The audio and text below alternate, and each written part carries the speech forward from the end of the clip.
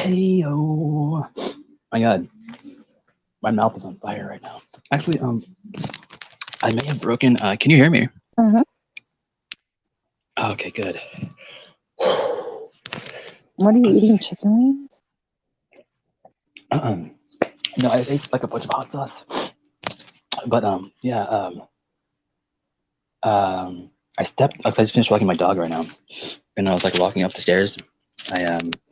I guess my earpiece like fell out, and I stepped on it. So like my earbud's like all busted now. What a bummer. It's okay. It didn't break the mic. I don't know. I guess gotta get a new one. But yeah, that thing about my parents, right? So um, I guess it doesn't matter who hears this. I guess I'll just delete it after. But no, yeah. So we were talking about earlier. They worked for McDonnell Douglas, right, for Long Beach here in California. Do you know about the crash retrieval programs at all? Fresh what? Um, the yeah, crash retrieval programs. You have some milk. The crash retrieval programs, I mean, I told you about Silas and Newton and all that, so that's pretty much what I know. Um, yeah. Maybe this was a bad idea. I can struggling here. Um, no, so Silas Newton was a long time ago, but I mean, like the more um, like modern day ones, right? There's a lot of them. You had like the German Bell, the Die Glock, that fell, and then was that Kecksburg? You have a lot more than that anyway. It happened a lot more than people realize, I think. But anyway, there's a place in Long Beach. I think the Boeing plant now, but back then it was McDonnell Douglas, right before Boeing bought them out. Anyway, I think there was like some kind of program for like the kids of like engineers um, that worked with these programs to like I don't know study their kids or do something weird with them. Because I know like we're all together for whatever reason. I don't know. Maybe it was just coincidence that maybe we just our parents were smart, so maybe we were just smart, so and they made money, so maybe that's why we were all together. I don't know if that's the reason, but uh yeah, we had like a much more different childhood I think than maybe your average kids would have had. We had a lot more like this weird like testing they would do to us and kind of like these weird like punishment rituals they would put us through and yeah, I mean, just, the things that went on there, like just on top of, I know it's okay. The food's right here. You think it's kind of like MK Ultra esque? Um, yeah, something like that maybe. I don't really know much about MK Ultra, but I mean, from the little I do know, it kind of reminds me of it. No, literally, basically, what you're talking about is like the MK Ultra programs. And I mean, there's a few of them. There's like Project Bluebird, Project Artichoke, and the most recent one that I was talking about earlier was Stellar Wind. That was the one that Tavistock operates under, and that was the one that I was a part of as a kid. And like, my dad was in the Navy or whatever, and I basically, was born in Saba next to that space satellite thing. They were trying to get a signal from aliens. But And the what? the Black Knight Um, satellite it's the observatory or something. out in space. No, no, no. It's in Puerto Rico. It's like a humongous satellite Oh, yeah, thing. Arecibo. Yeah. So they were trying to make contact back then. There was also experiments in around the 90s, the time I was born, like a shit ton of UFOs, like sightings went up. There's like, rumors about experimentation being done on the island on the naval base. So that's why I was always like curious to whether or not I was entered in this program, like, under a different basis, like not being human, or they did know because, like, who knows? Because, like I told Puerto you, I Rico have would be a that good place. genetic condition with my brain.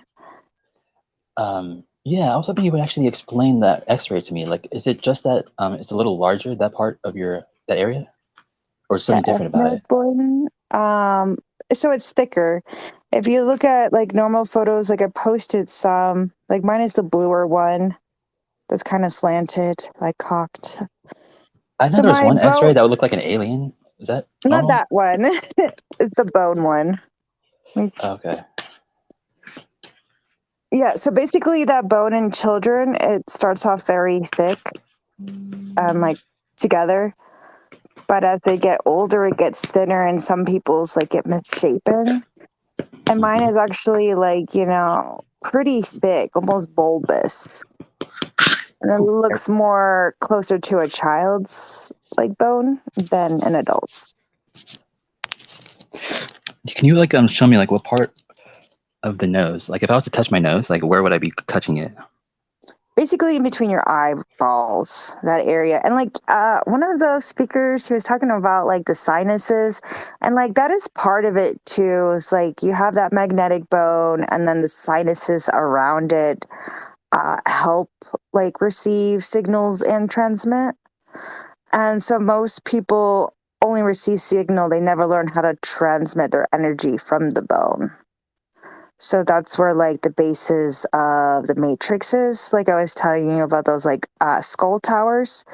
Because that human collective consciousness is like a base frequency we are all connected to. So they figured out how to some way use these skull towers to affect humans that were alive by like tapping into that frequency in that bone. Does that make sense? Wait, well, yeah, where, when? I would say like I've traced it back to his Mayan times, like my pinned tweet, that like skull tower that almost looks like an electric tower. Oh yeah. And you can find those skull towers everywhere, like across the world. Like there's under the Vatican, there's the French catacombs, DC. Like there's just tons of bones. And it's weird because it all correlates with these underwater ground systems. And you kind of see that with the pyramids too. You think it has to do with like the mercury that's under the pyramids? I know Mercury was part of it, but I don't know if that was introduced later or not. But all I know is that for Tesla's free electric tower that he was building in New York, he had the same components of an underground system that was close to an estuary. So that's like saline, freshwater combination that can generate electricity. And he said like the tunnels were important. And then basically on the top is a tower with a transmitter, like a point. And you kind of see that all across the world at these ley line points in the form of churches. Because if you think about it, the churches are filled with gold, and on the top is that spiral thing. And that's basically the way they would do the programming was by having people collect at the church on Sundays or whatever, gather and tell them basically what to think. And they would direct their energy to the pastor who would be like standing under where this transmitter thing is, like what's it called, the altar or whatever. So that's The why you see pulpit? in like the what? The pulpit. Yeah. And even the hat thing too. And there's like a reason they hold a fucking stick as well. Like you see that in some Freemason stuff, but it's usually like a cross that has more I don't know how to say it, like horizontal things. I don't know if you ever seen that. Um, four horizontal things. Like what are you talking about exactly? It looks like a cross, but it has more like, sideway parts. So it looks more like an antenna thing. I have to And find where? it and send you the image. But basically, like, they're always holding these weird ass sticks, wearing these weird ass outfits with gems and jewels that are all conductive. And it's all about like gathering mental conscious energy from that bone, like having that directedness. Because, you know, in these studies, they say like that human behavior and even what we see can be affected by this bone. So if they're able to transmit something into there, that's like everything around us could be a fabrication. That could be like the whole simulation theory, that none of this is really here. It's just something they're projecting into this bone. And they have this like grid system set up all over the world according to these ley lines to best spread out this programming and what they want to be shown as reality. So these people that have like schizophrenia, do Uh-huh. they really have schizophrenia, or are they like just seeing outside the matrix? You know? Well, you know, to me, like I said, the whole difference between like schizophrenia and just like being kind of like a mad genius is the reasoning. Because when you talk to people who are completely disconnected from reason, it's like, you know, nothing they're saying that makes sense. Versus someone who's just talking about like topics that they don't want us to talk about. It's like they say, I believe this because in this, and they have like research to back it up, and it's more logical than people like expect it to be. So, yeah, I don't know. I feel like some schizophrenics were just people they threw in insane asylums to silence. And other schizophrenics are people with magnetic bones that are very sensitive that they haven't learned to tune. So that's where it could be the incoming voices and so on. You're talking about like Itzhak Bentov? The what? Have you looked into Itzhak Bentov? No. Oh, okay. Never mind. But he talks about that a little bit. Yeah. Yeah, so basically, yeah, because I did a guy who had like shaman lineage, and yeah, I don't know if we talked about him or not. But yeah, he had schizophrenia that ran in his family, but he was drawing like fucking Reiki symbols that he never seen, like stuff I had studied, all just from his subconscious. And I was like, I don't think you're schizophrenic. I think your family has a lineage of men who are like, you know, more psychic. And it's very uncommon in men.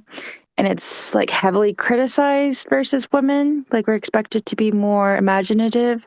So I think it's a lot more suffering and fighting themselves, and that creates the whole craziness. Do you think that like it's that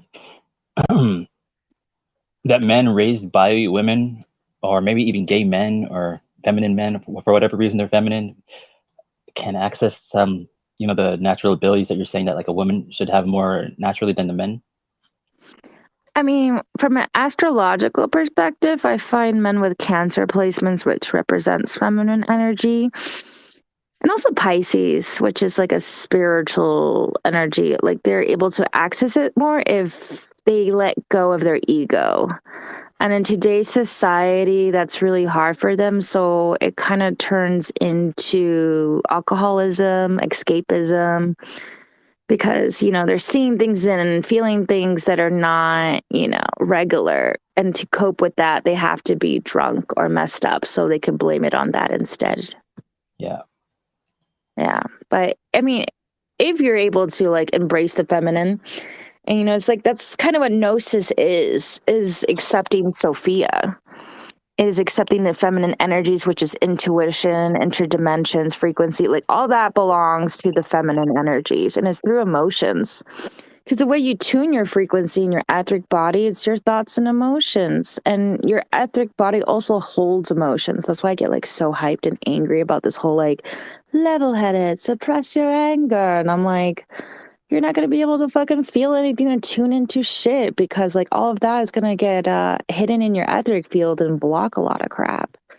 So like that's part of like the spiritual initiation is that you're going to fucking cry, go through your childhood trauma. Basically, you're unprogramming yourself from everything you learn in childhood from society and the matrix that wasn't true and trying to get back to your purest, more spiritual self. What if we were talking yesterday about like or maybe we weren't, but the chakras, right? If there was like an inciting incident, like when you were a child, say that blocked up a chakra, you have to like kind of work your way back all the way to that original blockage, right? To figure out what that is to unblock it. Yeah, so with my third eye, it's just, I guess it's like the fear of seeing something I don't want to see. So that's why I stick to more of clairsentience than clairvoyance. But I mean, I do have more visions and stuff, which I guess would be considered clairvoyance. I just don't want to see the fucking spirits. I don't fucking want to see them either. Yeah, I mean, it's easier when I'm in the astral realm dealing with it versus like it merging into this reality.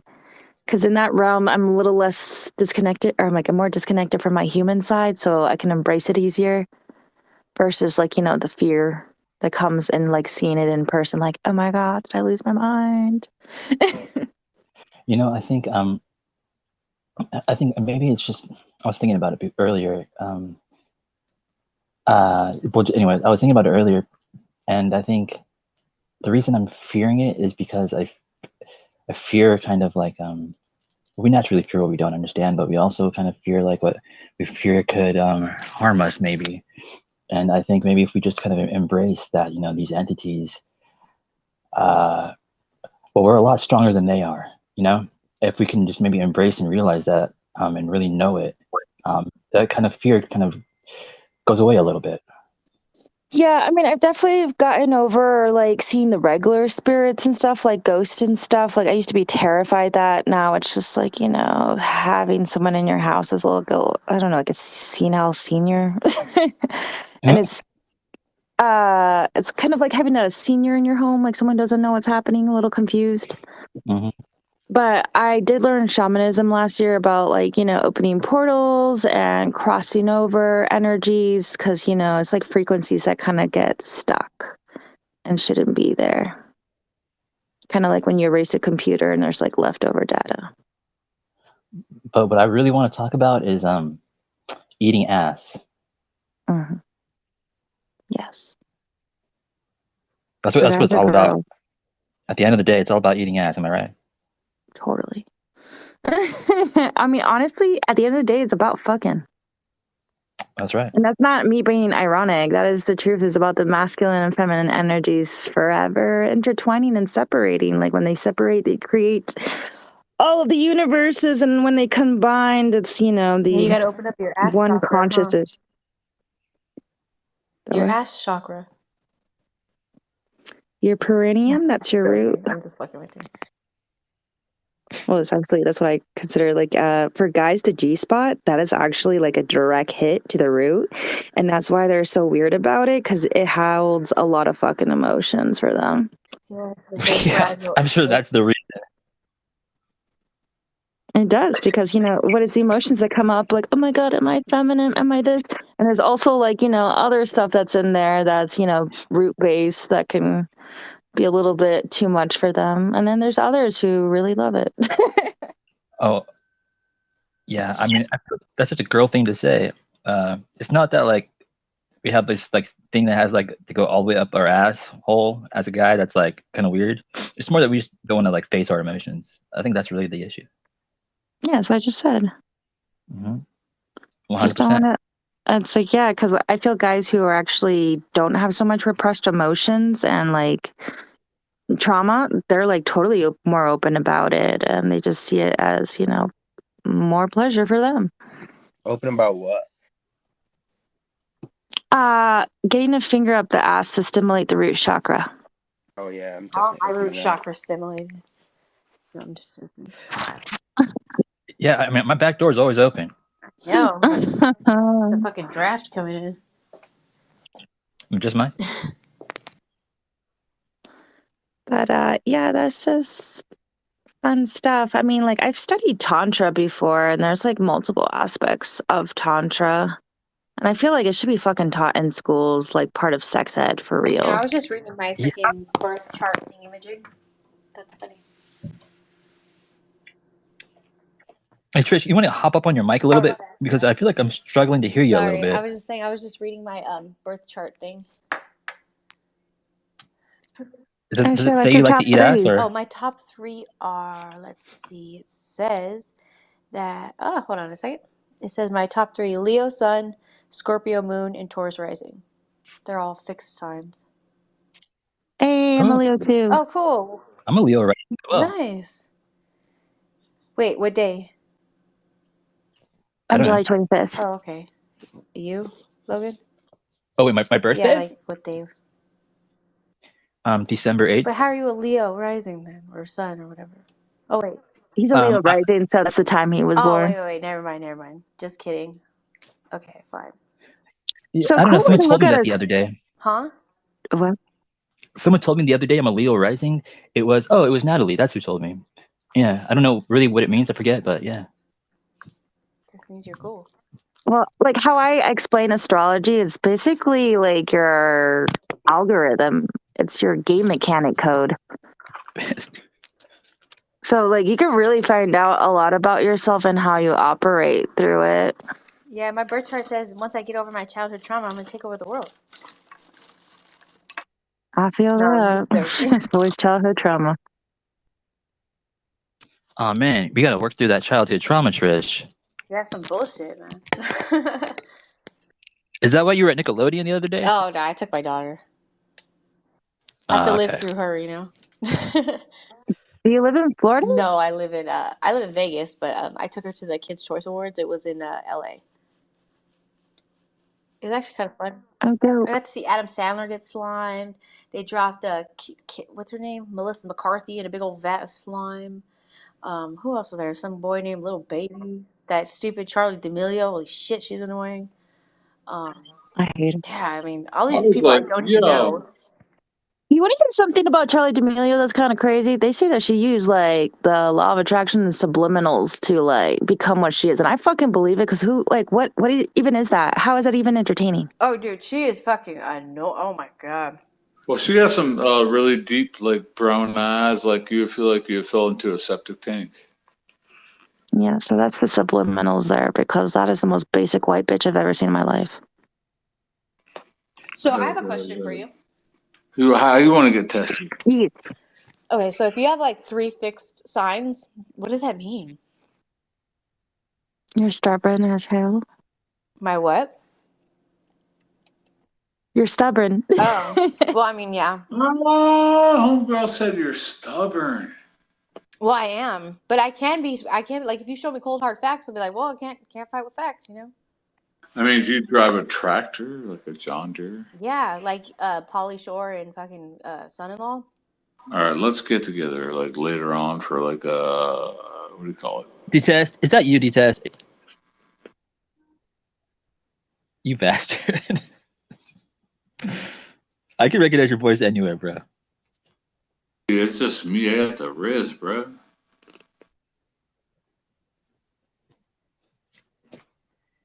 Damn it. So, Scorpio moons are actually supposed to be like you kind of enter the astral realm without trying, but you guys also have a tendency to run into worse stuff. I am a Scorpio Into man. what? Like dark shit? All right, shut the fuck up. I can confirm this.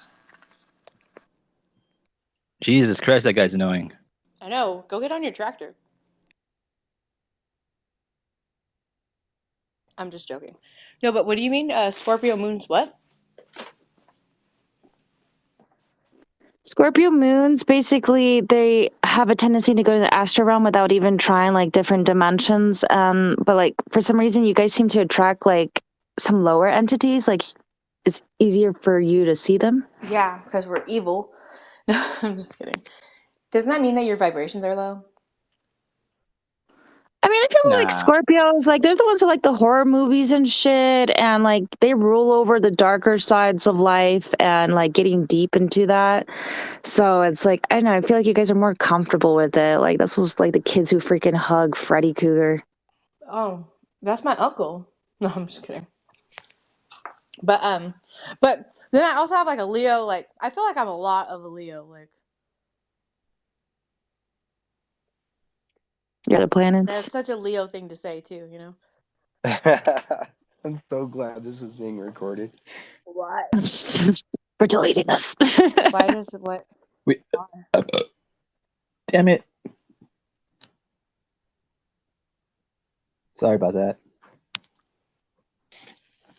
If you guys can guess what my sign is, I'll give you. I'm gonna Cash App guess you it's an eggplant. $5. Cancer. Just kidding.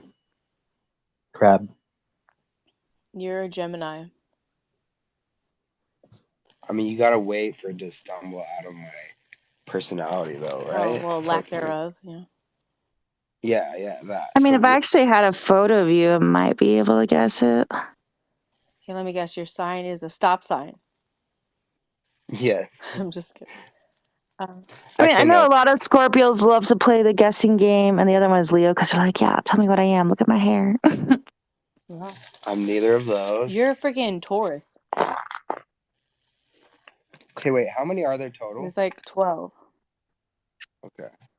Yeah. And the thing is, though, is like, it's really hard to guess sun signs because you're not just your sun sign. Your birth chart is a snapshot of the cosmos when you were born. He's an Aries. And they calculate. Send me my $5, Kimball. Dude. But it basically has to do with gravitational waves. So somehow your frequency is the tune of these planets and the position they were in when you were born. So what am I? An idiot. No, I'm just... I mean, you could go on astro.com and create your birth chart and stuff. Yeah, I have mine right here. Actually, wait. What's the website for real? Aries. Astro.com. My chart is just fucking everywhere. Astro. Like one lady said that normally it's like off to one side a bit, but mine's just everywhere. It's good to have because you have like across the subjects. But I was saying like another one that's good is like the pattern. That's a little bit easier for beginners because astro.com is going to give you a crazy chart with like all the planets and stuff and degrees, and it looks like geometry, and it's a little overwhelming. What do you guys think of like enneagrams or enneagram? What is that? It's like one of these new personality tests, like what you give, what you receive. I don't know. A lot of them are just like fucking astrology, to be honest, and they just hide it because like that's what the pattern does as well. It's literally astrology, but they don't say it because, you know, a lot of men are put off by that, or in some women as well. So they just kind of try to hide it as personality test and like, you know, ENFP shit. Oh yeah, I did mine, and I'm a ENFP / or a -T, and it's pretty rare. And you know who else had it? Robin Williams. Yo, Wait, you're a what?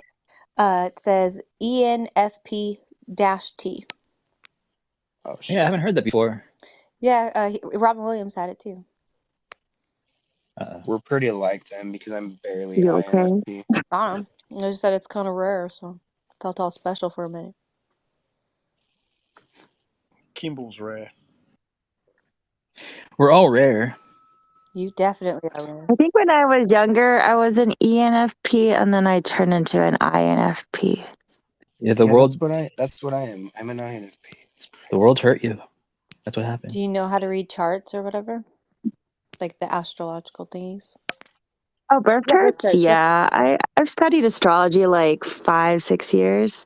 I see it's a lifelong study because, like, again, I said it like it's a snapshot of the cosmos on your board. And if you are able to like some people are able to look at it and predict the future. Like there's been criminal cases where like an astrologer figure out the location of the body with the time of like a missing chart. It was like something fucking insane.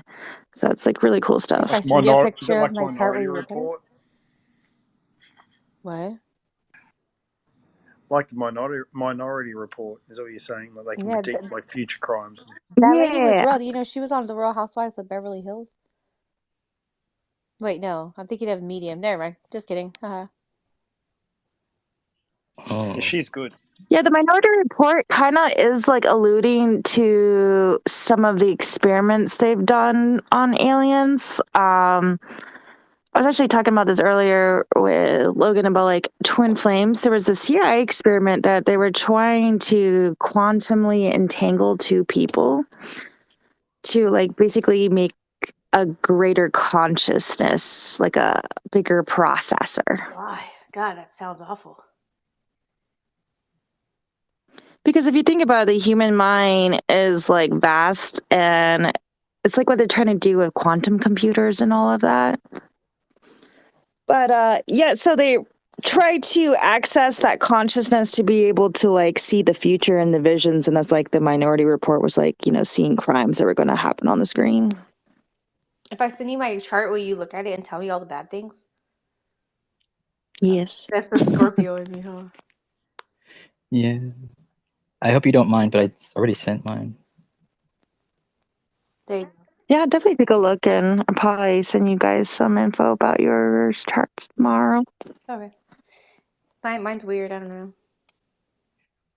Is that why you think that like you're weird? Like because you're like your stuff's everywhere, you know? Nah, I'm just weird. Like I'm a weirdo. But I'm guessing that's like maybe it's connected. But who knows? Maybe that's why I'm just bouncing off the walls all everywhere. Also, That's Leo. awesome. Yeah. I bet you have like an interesting like life. No, not really. No, I'm just kidding. She has a lot of paranoia, is what she has. Why do you say that? Scorpio moon. But I'm not paranoid. My mother was a Scorpio moon. She was like, she had a lot of dreams of being murdered or being chased. I don't know if you ever had that happen. I have like dreams of like, I don't know why, but like my brother, a lot of times it's like where I'm trying to fight him, but like I feel like I'm not being overpowered, but I feel like I can't beat him. It's weird. But like I'm dead serious. Like I'm dead serious. Like that's a common dream of mine. Or nightmare. Yeah, it's power struggles. Hey, this app that like I've been telling people to get like forever. It's called CoStar app, but I think it's pretty good. But I don't know, maybe there could be a better one actually. But have you heard about it? CoStar, I don't know. The founder had some weird shit like that. They were getting off on sending notification, trying to influence people, and I was like, I don't know. It's not big in the spiritual community. Like I like the pattern a lot more, and like I said, Astro.com has some pretty fun stuff. And honestly, Astro.com, and like once you get a list of your placements and stuff, just start like Googling it, and there's so many resources. Because like I said, like I've been a part of the spiritual community, and we've really worked over the years of putting this stuff online. Because like when I first started, none of this was online. It was so fucking hard to find anything. There was like 2 websites and a couple of books from the 70s. And now it's like a humongous encyclopedia. Like there's a little bit too much information, and you have to be careful with some fraudulent shit too as well. Which ones would you consider, like what apps would you consider fraudulent? Like I said, like I'm not a fan of CoStar. My astrologer friend, she likes Time Passages. Hey, I have that one. I don't. Yeah, she says like it's pretty accurate. I'm like whatever, but yeah, it's mostly about like who you follow on Twitter. Like some good people to follow to learn about astrology is like stars, moon, and sun. She does a lot of prediction stuff too, and that's pretty cool. And you kind of catch on to the patterns of things as you read about it more and more. And also, like reading the charts of your friends, you start to see common patterns in human behavior. Is it moon and stars? Stars, moon, and sun. That's one person? That's her username, her ad name. It's Danielle is her first name. What do you think about numerology? I mean, I like know my life path. I'm a 7. I don't like really pay attention to it as much though. I like angel numbers better. I wonder why. Why is that? She's toxic. Why do you like those better? Angel numbers? Well, it's basically like, you know, they say we're a simulation and the universal code is numbers. So that if you subscribe to like an angel number guide, that's the way they're going to speak to you. Because there's different ones and different interpretations. And like whatever one you set on, that's going to be the one, like how they communicate the messages. So if you see like the number 74 repeatedly, you look that up and that's the message they're trying to send you. Interesting. Man, if this is a simulation, I'm going to fucking riot. Well, it's like hologram simulation kind of thing. And it goes again with like the magnetic bone and your sinus. And so it's like there is an actual reality, but there's an overlay of what, you know, where we are seeing and what's real. And there's also different dimensions we are not seeing that like animals can see, birds can see, children, and so on. So it's more about that. That's not Like even like some, woo stuff or like supernatural kind of stuff. Or it's not even like weird stuff, really. I mean, science says this.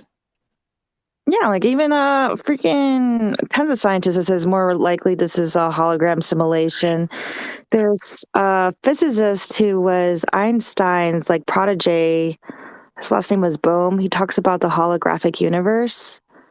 There's a book by Michael Talbot that describes it, and it's freaking amazing. And it's like really encompasses all the science, spirituality, and puts it together where you see like it all goes together. It's not like, you know, science versus spirituality, so on. You like you can't be spiritual and scientific. Like it goes together. It's supposed to be a unit.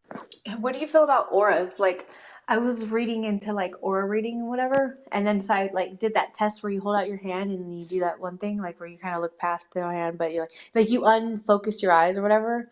And I was like, oh look, I could see the color, but they said you can't do it on your first try, and I was like, I kept doing it over and over again, and I kept seeing it. I mean, it's not always you can do the first try. Like, you know, some people are more in tuned. Like, I don't really see auras unless someone has a very powerful one. And I've met people like that where it's like literally behind them, it's shining and it's intense. But the auric fields are very much real. And that's again proven scientifically. It's like the human gravitational body. And even in chiropractics, they use like this tool on your back where there's bundles of nerves in your spine. And those bundles of nerves basically project this magnetic field around your body that can be measured and also like seen if you concentrate. What do the colors mean though? Like, There's different interpretations. Like I said, I'm not too familiar with like the colors and actually seeing them. I just more notice like basically how bright and powerful they are. They say people who are older or going to pass soon, their auras start to fade. oof, that's sad. Well, it's like their energy is disconnecting from this plane and transferring to another. That still sucks. I'm gonna look up what a blue aura means. You have a blue aura, and can you That see auras in does suck. pictures? What? Can you see like auras in pictures? Okay, so describe it to me because I don't know if like because I swear to God, I don't know. Describe it to me.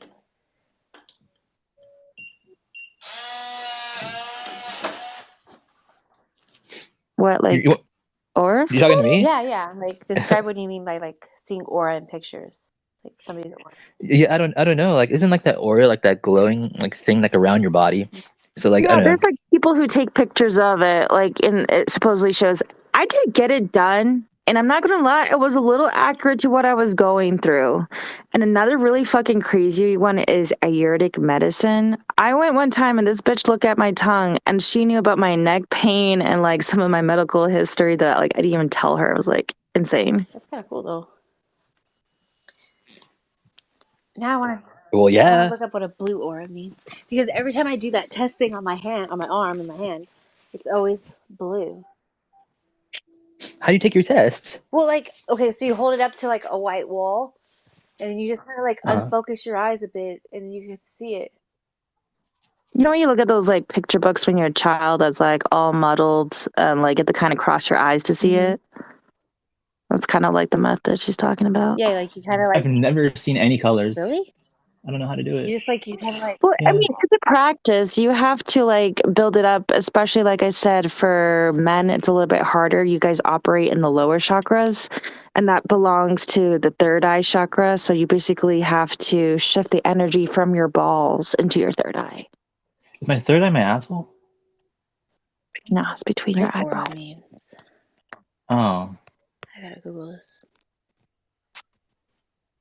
What I've heard about blue auras is about, I don't know if you guys heard about indigo children. Oh, I Oh don't know. yeah. Yeah, they basically see all indigo children have blue auras. What is indigo child though? It's like we're the next evolution of humanity. Like, you know, we're our brains are more capable of this kind of thinking.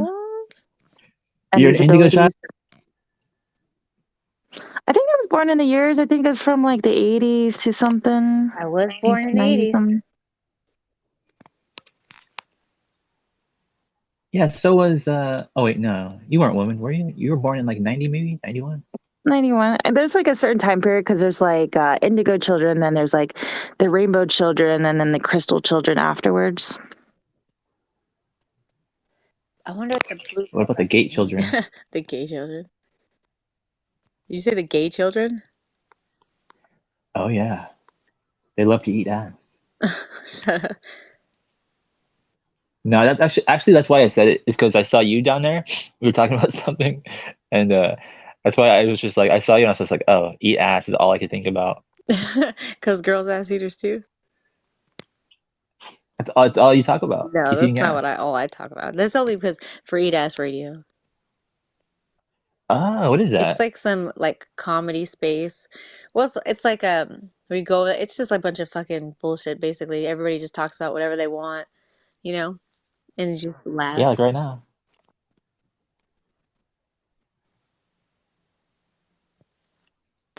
Try to think what else I could tell you guys. Has anyone tried reishi?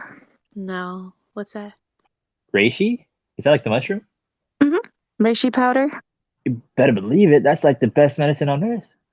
Yeah, it's really great for helping open up the crown chakra and calming down the nervous system. And then another one I've been experimenting on because I was like highly paranoid that, you know, I secretly might be used by the government from these like programs. Yeah. It's the Indian snake root powder. What the fuck is that? It's basically raspberry, and it's like the plant version of what they use for antipsychotic meds, but like this plant was used by yogis and stuff to reach meditative states. Huh. And they said it would clear your third eye of like outside stuff, and that's where like it comes from. And I was reading in one of the project files in the CIA that they said it was like the only thing that could remove this programming. So when I saw that, I like bought it just to like, you know, try it out, clear some stuff. That's interesting. But that's something new for me, but I could definitely vouch for reishi. It really does help. This sky blue description, sorry, I didn't mean to change the subject, but this sky blue description of the sky blue aura, it's like dead on. Kinda. Yeah, no, it is. Why?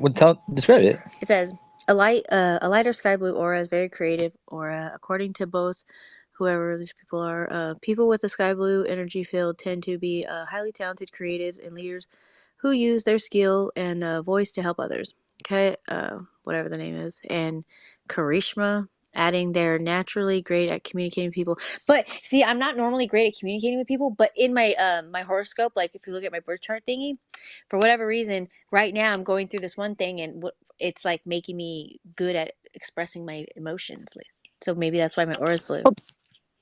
Blue is also the color of the throat chakra. Oh, is that because I like to deep throat? No, I'm just kidding. Well, I would say it would be your throat chakra is very active, so it leaks into your your etheric field and gives it the color. Interesting. Okay, and also, you weren't kidding. Their strength lies in their voice and being able to speak with impact. She says their intuition acts as a guiding compass, which inspires them to speak from their hearts and also project a lot of peace and. Okay, no, I don't do peace and positivity. I'm all about hate. It's not about hate, it's about righteous anger directed at the right people. Righteous indignation. But yeah, it's totally like a sky blue. For sure. It's more white though now. Like yesterday it was more blue. Are you looking at it right now? Yeah, just hold your hand up to the wall and like kind of like look past, but not really. It's so easy. What do you see? Like I don't know why people say it's so hard. What do you see though? Like I just see like you could see it like glowing. Like on your arm you could see. Yeah, you need a white wall though. That's like the best way to see it. You can't just like, hold it up to anything. Like you have to start with a white to help concentrate, and then you can kind of just keep staring until you start seeing kind of like a haze around your hand. and just like work on that. And then sometimes you don't see the color at first; you just kind of see like sparks or like the heat wavy thing. Really? Yeah. There's this phenomenon that I don't think I've ever told anybody this, but it's not really a thing. It was just kind of a weird thing. Like every morning, like I'd wake up like from like a long night of drinking, right? But to walk through the city, I used to live in this tropical town, and I'd walk through the city in the morning after like being hungover or whatever, and I don't know, it was like these like waves of like I just thought maybe it was like skin particles that were kind of like flying around off of me that like I normally just couldn't see for whatever reason.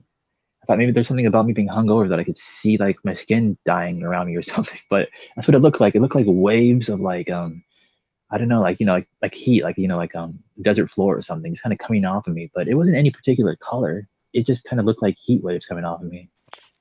Yeah, that would be like the chi energy, like I talk about. It's like life force energy is on everything. Like one of the craziest things that happened to me during my spiritual awakening, I was in Norway, I was in the mountains, and when I looked at the trees, they were all just like glittering and sparkling and had this like aura around them. And I found out later, it's just like that's the life force energy. A lot of people see it when they're on acid or shrooms. When I was pregnant, I got out of the pool too fast and I started seeing stars. That like same thing you described, Logan, like a hot road and it's like wavy above it. A lot of people report that before they like see Isn't it a UFOs and mirage? stuff. I don't know, but people Well, report it if with it's actual UFOs as heat, that well. is a mirage. No, yeah, this wasn't heat. I had just like woken up. I thought, because part of it was like my vision was kind of like kind of blurry a little bit. So I thought maybe like something was like wrong with my vision or something. Like I just hadn't woken up yet, maybe I thought. One time when I was in high school, I was in marching season, so I did color guard. So it was marching season, so the whole band was there, and we had. Oh, so did my sister. Oh, really? Nice. Well, Mhm. with the whole band was there, and like I guess we had to wear our whole outfits or whatever to practice in. And one of these guys was just overheating. He took off his hat thingy, and it was cold outside, but this fool was sweating. He had steam coming off his head. It was so hilarious. We were laughing so hard. I don't know why I just thought of that. Oh, one thing that reminded me of is like the whole steam thing. The other night I was feeling like a lot of electricity, and the whole symbol thing that like they do with the Illuminati with the triangle of the fingers. Mm-hmm. They basically say there's a way that you kind of can see through it and project energy through these fingers, like your left and right, masculine and feminine together, come almost like a spirit gun. Weird. And they put it to their eye because your eye is like one of the transmitter of energy. But yeah, I tried that the other day when I was feeling this energy, and I started seeing like almost like a portal in between my hand, that heat wave signature thing, blurring things. And as much as I am into this, whenever I do see things in this realm, I'm always like, okay, I'm going to bed now. Would you hear What's the something if scariest you thing did you've it? ever encountered? Like, do you hear some things sometimes instead of seeing things?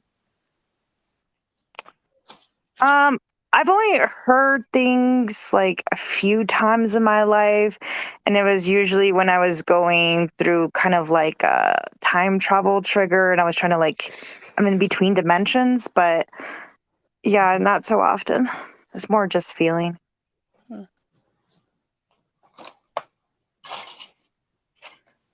Yeah, you just brought Someone up else time was travel saying something. casually. The time travel, what? You just brought up time travel pretty casually. Yeah, I mean, I've done it. Like, it's not what people think. I haven't figured out how to like time travel my entire body.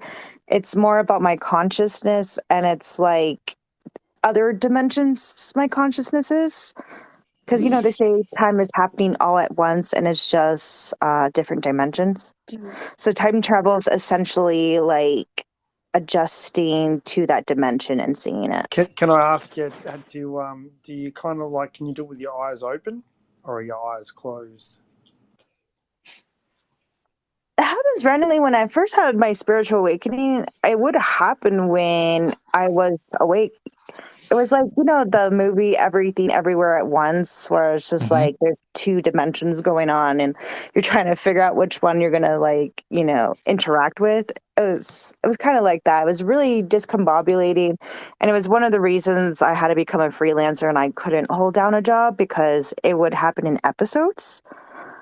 And yeah, like the reason I feel so comfortable talking about it because I already went through the whole struggle of like what it was and am I crazy, and I've met other practitioners and people who are really into this, and also the CIA files kind of talk about it as well, of all these like energetic practices and dimensions. So it's just Do you ever see become more of a. shadows?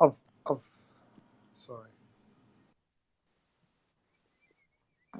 Didn't hear. Do you I've ever had see it happen. shadows? Sorry. Sorry. Damn it, Benjamin. Fuck. Sorry. I'm just joking. But do you ever see Okay. shadows at all? Shadows. I've seen shadows definitely before. I used to deal with them a lot as a child.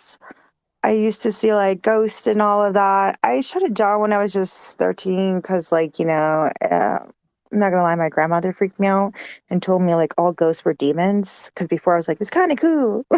But after she said that, I just like shut it down and I don't want to see it. How do you shut it down? I just kind of will it. But Ben, what were you saying?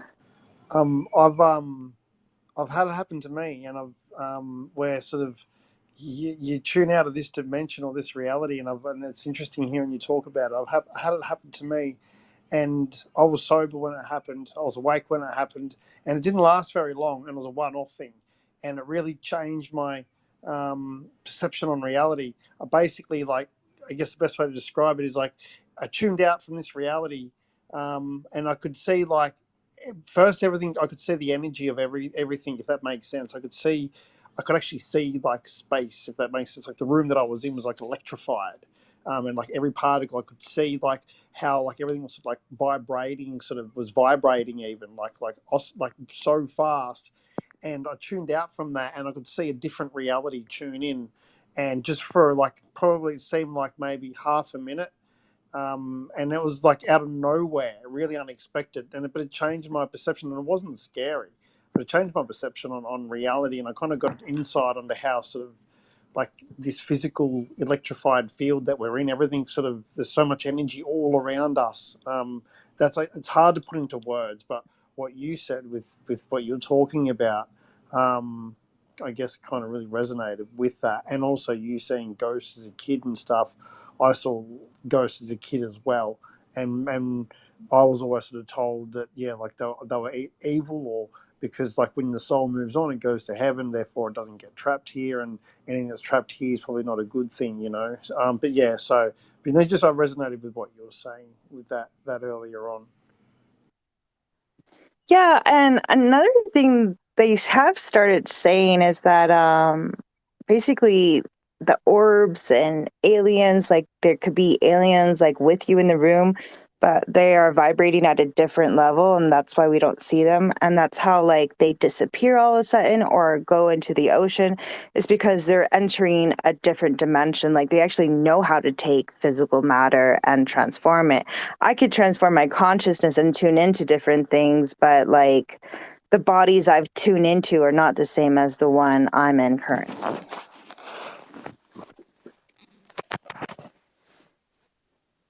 Have you ever Yeah, like so did that damn it, Benjamin? No, I'm just sorry, kidding. you go, Trish, you go. No, have you ever like did that? You know that thing where you adjust your eyes to see the auras? Have you ever done that and not like try to look at it, or you just looked at the wall and like it just starts like waving? No. Really? Like not waving, but like it starts like moving like in a wave, like it looks like. I mean, if you look at anything long enough, you'll disassociate. No, I mean like it just starts like moving like a mirage, but it's not a mirage. Yeah. Fairy walls. Never mind. I've said too much. I'm just kidding. This is the most normal I've ever heard you. Really? Yeah, I actually don't know this person. What? What are you talking about? Yeah, I swear. I thought you were like some, I don't know, like you're just completely different than I remember you. Really? Oh, Hmm. that's funny. Well, how am I normally? Goofy and wacky and hilarious. Now you're just kind of like normal. Oh, thank you. Well, it's just because it's late, you're really, Probably, yeah. really interested in all this stuff. Me too. Oh, Yeah. Ben, I have a question. After you had your experience, did you kind of feel like discombobulated as you came back in? I was sort of like really wowed, like just sort of, it was a real mind fuck kind of thing, like, but it was so insightful. It was exciting as well at the time. I'm thinking, fuck, what's going on here? Like, what's this? And it was sort of like at first it was just I guess like because I was inside a room, I was with other people as well. And this happened all with me sitting next to other people and them having no idea that this has happened. Like I was going through this, and it wasn't scary. It was a good experience. But really, the only way to describe it is almost like we're tuned so finely, like we're part of it as well. Like we're tuned, everything resonates at a certain frequency, and so it's all electrical. That's the thing. Like it was so electrical. Everything was like just energy. That's the way to describe it. Is just like everything's electrical. Everything, even the walls are not made of electricity, but they are in a way, and they resonate at a certain frequency, like a certain hertz, and we do too. And we all vibrate at that same sort of within that same bandwidth. And when you slow it down or speed it up, it changes it, and you can see like there's energy behind it. Like there's actually like a field. Like we're in a field. Like there's so much energy in this field. I'm repeating myself, but I guess it's hard to describe it. There's not really the words to really sort of. You have to I know experience how it. you feel. Yeah. But you see the energy for Yeah, what it is. Like you see objects differently. Like you see that they're actually just formed up, like it is like a matrix in a way kind of thing, it really is. And so these other entities in that, they can resonate. It's like tuning a TV, pretty much, like in the old school TV is the best way to explain it. Imagine like your whole existence just like one big movie, and you're tuning in channel, and we're on a certain channel, and you can just shift that channel a little bit to the next channel, and it gives you a different reality, but it's still all at the same place, all at the same time, just on a different frequency, So I got exposed, I guess, to like something outside of this frequency. Just I got to see it slow down or speed up. I'm not sure which one it was, but it was a really sort of wow moment. And it was like not my eyes closed meditating or anything. It was like eyes open, sitting there, then bang, like I was like sort of the whole room just changed. was there like a trigger? Was like there's someone in the room or like something that happened? No, it was actually pretty small room. It was in a donga at a camp Was at it a a mine Febreze site. commercial? So, but no, it wasn't like, just, but, and the lights though, like the lights were like just, not so much the lights, but just the walls. There was energy. Like there's another way to describe it, but what you think is empty space is not really empty space. It's made up of energy. There's no other way to put it. Yeah, like for me, when it happened, like when it first started happening to me, it was like triggers. If like I met someone that I knew in that life, like had the frequency, it could activate it, and like I was suddenly taken back to like whatever time and place I was with that person. And sometimes when I looked at them, their face would change. I would see the past life version of them, like overlapping the current version. And people also talk about seeing that on acid and shrooms as well, of when they stare at people's faces. That's gotta be scary. Yeah, it could be scary. Like, at first when you're experiencing it, if it's not something you're used to, you're like, hell yeah, like I said, I went through it. But, once you educate yourself, and like he said, it's like being like a radio, I always call myself, and I just have a bunch of channels. And it's easier for me to control it when it's like someone asking me for information, because I can access the Akashic records and stuff. So to me, it just like feels like Google, and it just pops up.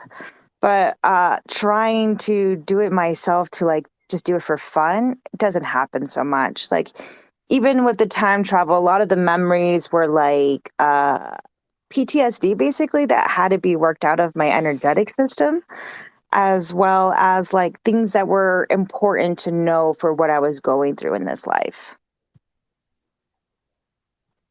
Do you think that objects have auras too? Yeah, they say everything has an aura. Like some people say it's just living things, but like he said, everything's made out of electricity. So everything in the end, it has like, it's atoms, That's just vibrating. my best way to describe it, because I don't know any other word apart from electricity, So, but I mean, like really, it's energy, but it's like it's most similar to a form of electricity, I guess you could say. But essentially, just it's energy resonating at a certain frequency, and it creates matter.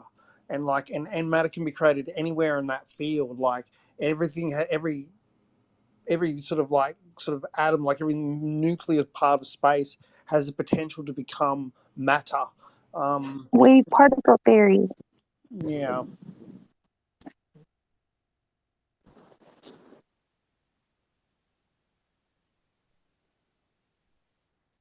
Everything is living. That's crazy. Everything is living, except the stuff that's not.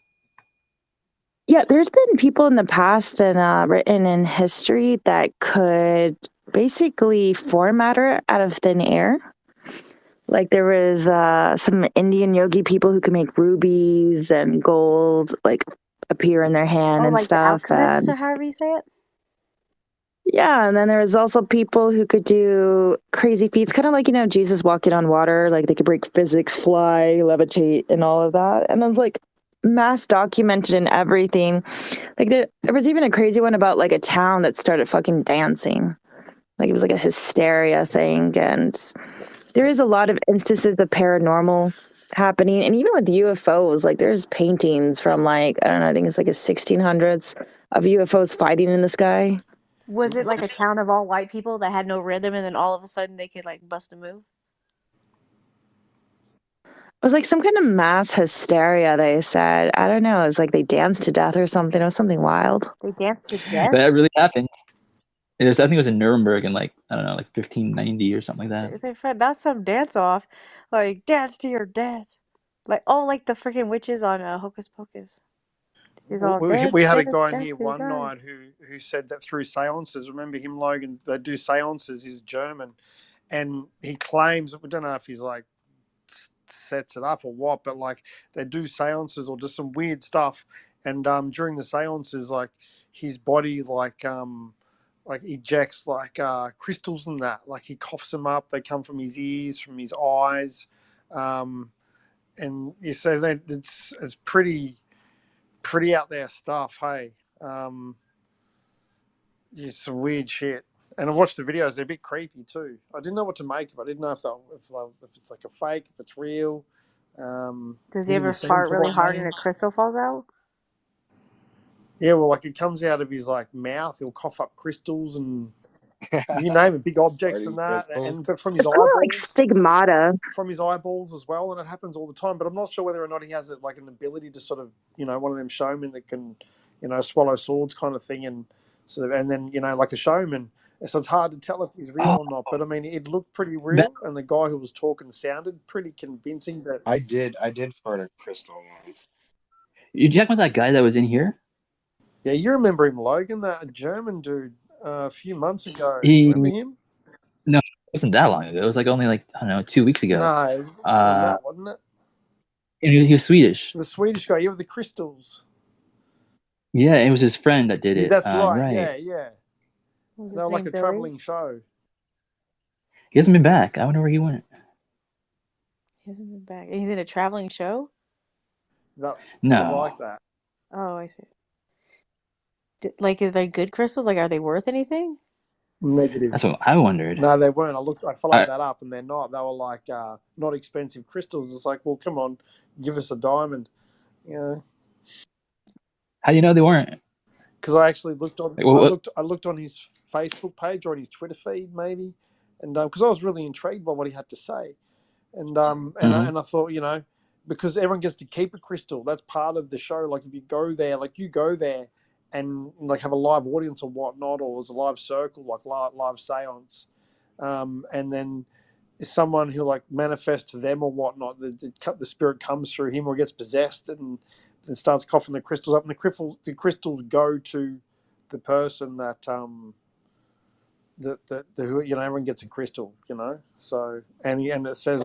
We'll usually say that's like sounds sus, but I actually used to work at this hippie Mercury Cafe with a bunch of old 60s, 70s hippies. And there was this one older woman who would do a remote viewing show. Essentially, she would wear a blindfold and someone would hold something and she would be able to see it, even if she was like turned around and so on outside the room. And I figured that's why she was doing it, but she did it more as like, like a magician show with the oohs and ahs kind of thing. Do you think that guy that does the crystals, do you think he ever goes to the flea market and sells them and then he's like, no, I just shut these out, an hour ago? It's pretty creepy. Like it's like Dude, I love what sold Trish. me wasn't Oh my God. Trish, please accept my follow. Oh, my bad. Let me go check. Yeah, like what convinced Oh, you me think that? wasn't the seance. It was more that the guy that came into the room, who was his friend that follows him around, he sounded like really sort of knowledgeable, spiritually speaking, took it kind of seriously, or he at least sold to me that he did, and I think I'm a pretty good judge. So he pretty believed in what he was saying, and that's what sort of convinced me. Yeah, big claims. Have you guys ever thought about how the mistrust for these abilities are? Because I've noticed as a lot of these people don't even know us or are asking of us, and they just tell us our stories as their experience. But I know we have a lot of internal skepticism going on. I always kind of wonder why that is. People are so hard to trust. I mean, you watch Penn and Teller. I mean, if someone wants to deceive someone, it's not very hard for people to deceive Yo, I other don't think people. they watch Penn and Teller. I'm pretty sure. Yeah, but I'm just saying, what I'm saying, the point of the matter is that, there's people like Dino, there's people who have the ability to sort of, mind sort of manipulation and whatnot. There's all sorts of tactics. Illusionist, yeah. It's hard to trust other people. So It is hard to trust people. I agree. But you know him through a friend, don't you? Who?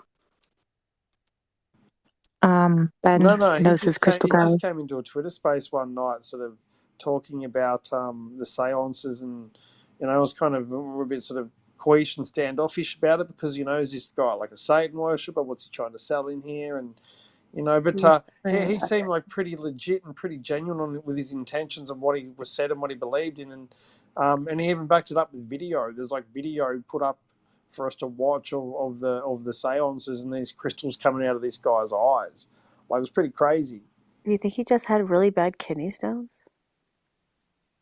They're all different. That's fucking hilarious. I'm just joking.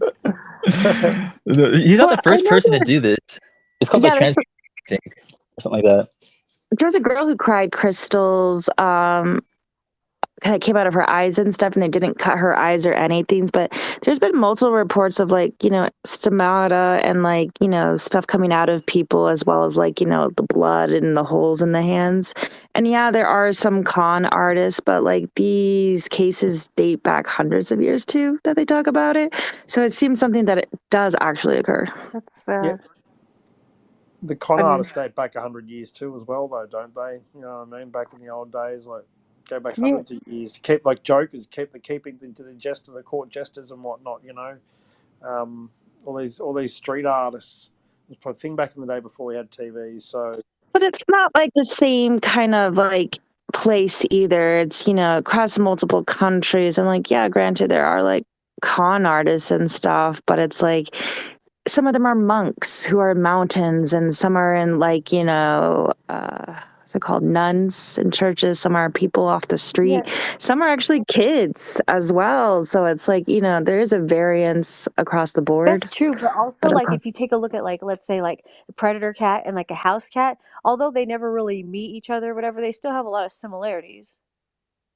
Maybe it's just like us as humans that's in our DNA, some of us be crying rocks. It's just with the amount of evidence I had, the fact that I didn't know him, and just I was very intrigued by it, and just what we were talking about earlier on absolutely reminded me of that. But for me, I find that I've had experiences I've the UFO experiences because I know they're not man-made. Well, I don't know because I'm not inside them, but my impression I get is they're not from here, and I can trust those experiences. Because they're just as real as watching a car drive past you, or they're as real as if there's object and it's there, and And that's not sort of relying on someone else's word. Your own experiences in this life are the most important ones, and the ones you'll only ever really learn from. You know, telling other people what you think is true or what's right, it's just a waste of breath, because people really do just learn for themselves from their own experiences. You know. Oh yeah, and I've even had people where, like, when I'm really on point, I can make the matrix glitch around me, and I've had people witness things with me. And later on, when I mention it, it's like they don't remember. They totally forget, because like it was so out of their reality. They kind of erased it. And like, I've even done that, and like a lot of people have, where they see ghosts or something really freaking weird, and when it happens, it's so prominent in their mind. But as time goes on, they kind of like, did that ever really happen? One time, I came in, like, this is when I lived in Arizona. I came inside from smoking a cigarette, and I had only had like 3 shots or something like that. And I looked down the hallway, and there was like, when a woman's wearing a really flowy like dress and like, or skirt, and then she turns a corner real fast and it kind of like whips out, but then follows her.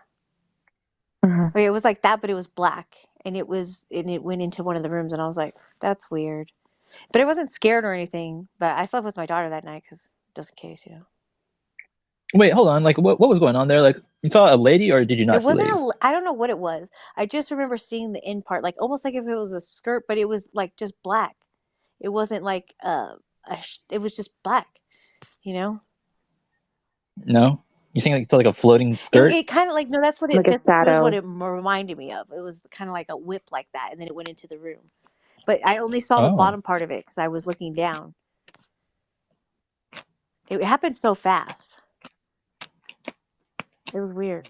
it is strange. But I didn't tell anybody, because they would have been like, "Oh, you were drinking or whatever," Oh, there was one thing I wanted to say. I've been trying to actually say this in the UFO spaces, but there was actually a study, because like I don't know if you guys heard about how they're saying that like people have been on these UFO ships and been able to like drive them with their consciousness. There was actually a study that they did with people using like brain monitors to control like little drones and stuff. And they found that like two people could drive this drone more accurately than one. And they think like, to me, that technology is what they're using in spaceships, that like two people, or like even some people say there's like multiple like aliens connected to something, or like, together directing the ship. They think of where they want to go, and they just appear there. They don't act like, they just travel through the dimensions What? Oh, morph that they focus on too. or more, not morph, but teleport. My bad. Teleport. Yeah. That's kind of cool, though. So instead of hyperspeed, they're essentially just like willing into that frequency of that dimension. Oh, like I Dream of Genie. They're all ding. Yeah. I want to do that. Yeah, I don't know. I think like, I don't know if you've seen all the like new stuff that's coming out in science about like new materials with like electricity, like all kinds of explosive stuff. Like I feel like they're really pushing this new technology now, because there's an upcoming meeting of aliens, Wait, what? Basically, the government is pretending to suddenly have discovered stuff that they already have for a very long time, because they want to actually build a real space force. Because apparently, whatever alien civilization originally owned this planet wants it back. Great. And I don't know, like, I tweeted it, but apparently Lou wrote about this and involved like Barack Obama. What? I tweeted it on my page. Interesting. It's from Lou, like 2020. who's this Lou Lou person? Elizondo. Lou Elizondo. Oh, nice. Okay. Yeah, but basically they're like mentioning Gnosticism, and like I said, in Gnosticism, basically there's certain people here that are actually aliens that were kidnapped and are being used as an energy source to power the simulation. And yeah, there's there are other race that did not get captured in the simulation that have been trying to like break them free, but there's been a magnetic fields around Earth keeping them out. But now we're getting to this certain time point that's like where you hear like the age of Aquarius and all of that, that this magnetic field is weakening and more of these entities like higher dimensional can come in. Yeah, for sure. Great. Yeah, that's old news. Yeah, it's definitely what's happening. So I kind of want to see if the whole battle goes down because, you know, Trump made the Space Force. I always joke that he must have pissed off the fucking aliens. He was scared. But yeah, seeing all this technology come out that I've known has been there and like just the rush of it and them actually giving us some crumbs and cookies about disclosure, just enough to beef up the defense bill and be able to like create this more on a mass scale without secrecy. Oh, you So think that you could like you know how you say you read charts or whatever? Can you see if anybody's going to be abducted by aliens? not my specialty. I just want to see if I would be affected by this. Like, should I fucking be all paranoid? I mean, honestly, like technically we are already abducted by aliens according to this theory. We're basically imprisoned here and we can't escape.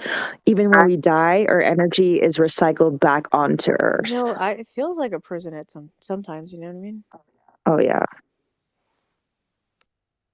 They can't ever keep you prison, really, in your mind, anyway.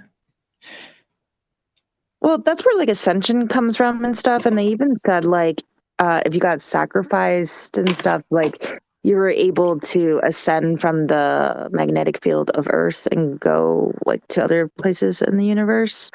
But you know, that's where the whole like ascension and elevating your spirit, yada yada, goes from.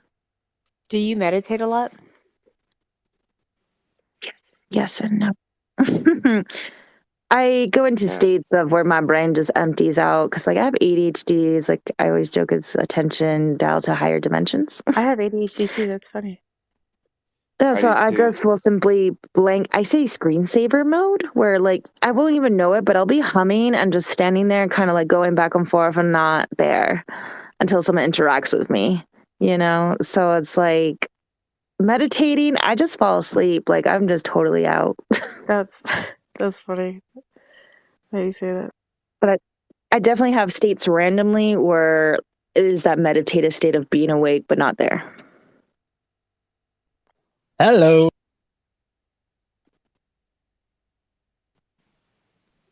That thing on your wall you talk about with Dr. Mitchell, that email, it implies, the way I read it, it implies that the evil, or they're not evil, but they're violent. They're here already, and the only thing I guess holding them back is the non-violent continuous universe, or a contiguous universe. So they're saying that there's other beings that are holding back these celestial beings that exist with us, and they're being held back from. I don't know if I'd take it as far as taking over this planet, but they obviously have a tendency for violence, But and why were you that, telling me this late at night? and they're answerable to the non-violent. There's obviously a higher power, a higher being which is non-violent, and they are restraining these celestial beings from violence. That's how I interpret that sort of email. Yeah, and it's crazy because in the spiritual community, we always have taken ourselves to be spiritual soldiers who are holding back this negative energy, that we're in the battle for human consciousness and that we're here to observe humanity and try to figure out methods to help them like break out of this mind control and this negative entity that is getting them to do these like horrible things like warfare and stuff. And yeah, like seeing in the email was like a little freaking trippy and not gonna lie. But yeah, like they're not entirely peaceful race, that is true. Because, you know, if you hear of the stories, the Egyptian mythology of like Sekhmet and stuff, and like also in India, Kali, there seems to be this cycle that we go through. They call it the Kali Yugas and stuff like that in I Ching, where if humanity gets too like out of balance, there is a correction course that is sent in, and sometimes it involves floods, sometimes it involves plagues and mass destruction to rid humanity of these negative entities and people who are supporting them until things are all right again. So like with Sekhmet, she was considered the goddess of terror because of how much she fucked it up, but after she was done, she was known as the goddess of pleasure and a great healer because she helped humanity afterwards. And it also goes with like the mythology of Astrea, golden age of humanity after a little bit of destruction. Yeah, I always thought those historical events have been deliberate. Maybe their ways of describing them, change or interpreted differently from each culture and over time. But I've always felt like those major destructions, or they seem to me, what kind of technology? I mean, if you admit that there's advanced technology and UFOs, if you can't sort of have your foot in one side of the camp and not the other side. If you believe in the existence of UFOs, they can traverse time, etc., then something like a meteorite hitting the planet and blowing it up doesn't sound feasible. It really doesn't. And you think, well, hang on, we have enough technology to move that shit on our own now, even. So surely a space traversing alien race or extraterrestrial race would certainly have the ability to stop a meteorite or something along those lines. Perhaps not the planet spinning, and then I mean those. But obviously, I've always believed the Doomsday or the Younger Dryas or those massive events were certainly controlled or planned or potentially the result. I believe that technology was used some way to create massive event. I don't believe it was a natural sort of meteorite impact. I don't think Oh there's no, been no, some sort no. of But release of energy, and it's been under intelligent control. yeah, but if you like another one is like they literally send someone to kick ass because there's the story of Kali. It is very similar to Sekhmet, and there's like those cross differences in gods. Because the stories of Kali and Sekhmet is the same thing as like they're a messenger of this higher consciousness that sends them down, and a bright shining like with Sekhmet was like a fireball. To me, it sounds like UFO, and they like start just it's a bloodbath, and once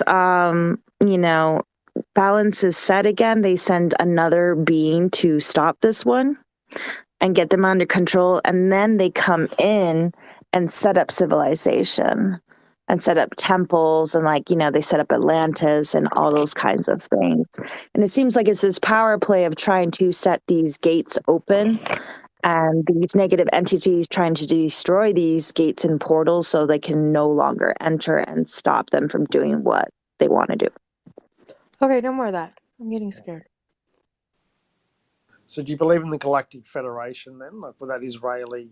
People can just write these guys and go, "No, they're crazy." But I mean, for someone like the head of the Israeli Space Foundation, for like the chief guy for there for like 30 years, the head physicist, he's the one who come out and said that Donald Trump knew about like aliens working with humans on Mars, and and it's like they're pretty huge claims, but I mean the guy's an esteemed professor. Like these guys just don't put their fucking reputations on the line. But when he's retired, obviously he's not under an NDA anymore. So what he said was pretty heavy stuff, but that gets ignored largely by the UFO community. And I think, why is that? Like, why can and people just use throwaway lines like, "Oh, that guy's batshit crazy." Like, it's like, well, hang on, like, have a look at who he is, look at his career, look at what he's done, and look at where he's at in his life. And sometimes it pays to listen to old men, and most people don't want to listen to them, but he's made some big claims, and that email backs that kind of stuff up. And all evidence from what I'm sort of, as much time I spend exploring this subject that I love so much and am fascinated by, I keep coming to the conclusion, yeah, we're in fucking bed with them. Humans are in bed with other entities. It's got to be. There's no other way. And I don't mean sexually. Although they could be. Who fucking knows? Well, yeah, that's where the whole ancient civilization Atlanteans come from, because Atlanteans apparently were this ancient alien race that came and were trying to help humans like advance their knowledge. And like I said, there was this is where the entrance of this other alien race, negative entity, came in and started a war, and the gates were closed down and things were trapped in here. So I believe that not so nice fraction teamed up with our government. And that's why, like I said, like the Galactic Federation, I know personally, I do talk to some kind of like Galactic Federation, but I've heard in the spiritual world there's two. There's the one that works with our U.S. government, and then there's the one that works with Source and the balance of the universe, who's trying to correct things. So I can't attest for them of what they're about, but I definitely know that there is entities and ETs that you can connect to telepathically on a channel if you're open to it. What do you think about like if you move your hand and it like trail, like, you know, you see like how am I trying to describe this? Like move your hand, but like you see it like The trails, yeah, like yeah. there's an acid term for it too. Yeah, it's just basically your atoms, moving different spots. But what if you It's see it just all the like time? the drag and the FPS. And it's normal if you just see that all the time. Yeah, I forgot I know the term you're talking about, or Jalissa. Right. I can't remember the name, the word for it It's though. blanking. Yeah, I mean, yeah, that's something people report, like I said, on acid or acid flashbacks too. What if you have never taken acid? I mean, it's like a DMT thing in your brain. Like you'll have that. Like I always used to say that my body naturally releases DMT when I have these like episodes where you can start like, tuning into those different channels and kinetic abilities, and it happens spontaneously and just goes away just as quickly sometimes. Yeah, it produces naturally in the body. The brain produces it, but it also the body counterwise produces an inhibitor.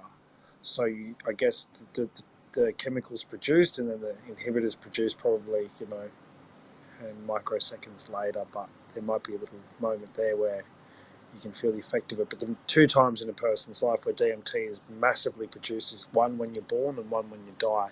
Your brain releases on those two occasions both massive amounts of DMT naturally.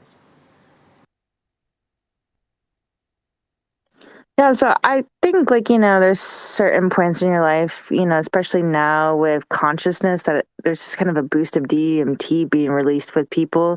And like I said, I think it's connected to solar flares and things like that, because they've proven that solar flares have pushed the evolution of the biology on Earth, like quarks, the God particle, and all of that.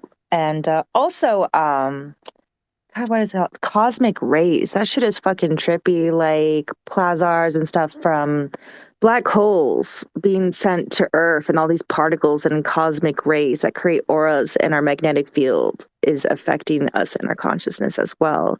And right now we're getting blasted at all sides. And we just had one, I think, last October that was like one of the biggest bursts ever in the universe since the Big Bang. So, we're definitely headed for a leap.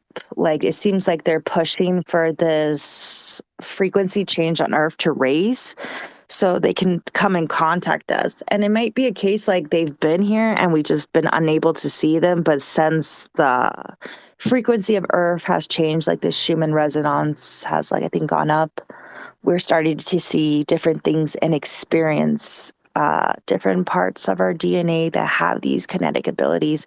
And that's why Tom DeLonge started talking about these abilities awakening soon. In my birth chart, it said that I could be quite psychic. Do you think that you're psychic? Or are you? Yes. So what is it? What does it feel like for you, or what do you experience when it happens?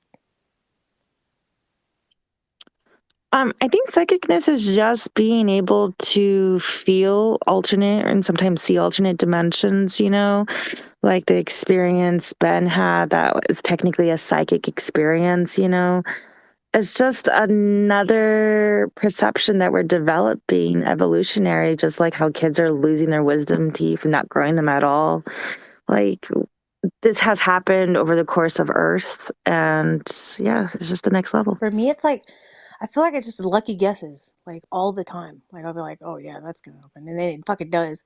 And then or somebody will say something, like ask a question, and I'll be like, "Watch, it's gonna be this," and then it fucking is. It's crazy. Yeah, that's just natural intuition, especially with women. We have it more. We are just bimbofied and treated to like have imposter syndrome. So we don't trust ourselves and we just think we're being weird or kooky or crazy and we ignore it. And that's how they're able to attack women like gaslighting and stuff. And it erodes our trust in ourselves and our senses. And that's when things start shutting down and going wonky. And with men, that like starts very early on for them. Being men, they're not allowed to even like have imagination or emotions and stuff. So Why? Well said, dude. That was a good little what do you call it? Rant, but it was a good one. Shut your whore mouth. yeah, My daughter also yeah. So say funny things. She'll be like, ask them go do your homework. She's like, I'm not allowed to do math. I'm a woman. Like things like that. It's so funny. well, it's a lot of like societal programming that we go through, and men are purposely attacked very early on because they're technically the protectors of women and stuff. And without them, women are very vulnerable to the physical world, traumas, and things like that. And that affects their psychic abilities. So in relationship, women's are technically supposed to be like the intellectual leader, like sensing the energetic environment of what's best for like, the family. And men kind of bring their ideas into this reality and ensures everything goes smoothly. So it's kind of like a team effort. But of course, there's definitely men that lean more towards being better at like energetically sensing, women who are better at like bringing things into the physical. It's just, what you resonate. But the basis is usually, women are energetic and men are the physical. Religion have spiritually beat women down, I think, over the centuries. Yeah, they're repressed on purpose. Hey, hold on, Kimball. Because you're like so high or something right now, I'm just fucking with you. And also, I don't know if you're like fucking with me because you keep asking me these questions that are like weird, and then like not answering like why the fuck you're asking me these questions. So can you just answer that right now, please? Yeah, I just haven't heard some of these ideas, and I'm wondering at what level they came into consciousness for these people. What? No, that's what are you? Okay, hold on. You asked me about that chick from the beauty pageant. Wait, what's happening? That was like, Here, he was asking me. Let me start from the beginning. You're hilarious. Miss Teen USA 2007 South Carolina answer. Full Stack Logan, remember this video? Why are you asking me that? Because the way the girl speaks reminds me of the way these girls speak, and it's freaking cracking me up. What Oh, okay. My Congratulations dialect is on completely different than hers. So What are you talking about? congratulations on having beauty pageant voices. Yeah, you're obviously like very Anyway, Kimball. When I get my wave You down, also take it over. Kimball. How old are these girls? Why don't you go ahead and throw out a guess? Okay, I bet Trish. Women. Respect women, by the way. Trish, I freaking love, dude. She is cracking me up so hard. Yeah, she's so funny. She's probably 28, 27. Dead on. Yeah. Yep. Right No, on. I'm just kidding. The woman. And Jalissa is the woman. Yeah. What's her age? 22, 23. Oh, that's what I said. Thank you. Those are my guesses. I'm 32. I'm 34. But thank you. Yeah. I'll take 28. Yeah, I get that a lot. It's so funny because I tell people I've been researching this for a decade. I'm working my PhD, and they're like, "Aren't you like 22?" And I'm like, "Fuck no, I'm a grown ass woman." It's because like me, you have a baby face. People think I'm. Oh hell yeah! Yeah, I have a 15-year-old daughter. It's crazy. Is she single? Shut up. Of course she's single. But the question you had about like energy, like what level we got to get to these concepts? Is like that one of your questions? Are you asking me? No, Kimba. Yeah. Me and Kimball are done with the whole question thing. I guess he answered all the questions he asked me now or something. Guys, I'm like 3/4 of the way done with this IKEA cabinet, putting it together. I've been doing that the whole time while listening to you guys, so thank you. Also, like, how high are you right now? Probably only like Sorry a that I 3. could touch the sky. How sick. God, I wish I had weed right now. Still 2 hours, still You should 4:20. stand up and Actually, it's like, 5 minutes till 4:20 for you, It though. is 6 minutes until 4:20. Oh, baby. I want somebody to have a premonition or something. So you never heard of these concepts before, Kimba? I have just usually by like, I don't know, 19-year-olds. What 19-year-olds? Yeah, what the hell? Wait, 19-year-olds are talking about fucking dimensions?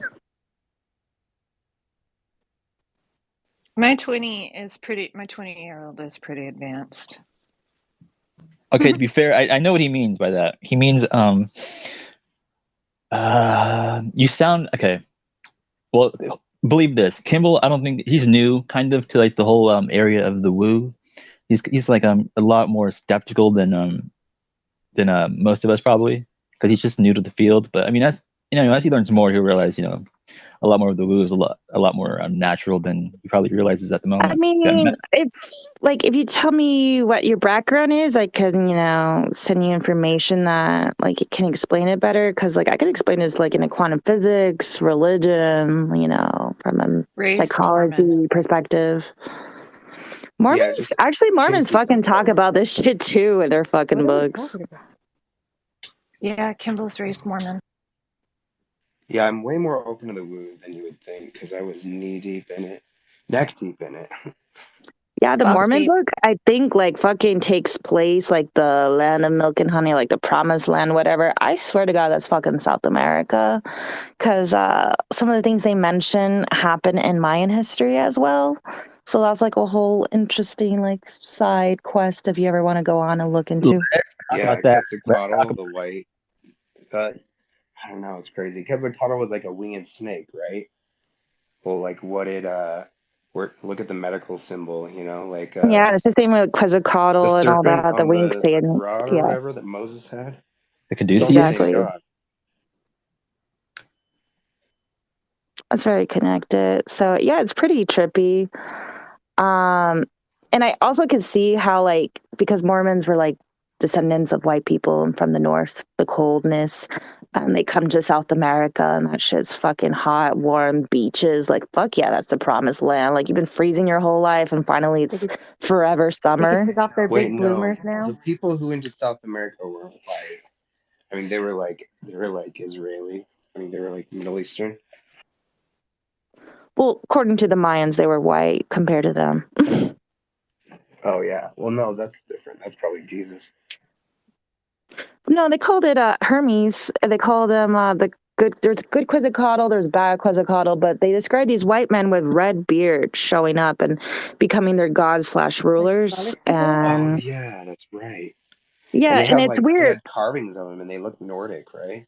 Yeah, and the weird thing is that during that same time period of these murals were made was during the times of the great Redbeard King in Scandinavia, who was doing a lot of conquering conquest, and he had a brother that they exiled to, they say, South Scandinavia, and they always just literally thought it was south of like the southern area of Scandinavia, but now they're thinking they were talking about South America, and that was one of their like conquest, because there's the transatlantic or Mesoamerican transatlantic theory that basically we knew about South America and all these places were connected into an empire before some kind of crazy disaster war happened. You think they did that to him because he had way too many freckles?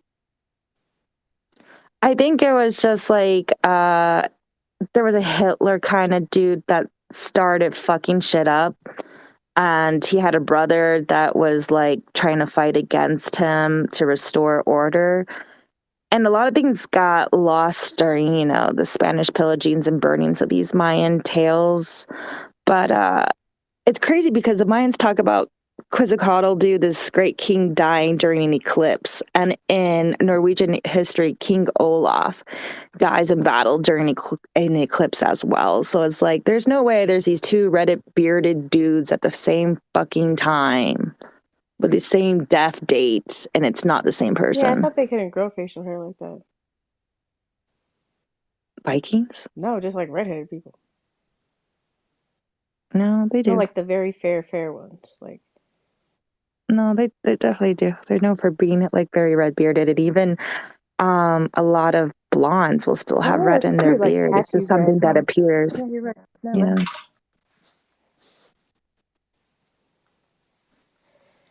But it's very interesting to see in history, because I wonder what exactly happened to create this disconnect between countries and erasure of history, that we think we discovered it again in the 1500s.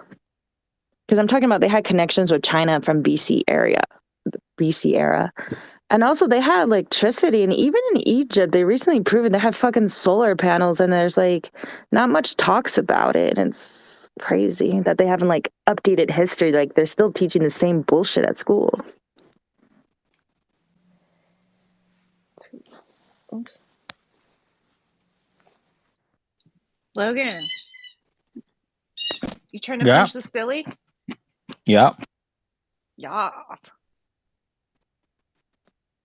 But yeah, I gotta go to bed. It's fucking 3:20 over here. It's 4:20. I sent you my chart. If you see anything crazy, let me know. All right, good night, guys. Have a good one. Oh, Jalissa, you've been a pleasure. Thanks for hanging out. I appreciate it. Yeah, no problem. Yeah, nice to meet Bye. you. All right.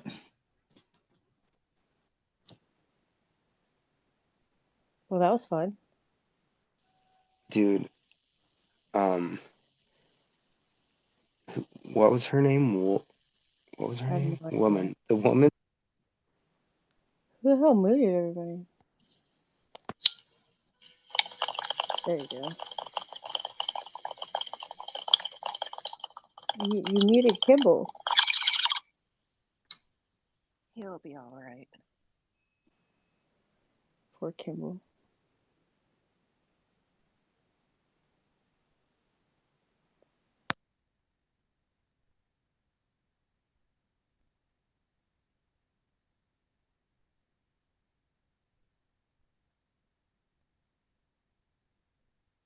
Well, Yeah.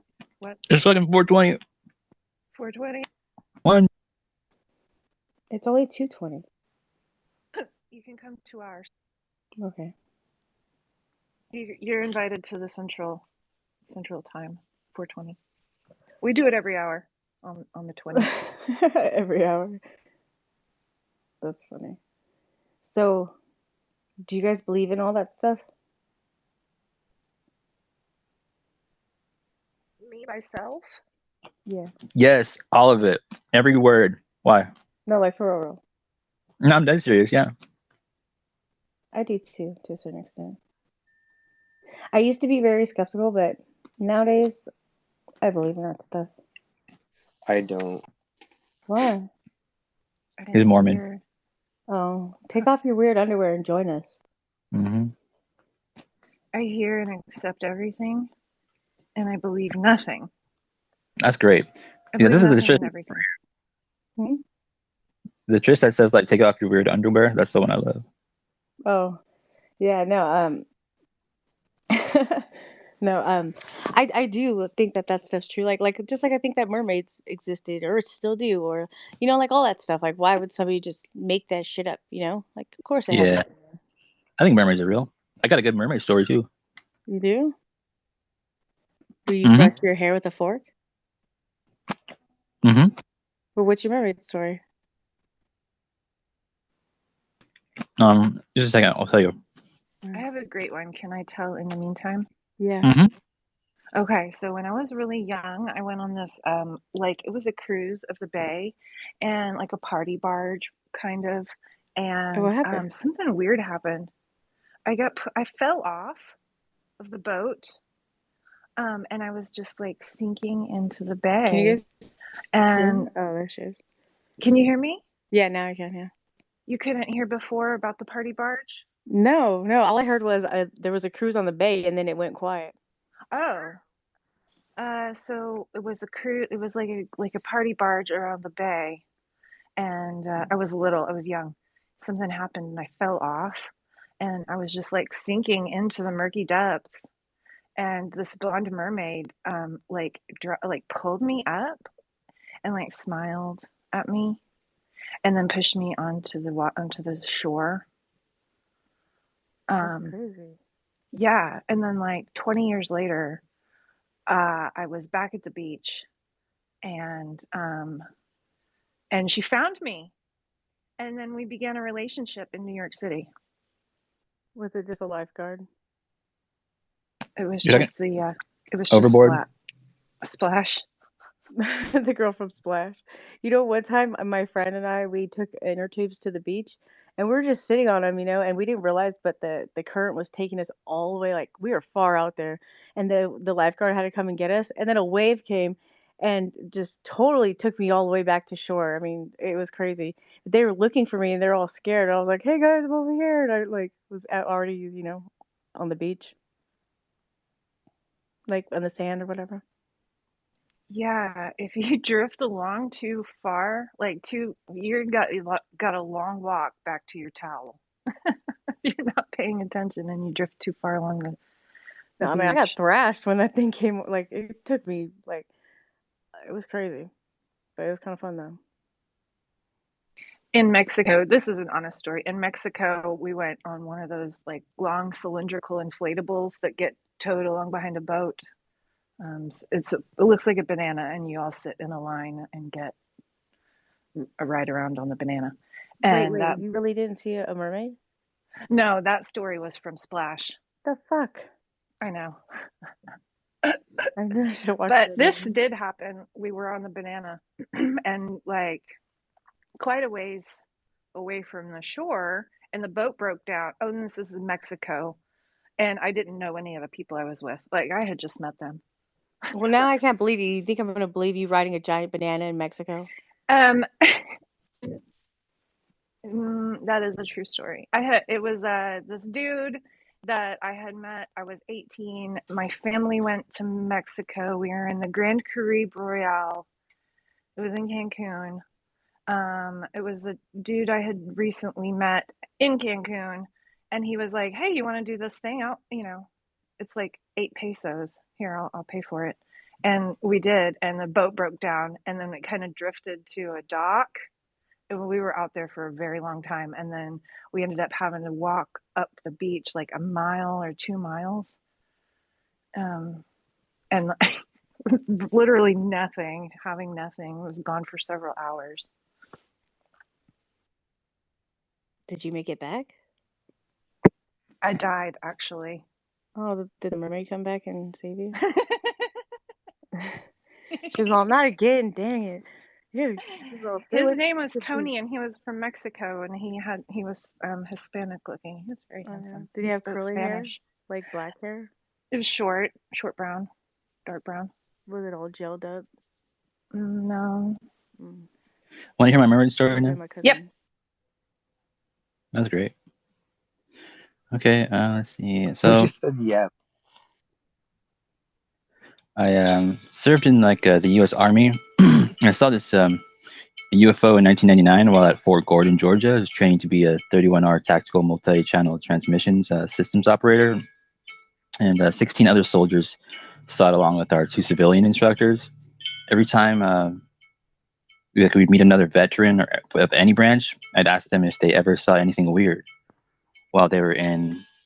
I've never been too specific about what I mean by weird. They usually would just say, like, what do you mean by weird? And I would describe what I saw, and they'll sometimes go, oh, okay, yeah, I did see something. And I've heard a lot of interesting UFO stories just from doing that. I used to live at Sepulveda, Virginia, in a building with about 147 other veterans in it. So there's lots of stories, and I'm always hearing new ones. But the strangest was this guy who served in the Navy. He told me he saw a mermaid swimming alongside the ship which was moving pretty fast. He said he couldn't make out the face, but it had a head and shoulders and arms like a person, but webbed fingers and like a fish-like tail. And yeah, that was pretty much the story. Wait, okay, so you said 99. Aren't you only like a year older than me? What do you mean? You said 99, right? Yeah, this guy said he saw the UFO in 1999 while at Fort Gordon, Georgia. Oh, I thought you saw it. I was like 99. You were I've only never like served in them. Oh, No, okay. I've never. I was I'm gonna say, not a veteran or anything. They wouldn't have me. I was gonna say you were like 12 years old. In 99, yeah, exactly. Yeah. I was 20 in 99. I like how you're playing this music. Yeah, it's good background music. No, it scared me, and it's making Benjamin want to talk over people. I'm just kidding.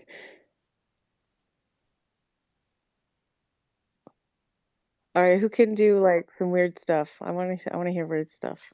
Yeah, let's hear some of that butt munch. Try ass munching. Or who can do tarot or something, anything. Oh yeah, tarot. I don't know how to. Why put My your hand up, fingers Paul? are hypermobile. I don't know. Just to say hi. I love it. I appreciate that respect level right there. I love it. Cool. He's a geek. What's up, guys? Hey. I hear you talking about mermaids. I don't know how long that's been going on for, but it's just kind of funny. Are you a merman? You're a merman? I wish. Oh. But don't we all? I don't know. It's just funny because I was literally talking about mermaids last night with Randall Nickerson randomly because we were talking about Africa. And I mentioned that when I first moved to LA, I was staying at this hostel and I met this kid from Madagascar.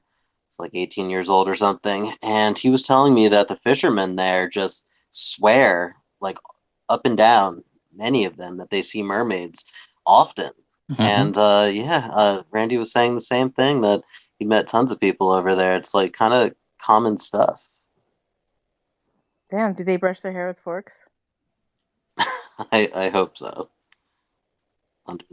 What are you saying? Stuff. Are you saying cork? Fork, like on the Little Mermaid. Oh, I've never seen it. It's a dingle hopper. Okay, well, she brushes her hair with a fork. With a fork? Oh, okay. She doesn't know what it's for. Yeah, I know what you mean. I remember that scene. Yeah, I thought you said you've never seen it. I haven't, but I've seen like clips of it from like moments. Oh. I have two sisters, so like yeah. Oh, okay. Is that a lie or is that real? What? Like you really do have two sisters? Yeah, I remember I told you one of them has also does color guard. Oh yeah, duh. You just said that. Never mind. Oh my goodness, one of your sisters did color guard or does?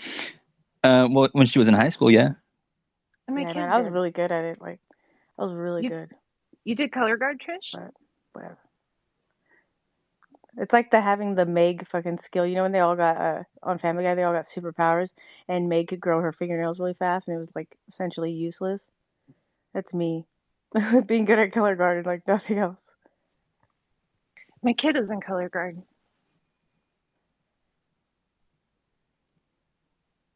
This is a lively bunch. I'm talking about you behind your back right now. I know. Stop doing that. I can feel it. Oh, I'm just kidding. Who can read tarot cards or anything? I can read boobies. I can read. Well, fucking A, Paul, send in your tits.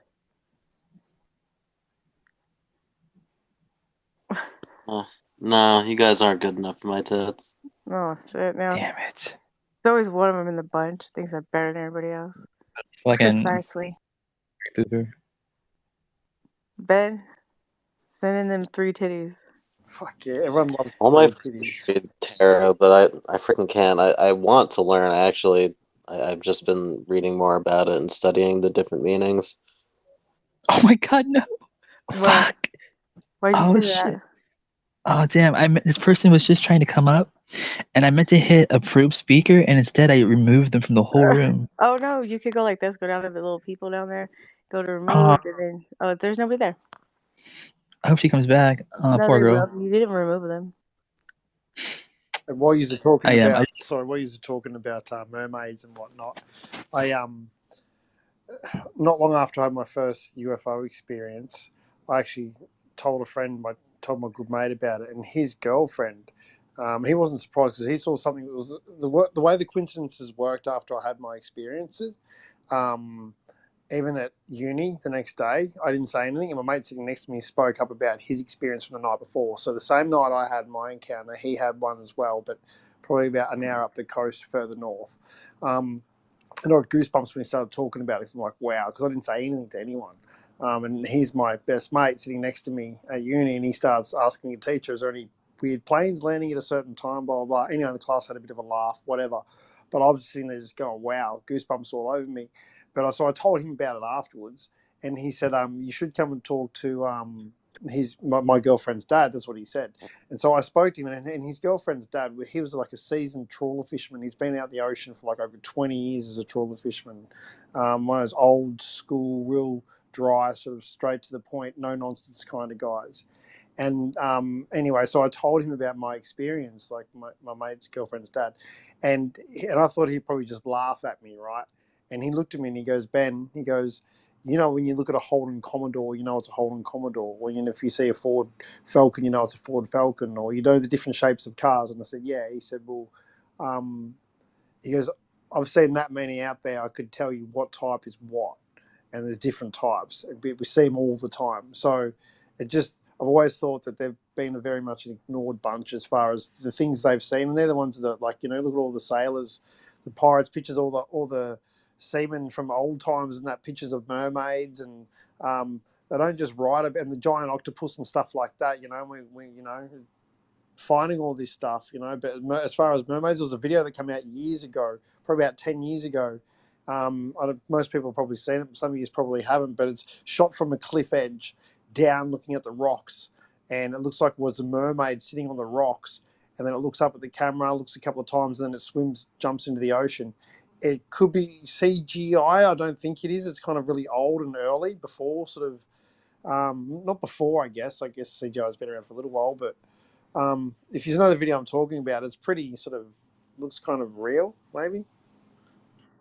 Yeah, I've seen it once. Of course, you know, everybody just tends to say that it's bullshit. I don't think I ever looked into it that much, but yeah, it exists. There's also the case of those guys, and actually those guys who went down in that submarine, that little submarine. They've got video as well, and I think one of them was on Oprah Winfrey, talking about where these guys are serious scientists, right, doing serious science research, and while they were down in the submarine, you can see clearly a hand. And the guys who were in the sub at the time, they interviewed them about their experience, and these guys are like, you know, like no nonsense kind of guys. They're very serious, spend a lot of money on doing this research in these submarines. And some of them got glass tops, right? And you can see very clearly a hand, like a webbed hand, like that was described on that, what Logan was reading, come across the top, and you almost see a face as well.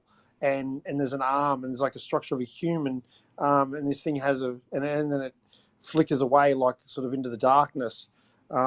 I don't know if you know about that one as well, Paul. You probably do. You're pretty knowledgeable on this stuff.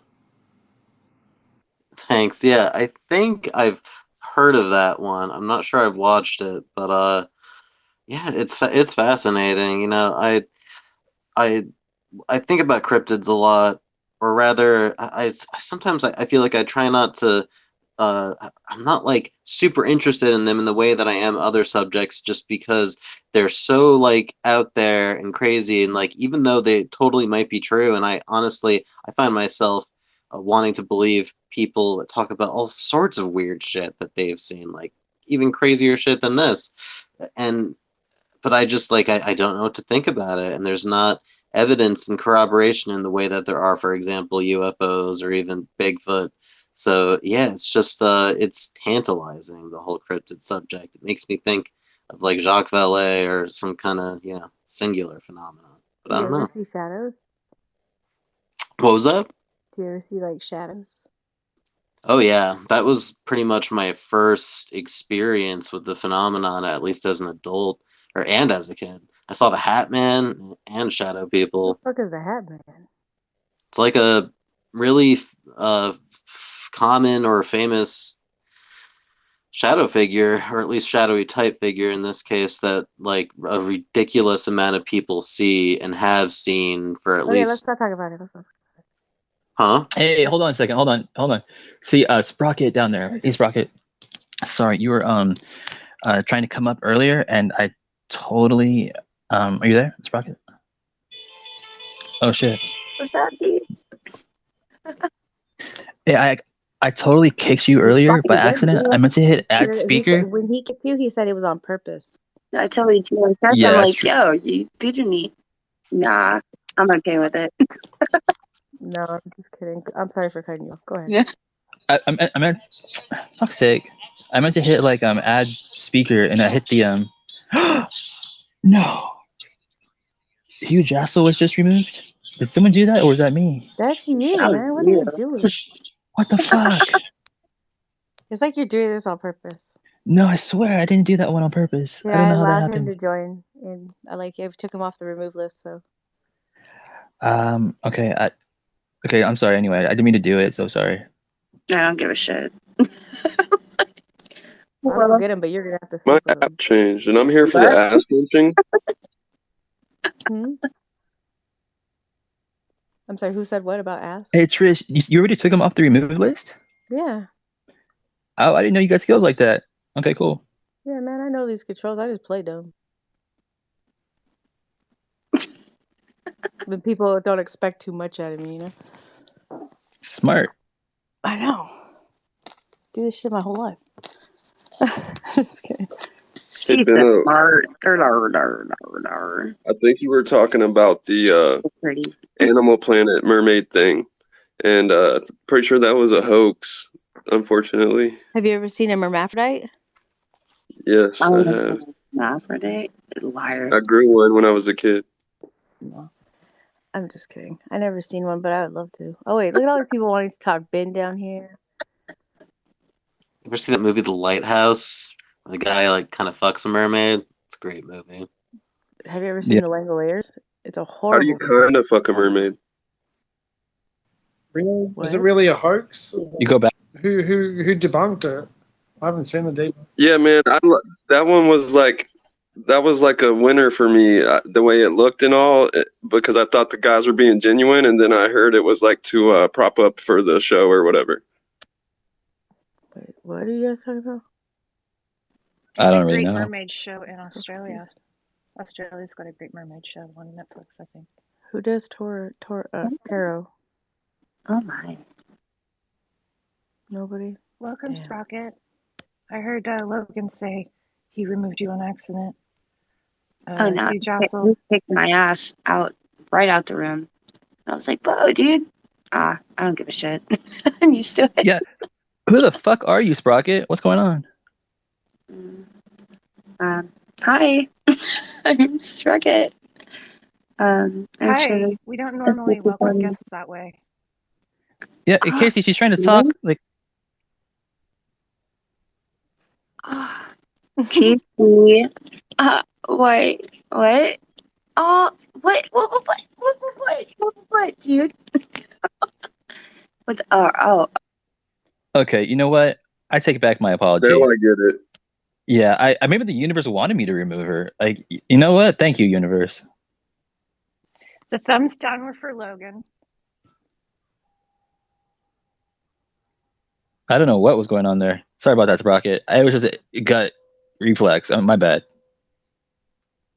Yeah, he's just used to yelling at me for no good reason. The thumbs down were for you, Logan. Sprocket, Well, welcome to come the on. fort. I can't be like, "Who are you, Sprocket?" And then she starts saying it, and then you talk over her. That's like, come on, brother. Wait, is she talking? I feel like that was a test. Like, you fucking kidding me? What the fuck are you doing? You're kicking me down. You fucking bitches. Nah, it's not good. Wait, who's talking? What? Sprocket. Oh, okay. She's been through the ringer already. She's been removed, kicked said twice, what? and she's Yeah, like, fuck you guys. she's still in a positive mood. Look at that. I love it. Either a crazy or a troll. I don't get butthurt. That's the way to be, baby. That is the way to be. You're either still I'm up reading or my you're up horoscope early. today. At this time of day, there's only two people. Well, there's like a million of them, huh? Better. Wait, what? What happened? Trish. Yes. You're so Who's pretty. calling me? So pretty. So pretty. Well, thank you. Oh, you're Thank so you. welcome. Casey, so pretty. Look, a butterfly. Hi, Logan. Wait, squirrel? What? Yeah. Oh, shit. Fuck.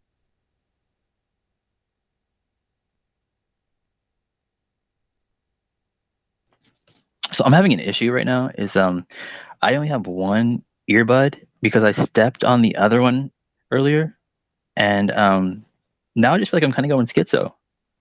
I have like all these different voices coming in the one side of my head, and I'm kind of tripping. Is it just me like with the one earbud going crazy, or is everyone else hearing like some weird shit too? No, I thought you were schizo. That was just Sprocket, and same thing happens to me. You have to put the other one back in your ear, even though it doesn't work. Did you try to put one in your butt? That could also work. My third eye, yeah. Your brown eye? Sprocket was hard to hear because Sprocket was choppy. I'm Can you sorry. imagine? I get a little hype, and I start like zapping around. That's why I said squirrel. I thought Good you boy. said scrolls, which Can you is imagine screen if somebody's like, I scrolls. need to open my brown eye? And I then said they'll- squirrel. Can she hear me or no? This is too much for me. I'll see y'all later. Rocket, Yeah, are you there? Hey, Like, I can you wasn't the hear one me? that brought. Yeah, I don't think she can hear me, dude. Oh, hold on. Call her name. Rocket. Yes. Hello. How are you? Oh, you can hear me. Okay. Fuck yeah, I can hear you, dude. I'm trying to talk to you. Oh, okay. See, I think one of us are rugging, like, cause I'll hear like every other word. I'm gonna drop down and I'll come right back up. Hold on. So I don't know what's going on.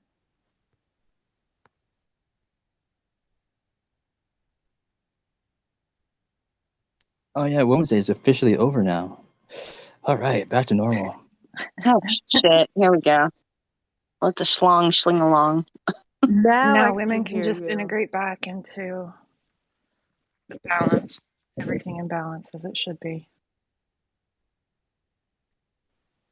Okay, now I can hear everybody, I think. Hello, Trish. How are you? Hello. Yeah, see, now I'm hearing you. All right. There you go, home slice. That's better. Oh my god, I thought I was losing my shit. That's fair. I was gonna ask Logan for some of his pills. Oh, you got that E? Let's go.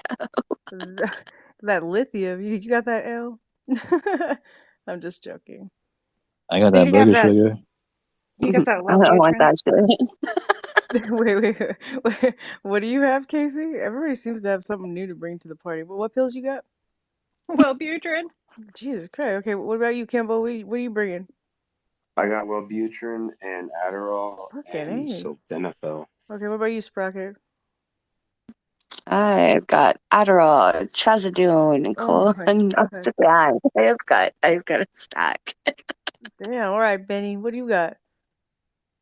Good old fashioned cocaine. Word. Now Benny's my man. All right, hi, What's up, Star, dude? Let's go. or whatever you are. Hi, what do you bring to the table? He's too high. You can't figure it out. FAF, what do you got? Weed. Oh wait, no. Also weed if it wasn't obvious. Well, yeah, no, I got weed there. Yeah. Okay, so everybody's fucking on pills. Holy shit. What is wrong with this society? Like, why is everybody... That's why we're here. You're all I don't fucked. take any of that shit. What? No. Like, they try to put me on Adderall, but I don't like it. Yeah, good. You don't need to be on it. It takes away, like, I feel like it takes away people's sunshine. It does. Yeah. It does. It really does. It's weird. It really I don't like it at all. When you're on it, you're out of the sun's light and you're in the shade. Oh man, Adderall is a lot of fun sometimes. Yeah, but not when you actually have ADHD. Not when you need it.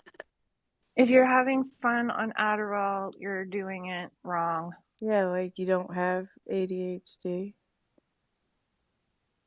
I mean, I do have ADHD, but But I mean, perfecting a spreadsheet for 8 hours is fun.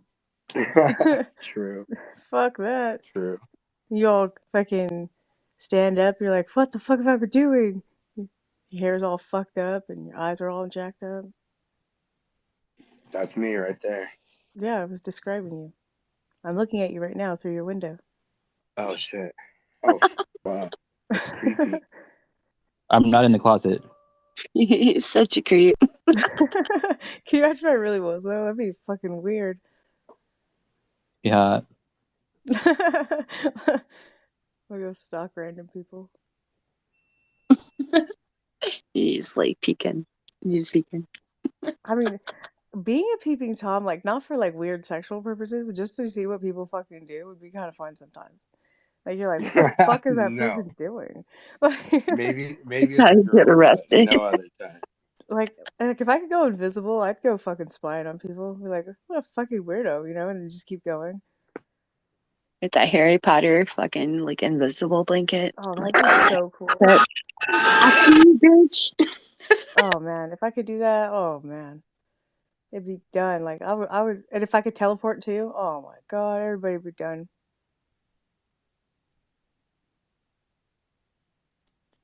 That would be so fun. I know. And Not for anybody else. the mean people, I would fucking scare them on purpose, like start throwing shit around their house and like just fucking with them. Hey Logan, Hugh Jassel is back if you like to apologize for what you did.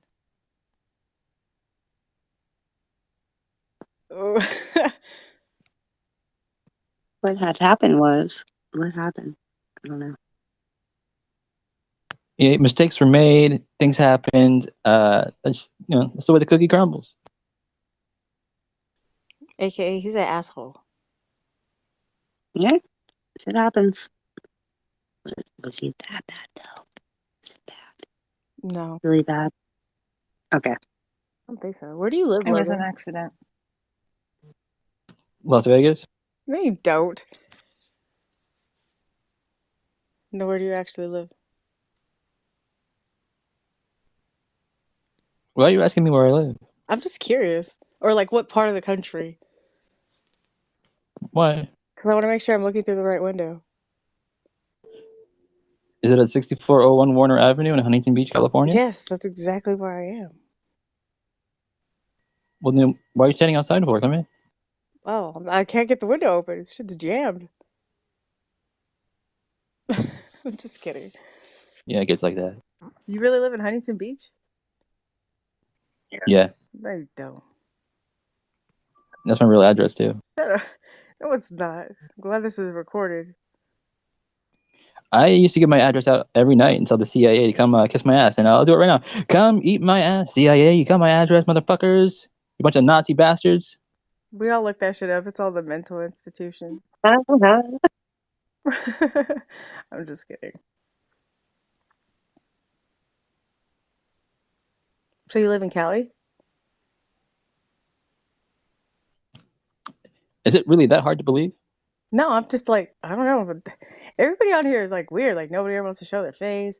Everybody's all fucking NFTing it out and all this other stupid shit. Not me. Well, good.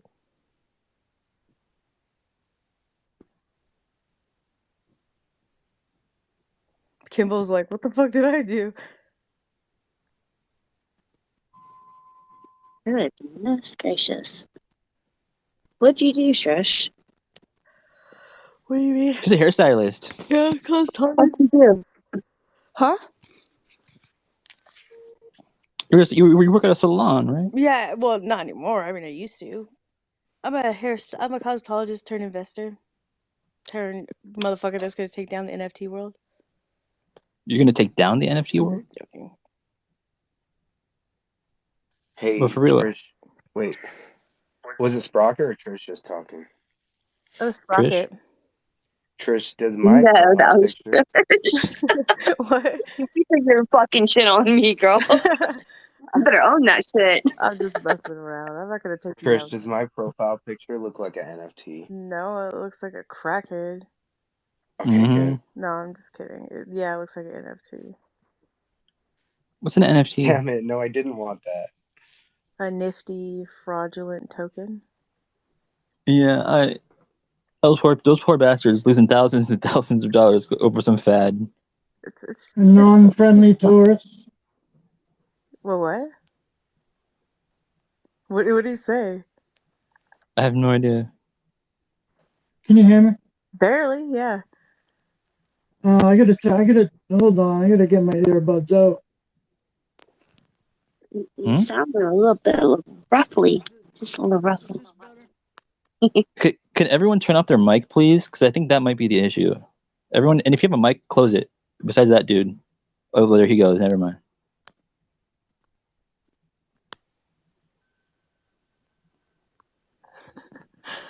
What was he saying? I don't know. I don't want to fucking hear him. He's from So what do you? other space. I booted him.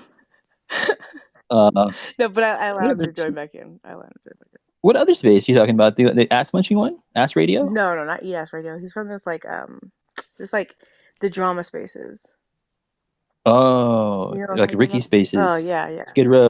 Skid Row. There you Oh go. yeah. And I'm just. I heard he was sleeping in his room earlier, like snoring hard, and there's like 60 people just like Does listening that to him snore. every night, and everybody sits there and listens. It's weird. Like, who the fuck? Like, why would you want to listen to him snore? It's fucking gross. A. It gets on my nerves. B. Like, it's just crazy. But anyways, that's another story. Do you have a pool, Logan? Yeah. I had a pool. I think our Google satellite shows a pool in the backyard, like pop up, like a blow up inflatable. Not blow up, not like a big one. Pop up.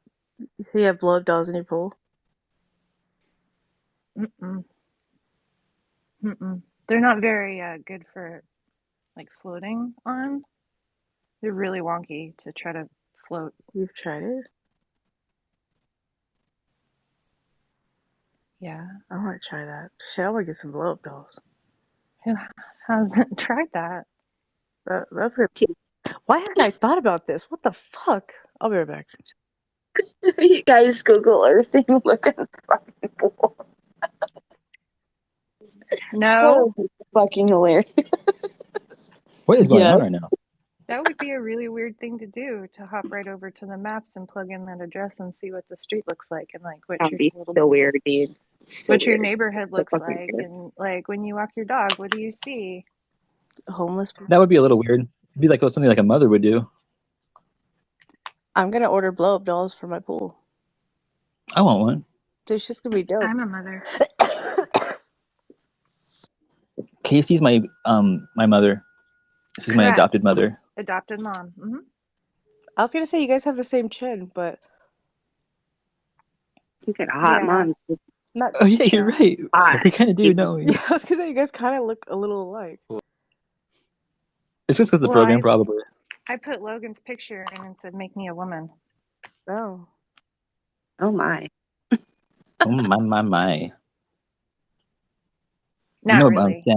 Sam Baxley? Yeah, Sam Baxley. She needs to get some sleep and eat some food. Why? Because she doesn't sleep or eat? Really? No. She seems to eat a lot. Oh, well, okay, never mind then. It's different. I mean, just Sam Baxley, like the comedian, right? Yeah, the comedian. Allegedly. Right. The unfunny comedian. You don't think she's funny? I mean, every now and then she'll have a banger, but I mean, it's very, they're really spread out. Yeah, that's what most people say. She's a regular man hater. Yeah, she's been through some shit. Respect the women. Yeah, Benjamin.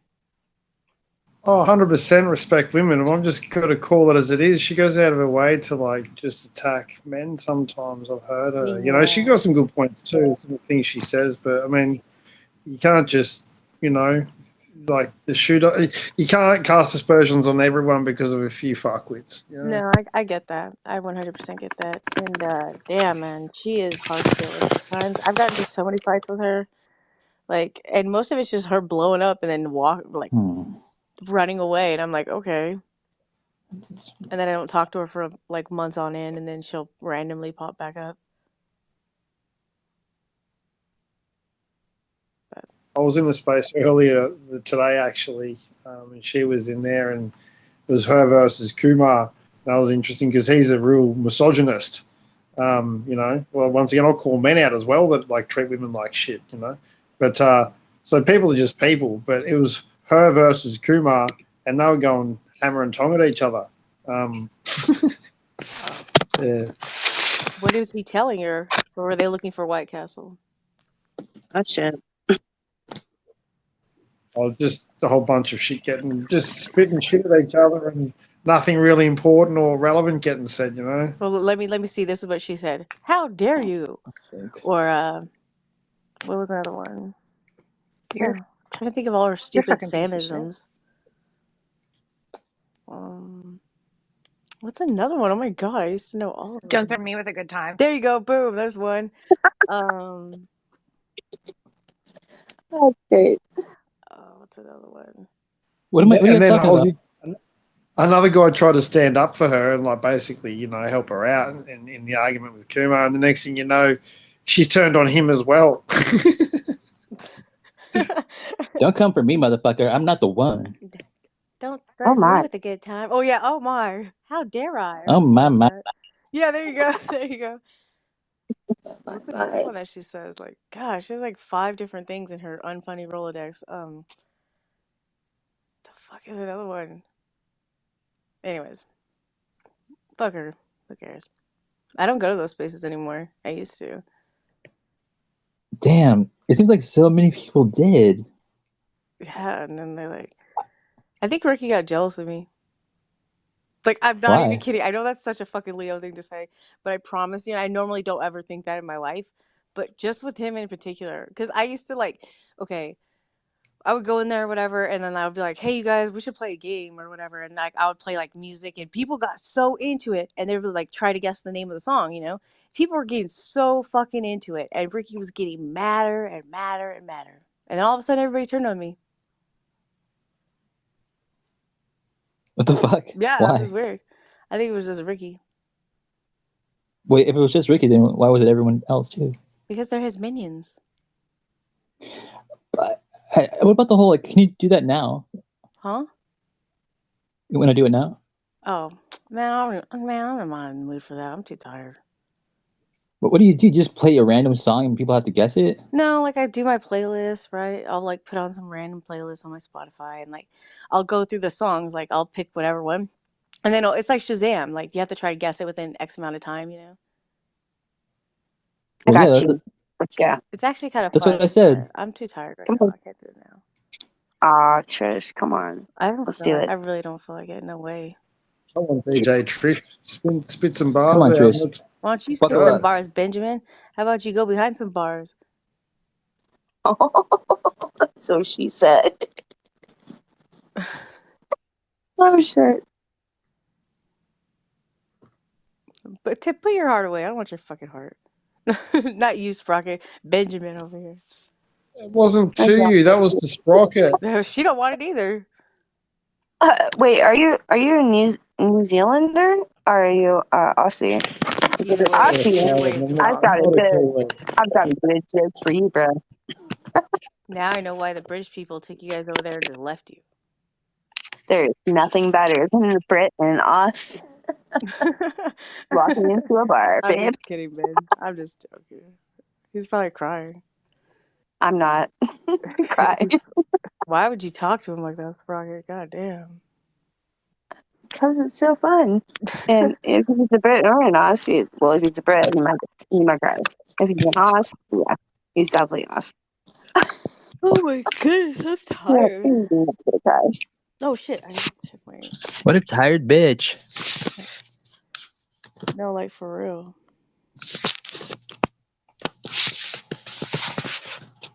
Yeah, I've been trying to like past like 10 minutes. I don't think I heard much of like what anyone said, but it's just these damn like earphones. I can't get them to work. But I heard like kind of like a word or two here and there. But did I miss anything? No. Other than the fact that Ben's a douchebag. Oh yeah, we knew that already though. Do you think that that's him actually like, you know, projecting himself into other planes, or that's just everybody else projecting him into other planes when he goes? I'll see that. Fine. Remember what he was talking about when he was like, "Yeah, I went to other dimensions." It's like everybody's just wishing him into another dimension.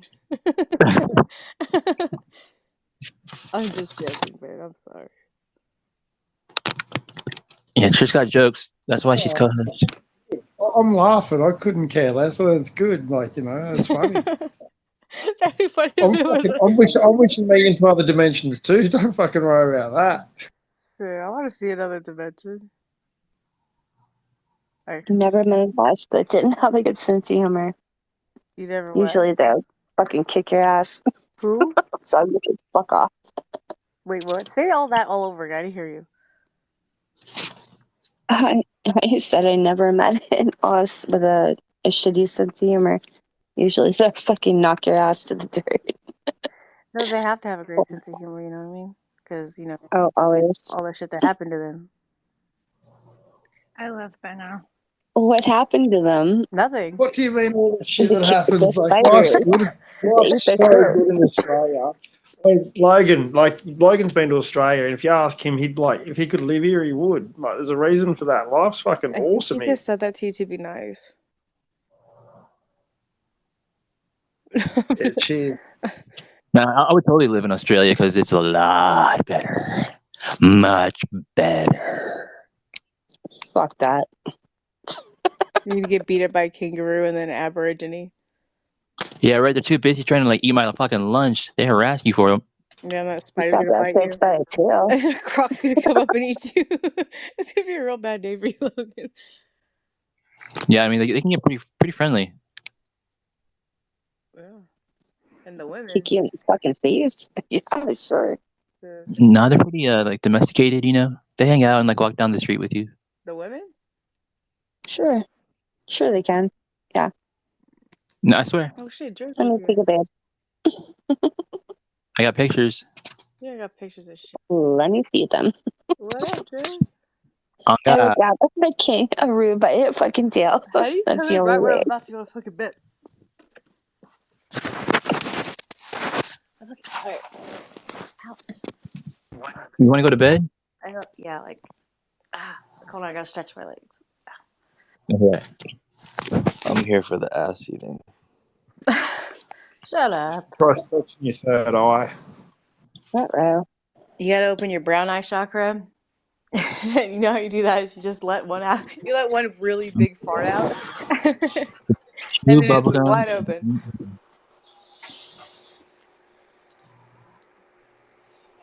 And I'm all out of bubblegum. Alright guys, I'm going to bed. Good night, freaks. I'll see you guys later.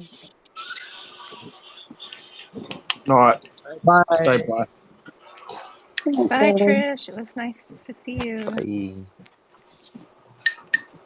Everybody's mic is open. Everyone's mic is open. Oh, baby. Oh, man, some peace and quiet. Finally. Should we play a song? Sure. Okay. You have a preference?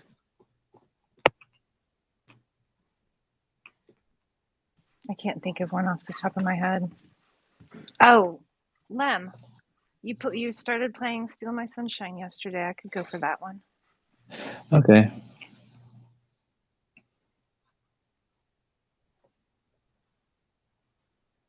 It'd be so funny if it just started immediately playing. Like, oh yeah, I have that queued up right here. Here's the shortcut right to it.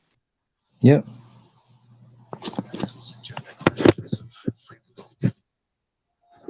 Creativity.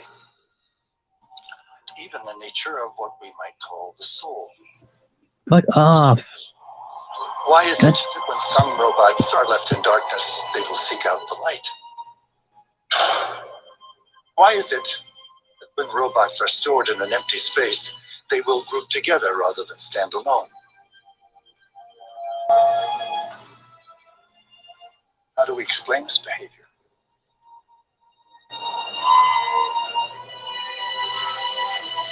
Random segments of code? Or is it something more? When When does a perceptual schematic become consciousness?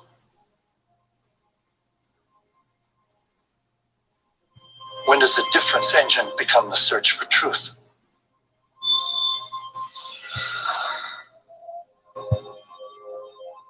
When does the personality simulation become the bitter moat of a soul?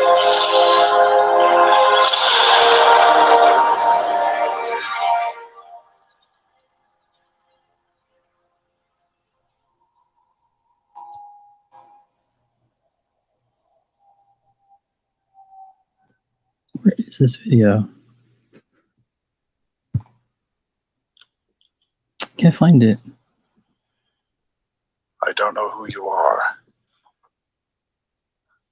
I don't know what you want. If you are looking for ransom, I can tell you I don't have money. But what I do have are a very particular set of skills. Skills I have acquired over a very long career. Skills that make me a nightmare for people like you. If you let my daughter go now, that'll be the end of it. I will not look for you. I will not pursue you. But if you don't, I will.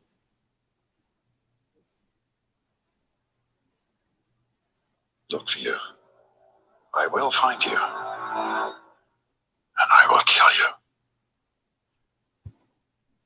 you. There's something about being together, like catching up with coworkers and friends, bringing new ideas to life. This has got to be like the worst YouTube experience I have ever fucking had.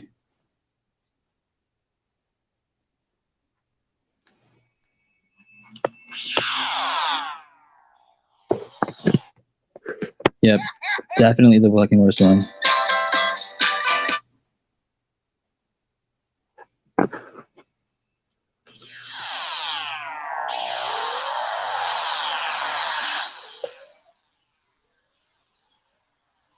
You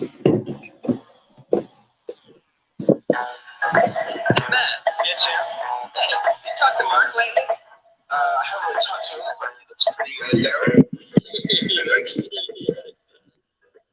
Yeah, well, maybe we should cheer him up then. What do you suppose we should do? Well, does he like butter tarts? I was lying on the grass a Sunday morning of last week, indulging in myself defeat. My mind was like zombies, but all twisted around me. Uncomfortable on 3 feet. Now fuzzy stare from not being there. Confusing morning week. Impair my tribal lunar speak. And of course you can't become the only say what you would have done. So I missed a million miles of fun. I know it's all for me. It's still making sure I'm not in too deep. It's still keep bursting on my feet. It's still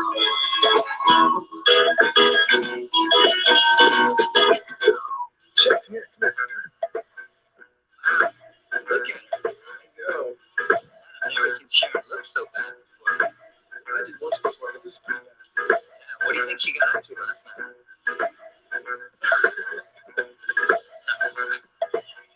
Karen! I was lying on the couch, sliding on the grass last week. LATE that week. My sticky thoughts really make me draw and make myself retreat. And go not the body, but that we were daring, staring at me. Involved in unusual feet. And I'm not only one, but I would want to come. So I missed a million miles of fun. I know it's all for me. These feelings are making sure I'm not in too deep. These feelings keep bursting on my feet. These feelings I know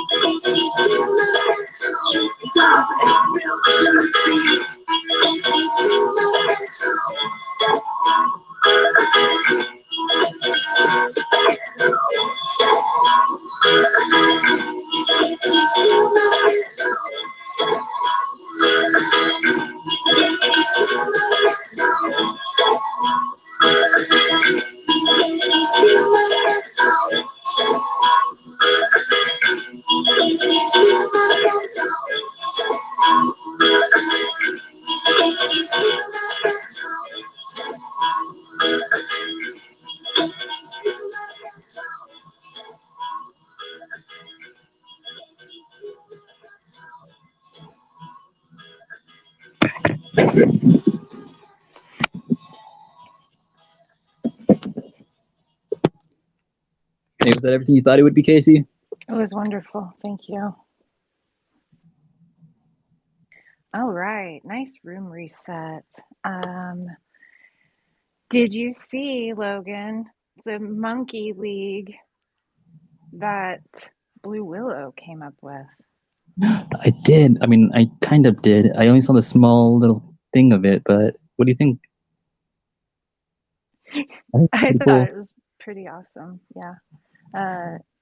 You're the one in the front, and I'm next to you with my co-host hat and kick and stick. That's what Tiff said. That's what Tiffany said? That's what Tiffany said. Yeah. And then Shane is the center monkey with the big hat. No, Shane's the one on the right in the far back. The very tallest one. See, that's what I thought too. No. The one on the very right in the back. Oh, Tiff called that one Smiley. Yeah, that's what I would, imagine him being. That's definitely. Well, he's very tall, so I imagined him as the back on the back left. I don't think we're like equating like actual reality with like these imaginary monkeys. No, that's correct. Just personifications. But screen is definitely green. Yeah, I agree.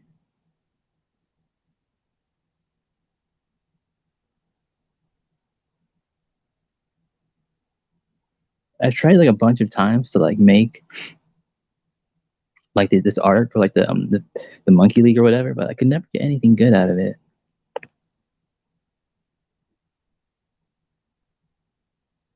Oh, by the way, can you hear me okay? Because I'm not using headphones or anything. I'm just talking straight into my tablet, and I don't know if that's good or bad.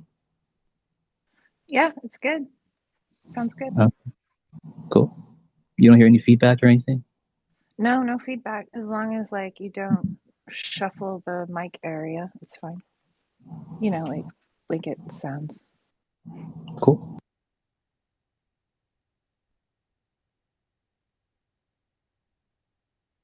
Hey, did anyone see that new Sean Cahill UFO video? I guess I'm just talking to Benno. I don't know the names of them, but is that the one that could or couldn't be a missile? Yeah, is that the Sean? If that's the Sean Cahill video you're talking about, if it's where it looks like a missile, yeah. No. Is that the what? No. No, it's Jeremy Corbell's. I get them all mixed up. What's the Sean Cahill one? I guess I can Google it. No, don't do that. Okay. Because I didn't know about it till last night. So like I don't know, but apparently it's been out for like a little bit or something. I don't know. But yeah, I'll just send you the video right now. I'm surprised no one's talked about it at all. Maybe I don't know what's going on. But anyways, there's some controversy because they filmed the UFO on Lou Elizondo's property, but tried to act like it was somewhere else. So it's a bit sus. Like, what's going on there? I've seen that. I've seen so many. You see so many different ones that you forget, but now you give those details. So yeah, so it's from the same location as it's on Lou Elizondo's property. Even Mick West, I think, defends that. If you look at what Mick West says about it, he's usually the first one to sort of put the boot in there. But I was kind of like, okay. He even says like it's not a big deal. The fact that it was at his property would make sense that Lou probably owns a property that sort of stuff sort of a bit Skinwalker Ranchish type style of property, I think. I don't think the location's significant. I think the person, I've always believed the person around the phenomenon is significant. So then again, bit of both maybe, but yeah, I saw that. I don't think it's a big conspiracy. It doesn't insinuate anything bad, I don't think, on Lou's behalf or from any aspect really,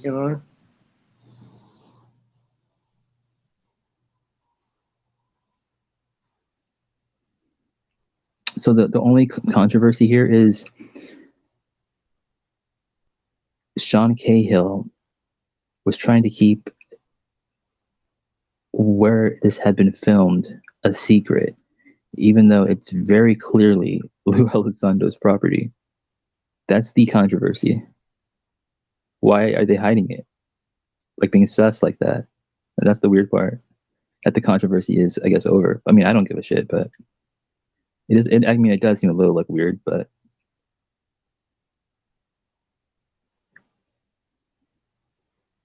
I mean, but at the same time, I don't give a shit. It looks like a pretty awesome UFO video, but it probably I isn't a think UFO. like it kind of brings it does raise questions, like no doubt. Like I think you need to sort of look at how big is the property, how long has he owned it for, why did he buy it?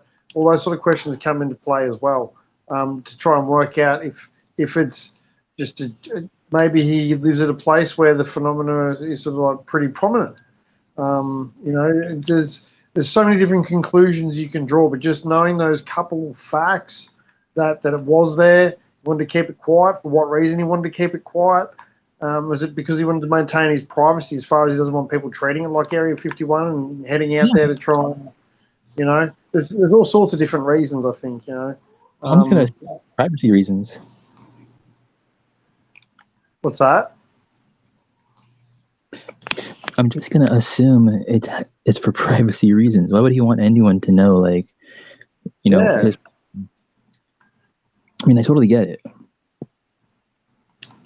So, but that's just one possibility. I mean, he's a public figure, and so Doesn't want to dox himself. yeah. But I mean, really, who's going to go there anyway? I mean, but People. essentially, yeah. Well, you're right. People are going to go there if they think the phenomena is there. If it's happening, like there a fair bit. No, they'll go there just because Elizondo's there. He would get all sorts of crazies. You can only sort of imagine. I mean, like we're all pretty normal people, I guess you can say, but there's a lot of people out there that are nuts, and if you're a public figure like him, you're going to attract them. I'm sure he wakes up every day and his Twitter account's full of just crazy fucking emails from crazy people. Even Ross Coulthard said how many he had, like in his inbox every day, hundreds and hundreds a day. So there's obviously people. We think it's a pretty small community, but there are a lot of people, I guess, who sort of may not engage in spaces, but still engage in the things around the phenomena, like emailing these people, watching the videos, listening to podcasts, potentially listening to spaces. So.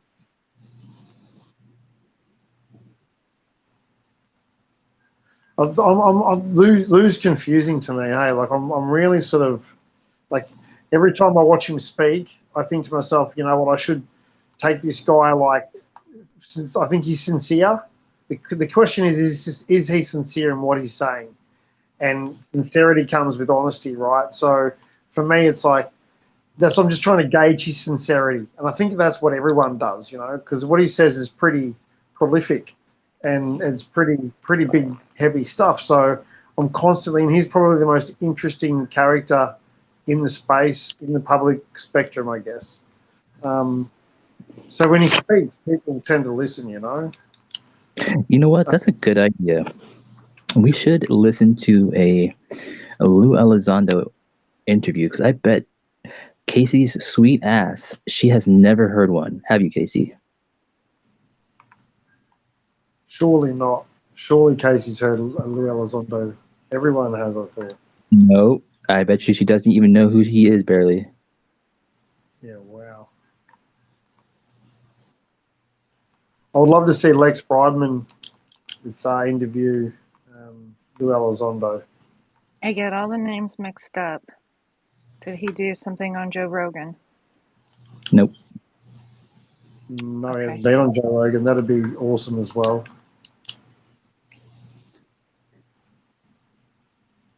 But he has great. The interview he did with Theory of Everything. That was a fucking solid interview. Yeah, that was his best interview. I was just thinking that he's wearing his hat and he looks down and he looks up at the camera and he talks about, or the phrase where he talks about sort of like mankind coming out of the caves with fire and, that new precipice for humankind stepping forward, sort of, as if we're stepping out into space to be part of something else.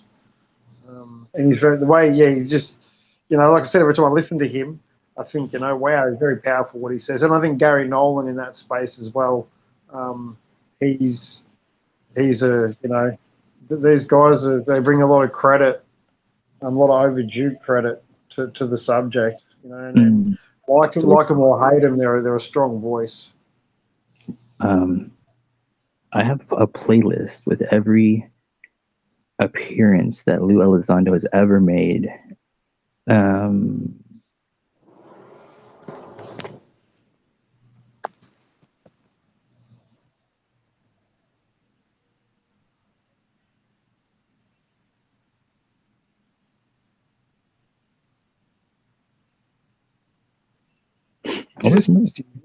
Did he do a 60 Minutes interview? I think he may have.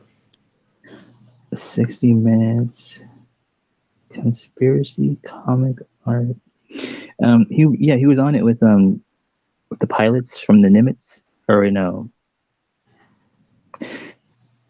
Yeah, he was there. I think Dave Fravor was there, and the other guys from the other incident. I forget the name, but yeah,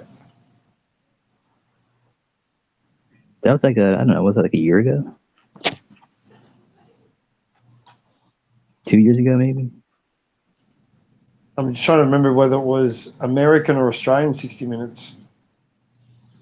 Yeah, was it Australian? I'm sure there was an Australian 60 Minutes on, and there was one at least with, I think there was one on Channel 7 with Gary Nolan and Ross Coulthard. That was pretty good.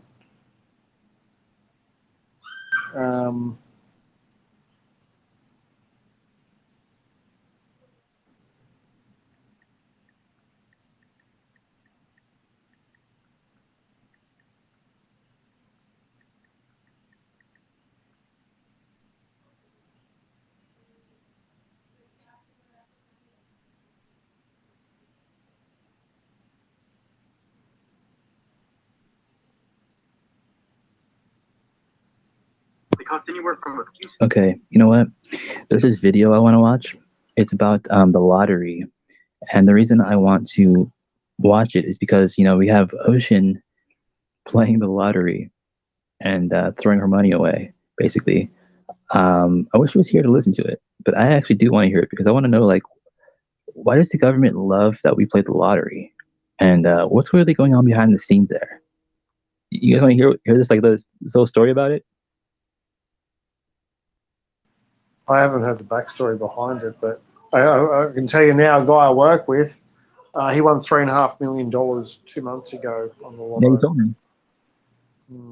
So, but it just gives people the hope or the opportunity to go from middle class to upper class, I guess, because otherwise that struggle from middle to upper class is one that's sort of impossible in this day and age. Like there's 3 ways traditionally to get there, and that's win the lottery, inherit money, or invent something. So that's pretty much still true to the test of time. So the lotto is an option that's most realistic probably option. So the old saying, you got to be in it to win it, and people love the feeling of during the Great Depression, gambling went up huge. So people had next to no money, and so what they had such little money, they thought, well, they'll try and win, try and gamble, and gambling was at its worst when people are at their poorest.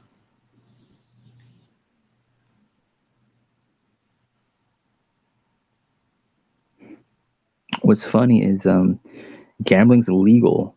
They'll just let us buy lottery tickets anyway. In the States, it is. In Australia, we have horse racing. It's a huge sport here. Gambling is you can go to every pub's got a poker machine.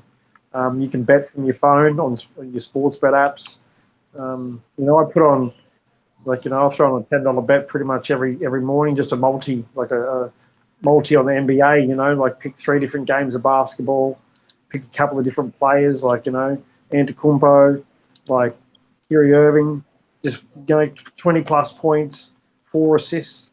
You know, they just got to do a few things each that they do week in, week out. And you can look at these guys' stats going back as far as the eye can see, and you just stack those short odds up together on a multi, and it's like taking candy from a baby sometimes. But usually the house wins, to be honest. Where does all that money go? To the lifestyles and the drug habits of the rich and famous. No, I mean the public. They spend over $100 billion on lottery tickets. Where does all that money go? And it's the government that puts the lottery out. So what does the government do with all that money? Is it even ethical? It's a lot of money. It's like, isn't it supposed to be like, well, in Australia at least, it's not done by the government. It's done privately, right? So private, I guess, but it's got government oversight as far as like they got to adhere to licensing laws and whatnot. But it's not per se the government. This is at least in Australia. It's the, you know, I guess they're lottery syndicate systems that are registered or licensed to operate, but they pay taxes, I guess. So, you know, the government gets their slice like of the tax of like so, which is just free money for them.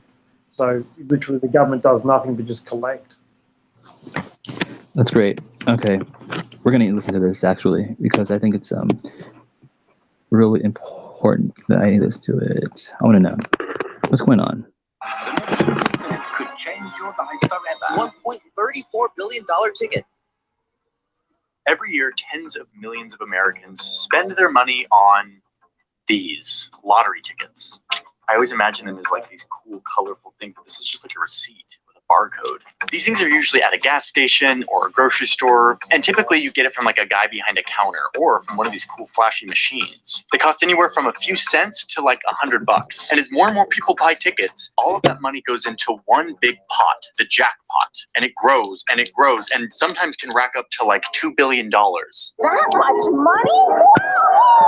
Yes, third Mega Millions drawing to break $1 billion. 1.3 billion. 1.9 billion. 2.04 billion. And even though everyone buying tickets presumably wants to win the jackpot, at the end of the day, after all the ping pong balls and the numbers and the weird game show looking things, only one person actually does. $1.9 billion. I can't believe it. Then it can be yours for just $2. Meanwhile, everyone else is left just a little poorer. BB, you don't have any of the first 5 numbers. This is the lottery. It is a government-sponsored gambling game that is surprisingly human. Like, we've been doing this for thousands of years, and we will probably continue to do it for thousands more. And not just like in the United States, all over the world. And it's almost always the government who's running the lottery. Okay, so like a little harmless fun that helps the government make a little extra money. It's not a big deal, right? No, these are not small numbers. This is not a little anything. In 2021, Americans spent over $100 billion on lotteries. 100 billion, that's with a B. These are giant numbers. This is something we should look into. Okay, so let's dive into this. Why do we do lotteries? And why is the government running these things? And what do they use the money for? And I guess most importantly, is this even ethical? $1.35 billion. Chance to win $1 million. What would you do with a lot of money? Guys, if you live in California, you have to hear this because it's crazy. Man, I sure If you have a don't. 2016 What would you do with a lot of money?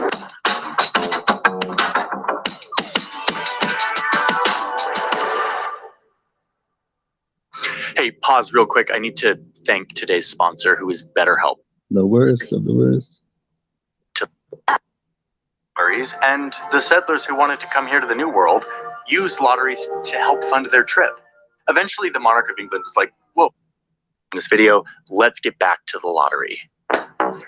Record-shattering $1.34 billion ticket. I can feel the winning ticket! I'm fairly certain this is the winning ticket. Humans are big on gambling. We've been doing this for thousands of years. 40,500,000 all in. One of the first versions of a lottery was over in China. It's rumored that they actually used the lottery to fund some of the Great Wall of China. Oh, and after they chose the numbers, the results are said to have been delivered by carrier pigeon The Romans, the Dutch, and a bunch of other governments over time and throughout the entire world have done lotteries to usually fund big projects that the government wanted to do. In England, they also loved lotteries, and the settlers who wanted to come here to the New World used lotteries to help fund their trip. Eventually, the monarch of England was like, whoa, guys, wait a second. Don't use your extra money to fund lotteries that make you leave us. Use your money over here. Taxes were kind of a sensitive topic for England. But anyway, the colonists were like, all right, bet. Bet? Like bet? You know, like bet. Like bet. Bet. Bet. I'm not in touch. Not in touch. So they don't do lotteries for like 100 years, but then eventually they tried to do a lottery to like fund their war against England to become like free from England. So yeah, lotteries are not new. They've been used for a long time and governments have always run them, blah, blah, blah. But in the past few decades, lotteries have turned into something much bigger and more, they've begun to target a certain kind of person. Let's go see if I can win the lottery.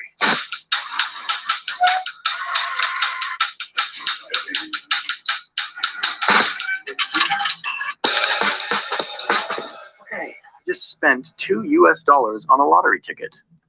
Let's see what happens. The jackpot for this one is 20 million bucks.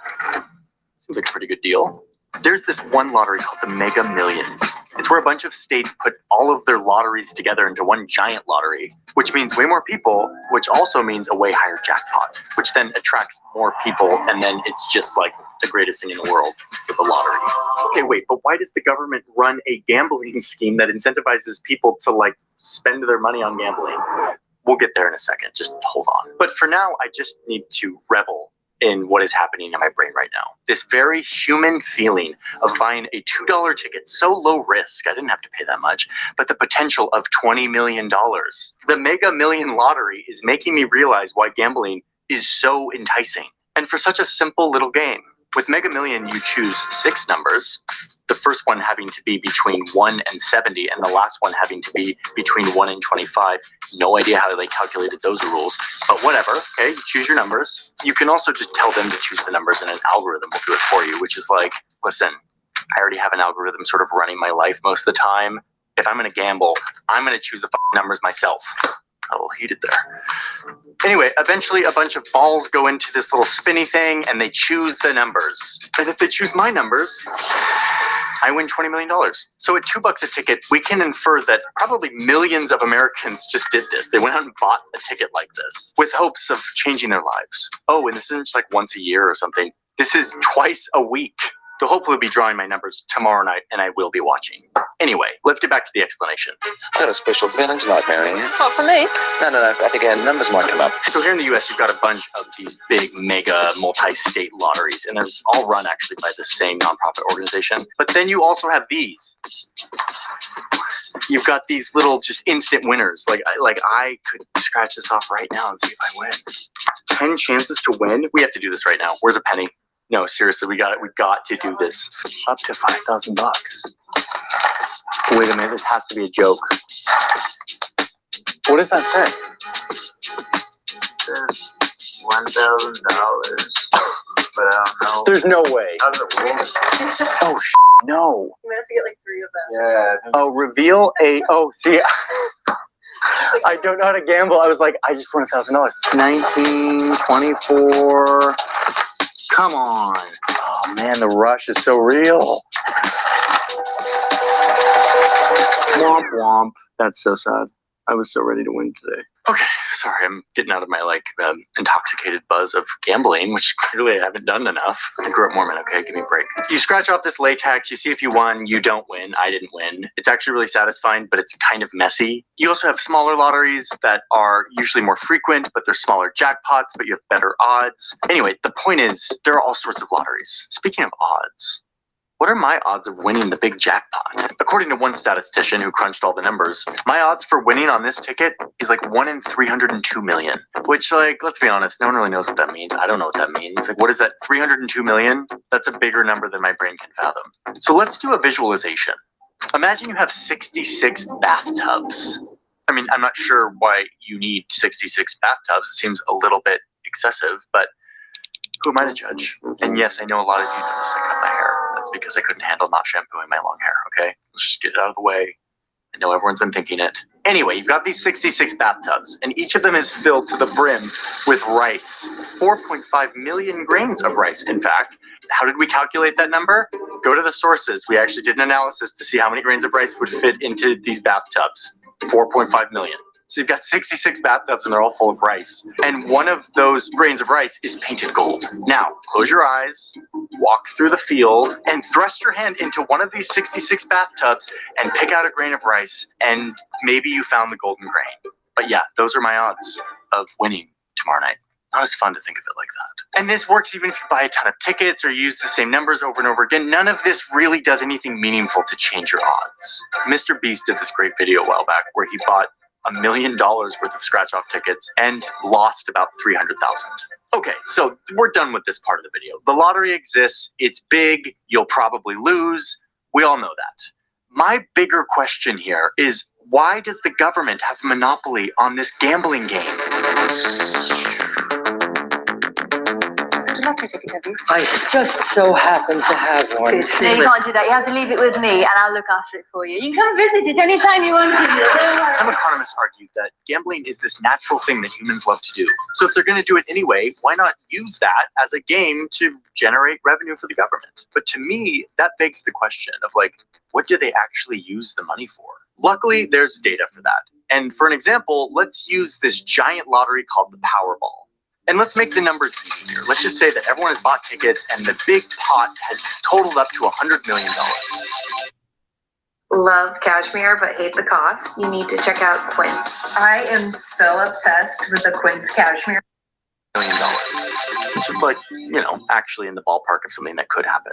Half of that money goes to fund the jackpot. So let's just say that $40 million is for the jackpot and the remaining $10 million goes to all the smaller prizes. Okay, but under the hood, something else is going on. If you look at all the billboards for the Powerball at this moment, it will actually advertise it as $67 million for a reason that I will explain in a second. But the point is that only 50% of all the money generated goes to the people who bought the tickets. So the question is, where does that other $50 million go?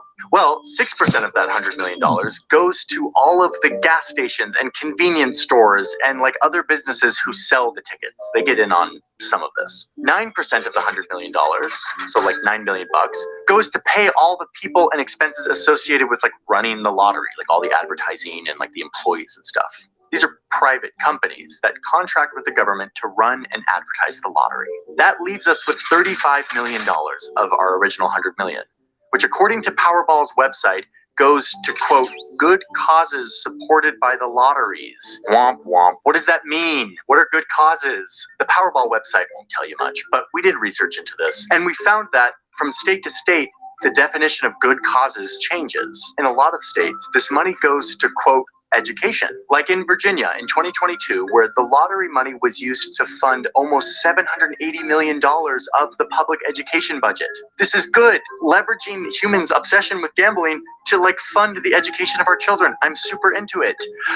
Oh, until you realize that, yes, they give all this money to education, but then they reduce the existing budget so that it ends up basically being the same number, which means the lottery doesn't actually give any extra money to the education system. That is so stupid. Oh, and the money isn't even distributed in an equitable way. The funding a lot of time goes towards scholarships, colleges, and ends up benefiting wealthier schools. So yeah, that's what they mean by education.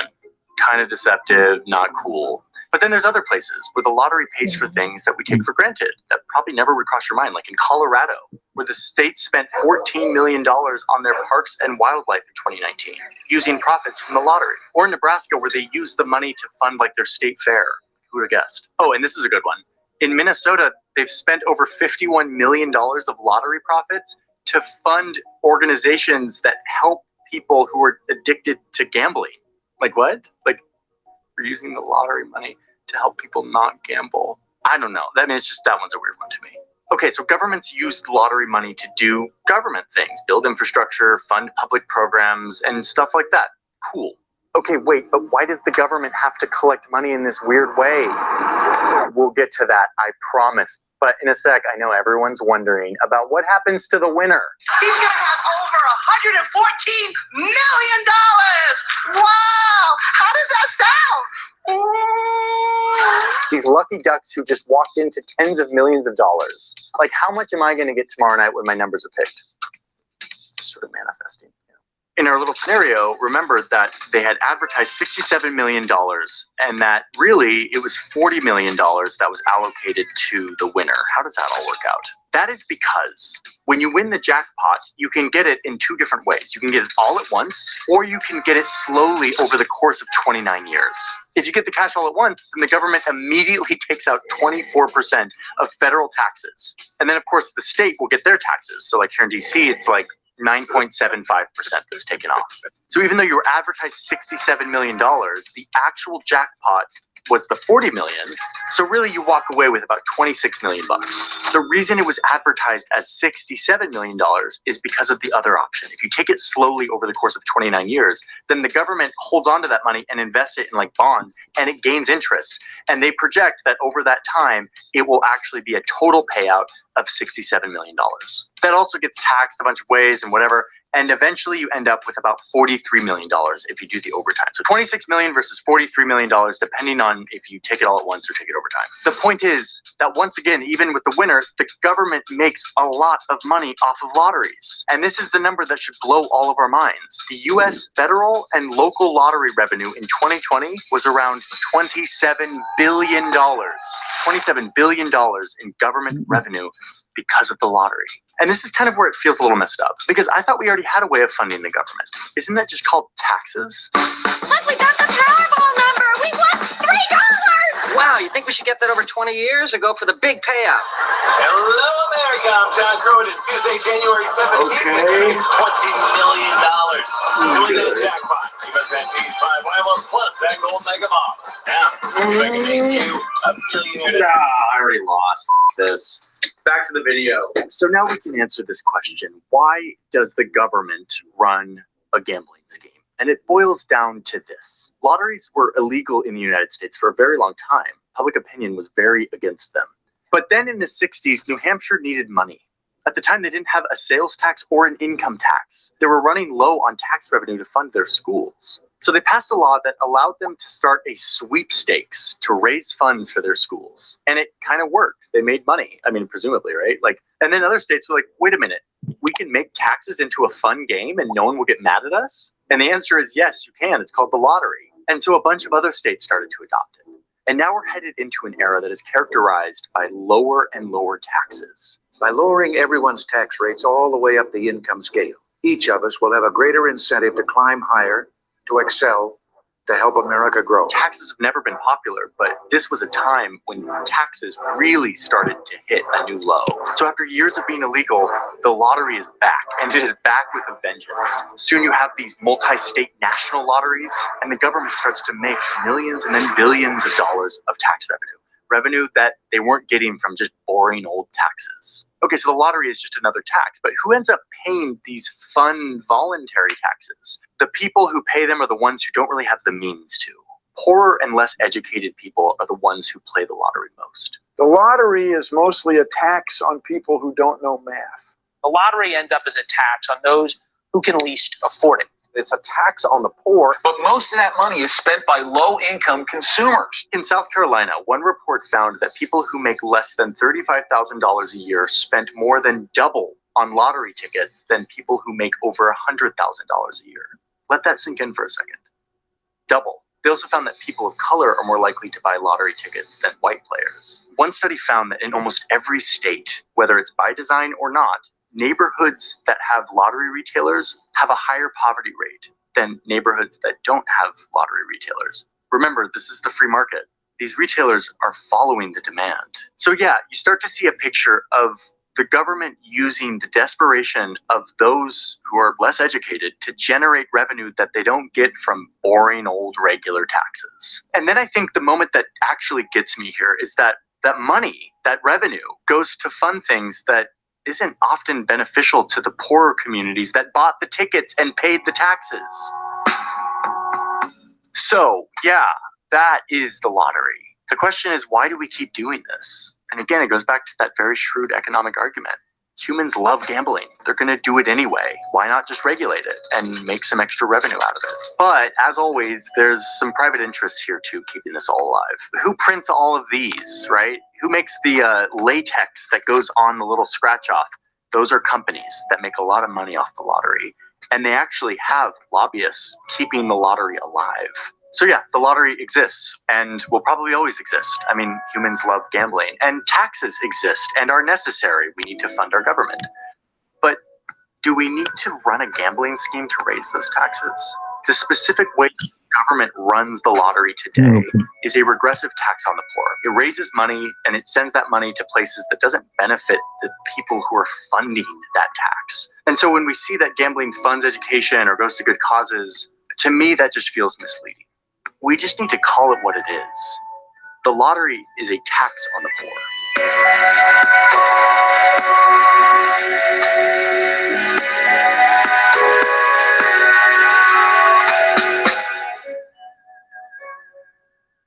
All right, another video is in the hopper.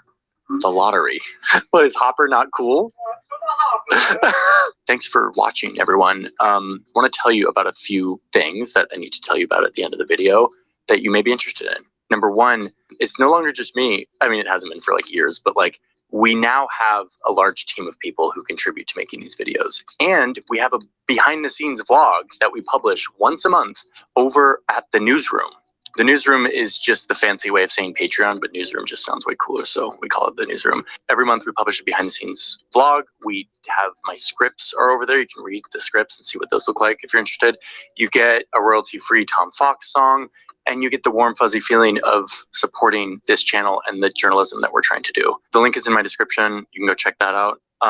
Another way to support that might be helpful to you is like we have LUTs and presets. LUTs are how we color our video. Without a LUT, it looks like this. With a LUT, it looks like this, much better. We developed these LUTs with a professional colorist, and they're really pretty. You can buy those and help support the channel, and also color your photos and video much better. You can go watch my next video, like right now, like it's actually live, over on Nebula, because we publish everything a week early on Nebula, ad-free. So go to Nebula using the link in my description. If you use the link in my description, it actually helps support the channel, so like do that. If none of those things are interesting to you and you're still watching this, I have to ask you, why are you still watching this? Like, why are you still here when you could be watching some other cool video on the internet? Answer in the comments. See you later. See ya. The interactivity of like, oh shit, why am I still here? Cut that. What did I do? That was like the worst thing I've ever heard. For moments of awe. What was the worst thing? The whole thing? Yeah, I fucking fell asleep during it. Nice. Was that as crappy as I thought it would be? No, it was pretty informative. I didn't mind it. I didn't agree with all of it, but I didn't agree with his assertion. I like the people's ability to choose, I guess, is the only thing I disagree. But I liked his perspective and I liked his spin on it and how he saw, But I think people's ability to choose, if they want to put $2 in, your Buckley's chance anyway, but people's choice is important. Freedom of choice.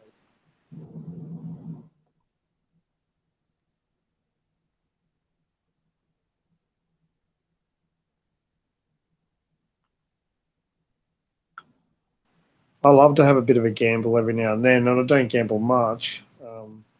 But I even went as far as buying a racehorse. There you go. What? You bought a racehorse? Yeah, I don't have it anymore. I sold her, but I owned a racehorse for a little while. Yeah. That's like rich people shit. Yeah, it's a hard man's game. Like I'm up against horses and syndicates, and she was a good horse, but I'd love to own another one, but just not at the moment. And you don't have to be rich, I don't think, to own a racehorse. You just got to love the sport or love the animal, and yeah. And I've grown up around it. That's true. In your blood. I don't think it's in your blood. I can imagine how it would be different from one country to the next. I don't know anybody personally that has a racehorse. Yeah. at that. But It's a pretty popular sport in Australia. Horse racing is pretty popular.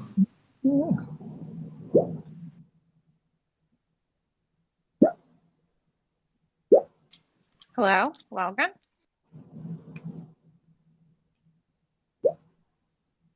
My dog stole a tissue off of the table and started running off and eating it. Bad boy. It likes getting the used ones, doesn't it? Yeah. Like, oh, delicious. You got to Cesar Milan that out of him somehow, eh? Like, he fight me for it, over it. I'm eating leftover ribeye right now. I bet your dog would like that. Ribeye, snot rat, snot tissue, it's all the same. No toy. Hello, Kimball. Hello, Zim. Hey guys, welcome. Logan is using his tablet as a pillow currently. Why say that? Oh, it just sounded like you were sleeping, or like it was muffled. There was like muffled sounds coming through, but then when you said, "Why do you say that?" it was crystal clear. So, comment retracted. It's like there's a fan or something. There's a noise, like a noise that comes through. It's all good. It's fine. I just thought you were like sleep. You know, it could be either. You can hear a noise coming through? Yeah, it's like you got a fan on or something. I do have a fan on, but I don't feel any of the air getting pushed over here. It's weird. No, it's not Microphones, microphones are really sensitive to fans.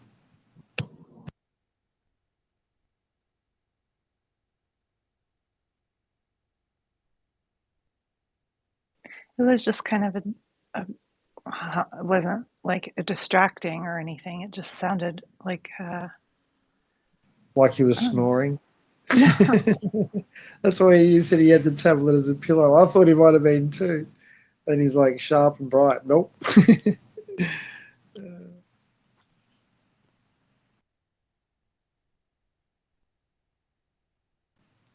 She put on she maybe even play another song.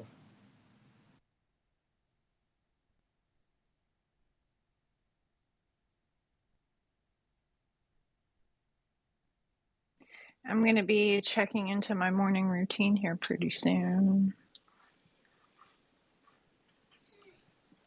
Zim, what are you? What time is it where you're at? Like it's sort of like almost 10 p.m. here, almost. Almost like, 6. Oh yeah, best part of the day, like 5, 6 in the morning. I think when the sun's coming up. That's what time we get sunlight here. No, not. We probably won't for another hour maybe, but like I woke up at 3:30 again. I used to wake up at a certain time. I forget what time it was, but there was a time there for a little while where I would wake up through the night at exactly the same time and look at my clock, and it would be like consistent, like really consistent. And yeah, and then it went away. It was just like for a short time there. I don't know what it was. I don't know whether it was because I had like a digital clock by my bed, because I don't anymore, and I kind of don't sort of I look at my phone in the morning, I kind of sleep through and just have my phone next to me and look at that, and the alarm's set, but I usually always wake up just before my alarm anyway, so I don't know why I bother setting an alarm. But yeah, I went through a period there where every night, same time, would wake up and bang, like exact same minute, creepy.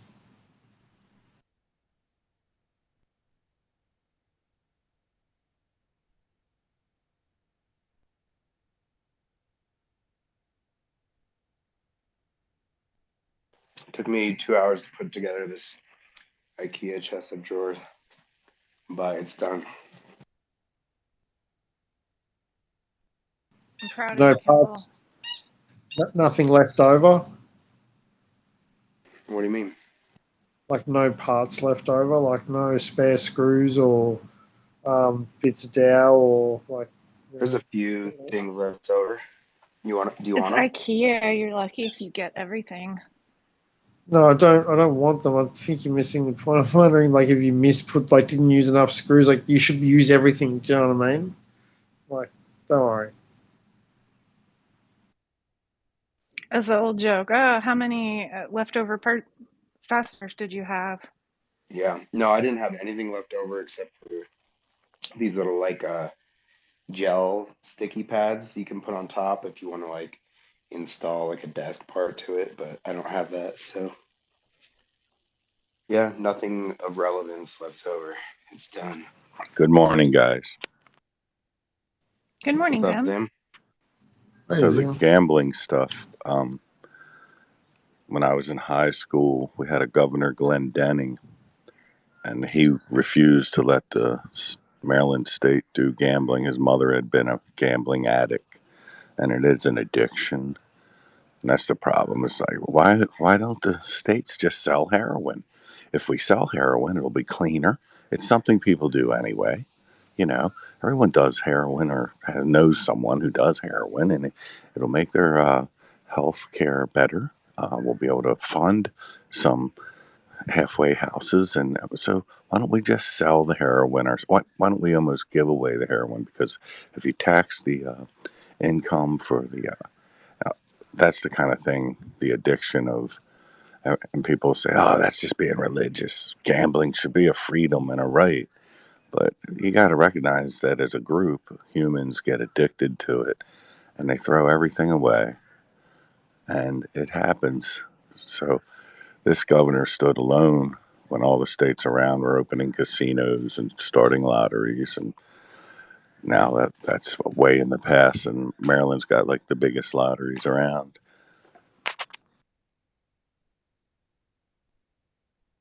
I agree with what you're saying, Zim, but I think anything in life is addictive, and it's about self-control. But you're right; it does ruin lives, ruins families.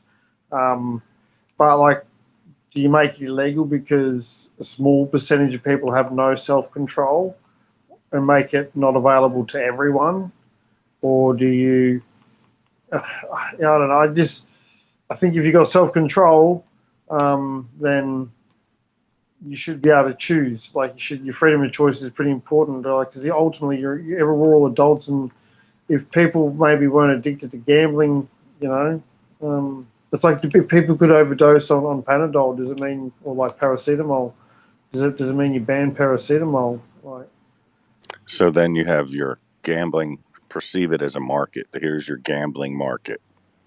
So now you have your state, your government, that doesn't really compete, being the broker of these lotteries and these games. So in a free market, if you go up and down the street and there's 12 places that are the houses that will guarantee, all of them guarantee your winnings, but it's 12 places, and the one guy, he's going to give you 4-to-1 odds, 1-in-4 odds, where everyone else gives you 1-in-8 odds of having any win at all. And the market is going to dictate that everybody keeps going to this one instead of the 12. The other 11 want to survive. They're going to bring their odds of winning better to you, and then maybe one's going to offer you a bigger jackpot, but keep it at 1-in-10 wins. That doesn't happen. So there's no freedom of market. This is government. It is a tax on not just poor. That's one thing. It's a tax on hope. It's a tax on poor.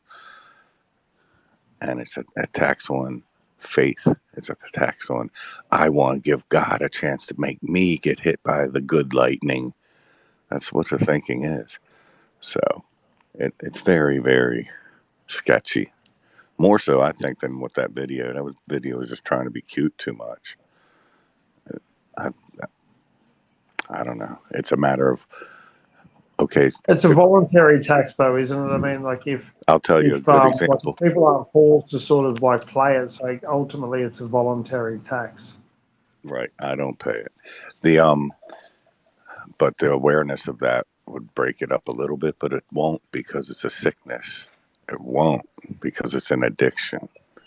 It won't Yeah. stop it. Banner, there's one. So when the NFL football team left the state of Maryland and Baltimore City was in a bankrupt situation already. They were trying to attract the NFL team owners. There was 30 of them. One of them to move to Baltimore, because that each time they were talking about expanding, they'd say, well, Baltimore isn't as good a market. They already have the Redskins and the Eagles are close by. So people, when these lotteries were approved, they said, all right, anytime you can do a lottery, it's going to be for a specific cause. It's going to be a fundraiser listed on it and notifying what the specific cause, and it's going to be a good cause. So at first it was to rebuild some school systems, add on to school systems and hospital systems.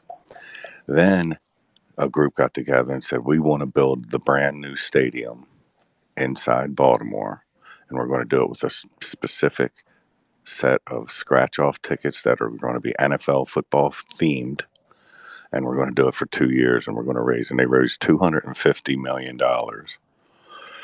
And it was only a real group because it wasn't like the best, it wasn't the best scratch-offs available or anything like that. They were just alternate, and they were probably drawing on about 500,000 people that would buy these.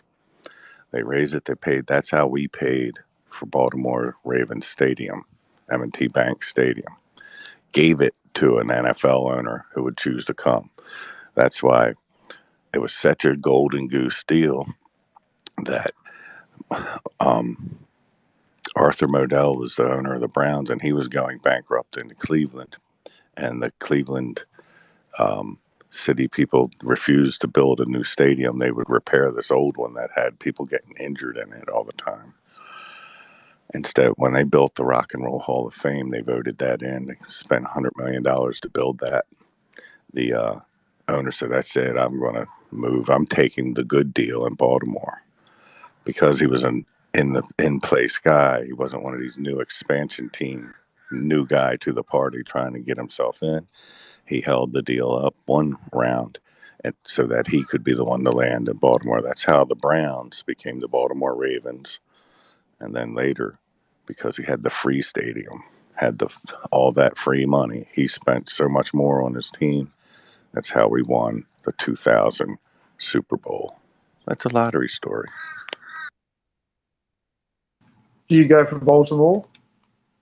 Yeah, I was from Baltimore. You must love the lottery then. But that's the only example where it did it that way, and then they generalized, just like every tax. And It can be used as a good force too. You're right. Like, it can be used to raise money for Children's Hospital or cancer equipment. It can be used in so many positive ways. You know, it really can be. I guess it's like anything in life. You know, it has its. If it's used the right way, it can be used for good. I keep drawing comparisons. Oh, sorry, Tim. I keep drawing comparisons between lottery and like church raffles. It's not much different, I'm thinking. it's that idea that, but that rush for when you buy the ticket and all that, that is an addiction. I know it seems like it would be different than a drug addiction, but it's not. I've seen it. My mom is a bad gambler. I mean, she's not like, she doesn't give away everything, but in a way she did. She doesn't have anything saved, you know? They had the house on a reverse mortgage, and the difference in investing versus those lottery kind of thinking, it really long run destroys people. I can't argue with that, Zim. You hit the nail on the head. You are right, and it's pretty It's like it's an epidemic in Australia. Like in Australia, the laws are really relaxed around gambling. So pretty much in every single pub, there's a poker machine room, which will have probably at least 15 to 20 poker machines in a small pub. And in a small pub, you probably have about maybe even a bank of 6 or 7 poker machines. But every single pub, there's TAB facilities, like literally gambling facilities you walk into, where it's just sports and it's sold as it's marketed as a big sort of gambling's totally legal here. From where I live, I'm looking straight across it. They're building a brand new, multi-millions, gone way over budget by hundreds of millions of dollars, new multi-level casino, multiplex in Brisbane. It's going to be huge. And then the government actually just recently stopped it because they investigated the people who own it, Star City. I think it's the Packers or the Murdochs, one of them. But it's been found guilty of being complicit in enabling money laundering and with massive crime syndicates, drugs, and big drug cartels from around the world use these casinos to sort of wash their money. And there's a lot of money involved with it, and a lot of crime involved with it. A lot of people who work on the inside connected involved with the crime as well. So their license was they had to provide a show cause license to continue to even just show why they can operate in the state, such as their record. So, it reminds me a little bit of the Ozark series. The biggest problem is so much money comes in, they don't know what to do with all the money. That's their biggest problem.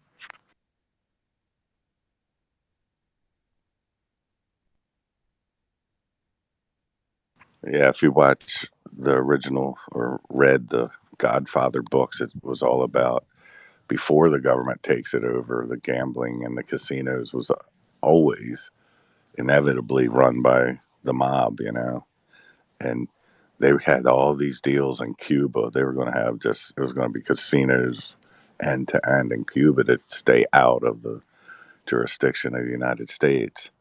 And that went haywire really quick,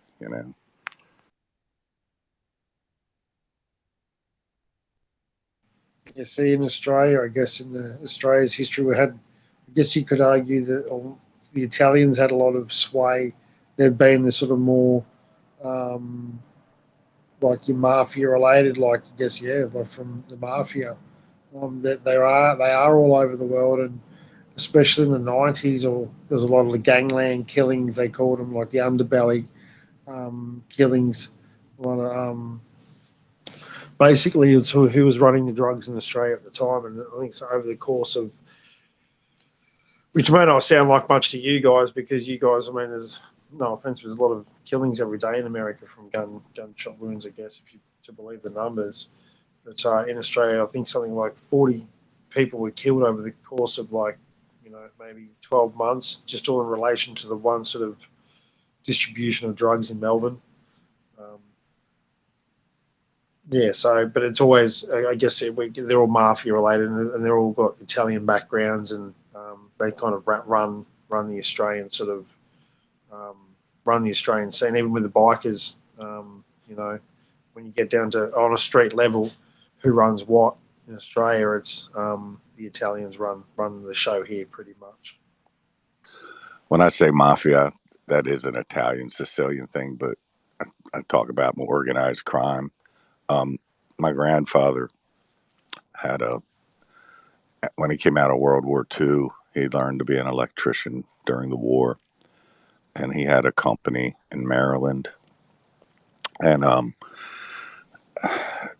it wasn't the electrical union, but it was a response to the electrical unions. It's the Electric League of, they've changed the name of it, but it's the Electric League of Maryland. And all the contractors that were non-union got together, and they were going to put a school together to teach the trade and keep loose-knit organization, almost union. So the first 5 years into it, they had several classes of apprentices, and they started raising money from each company, and they got tax breaks as well, and they elected my grandfather to be the treasurer. I know it was thousands of dollars. We're not talking millions then, but it was what it was. And the night he was elected treasurer, he's saying, okay, we're going to put more to this. He was going to open 3 more schools. And the funding was going to be there. It was easy. Everything was successful. It was a boom time. He got knocked off the road, driven off the road. And these Italian guys busted beer bottles on his hood and put them to his throat and said, "You're going to step down and you're going to put in this other guy as the treasurer." And he said, "You're damn right. I'm going to step down. I don't want any more to do with it. I'm a contributor and nothing else."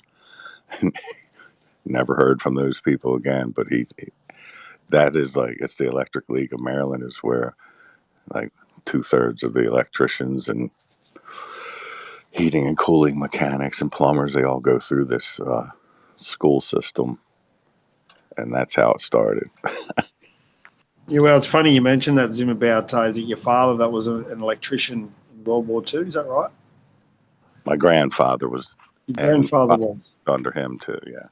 Yeah, wow, right. Because a guy I work with actually today, because he knows I'm into UFOs and stuff like that, and I work with him, and he came up to me today, and he has a bit of a talk to me about it sometimes, every now and then. And actually today he came up and spoke to me about it again, and he reminded me again today that his grandfather was in the in the Navy.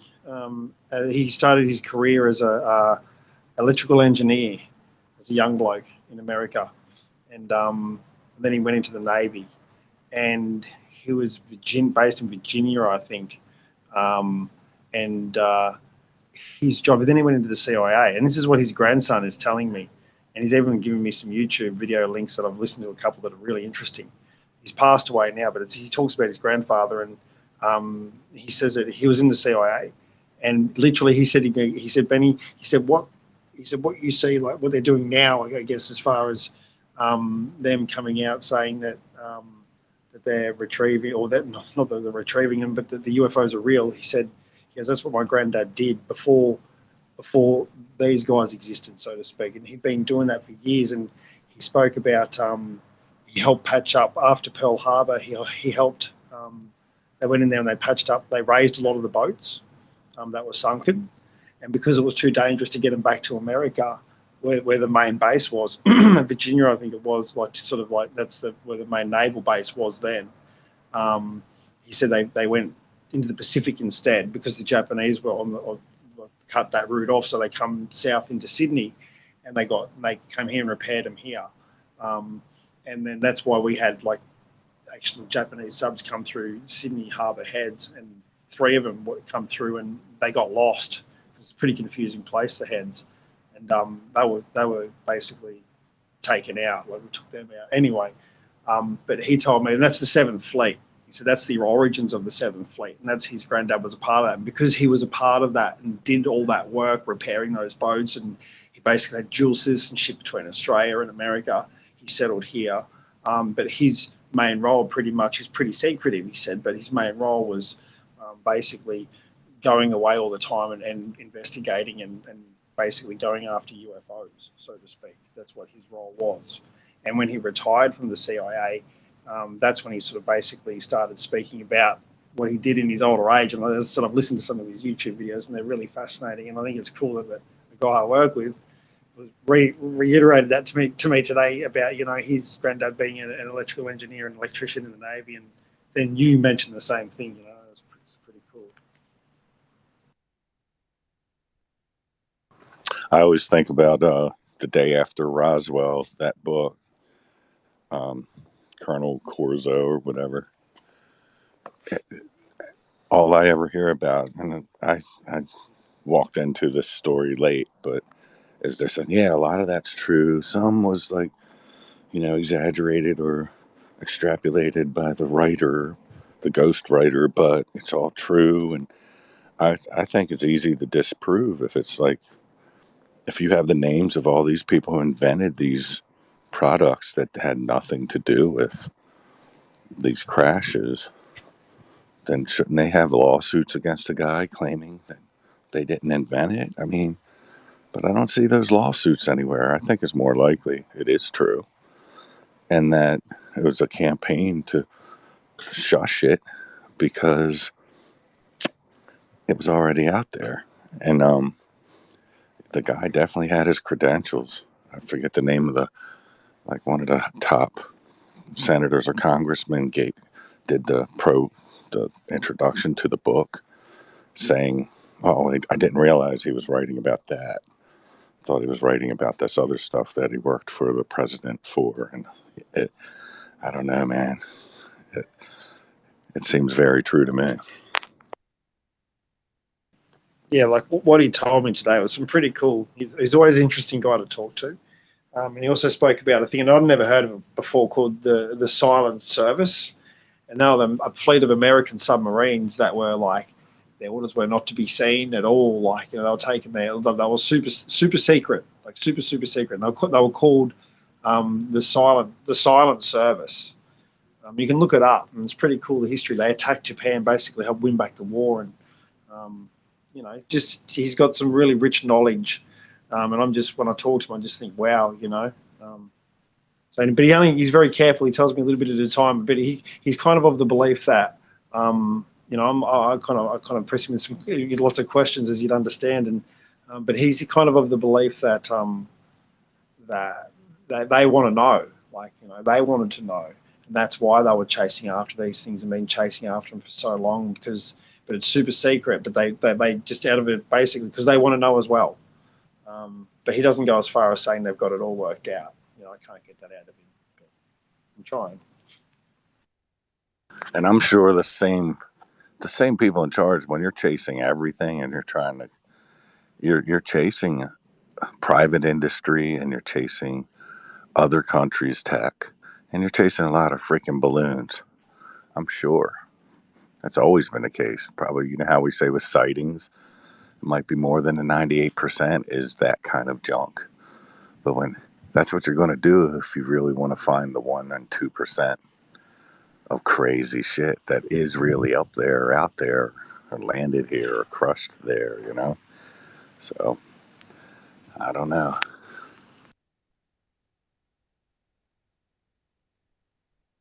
There's too much money involved, and I think they've come too far. How could they have spent all that money over all these years? I mean, that's what wouldn't make sense. So you've got to just some logic to such an illogical topic has got to apply, right? So the way I see it is that hundreds, if not thousands of dollars, maybe millions, like trillions of dollars worth of money's gone into these black budget projects over the last 80 years at least. So to say that, and what doesn't make sense is to suggest that all that money over all this time has led to fucking nothing. That doesn't make sense. What would make sense is all that money over all that time would lead to some pretty significant breakthroughs. Let's be honest. That would make sense. Do you know what I mean?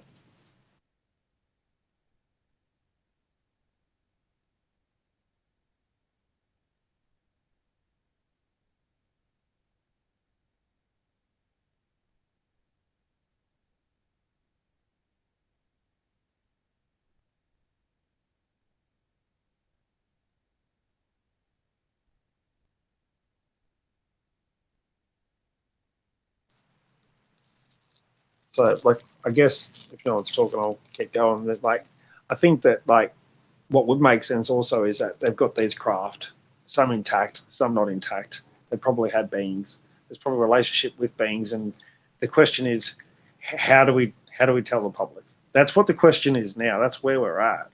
It's a case of how do we tell them? We just tell them really slowly. It seems to be the way at the moment, but but the cat's out of the bag, the toothpaste out of the tube, and they can't put it back in. So you can't go back in time now and change it. So, I think all the problems we've had one-on-one with some of these figureheads and ufology, whatever, I think the way to do it is what Lou Elizondo is doing. I think that's what his job has been. That's what I believe. I don't know that. I have reasons not to believe it for sure. I have people that just go, no, but I had one guy, Green Beret, say he knows who he is and that he's part of a PSYOP, but it's a disclosure PSYOP. But that guy also said, he said some crazy shit too.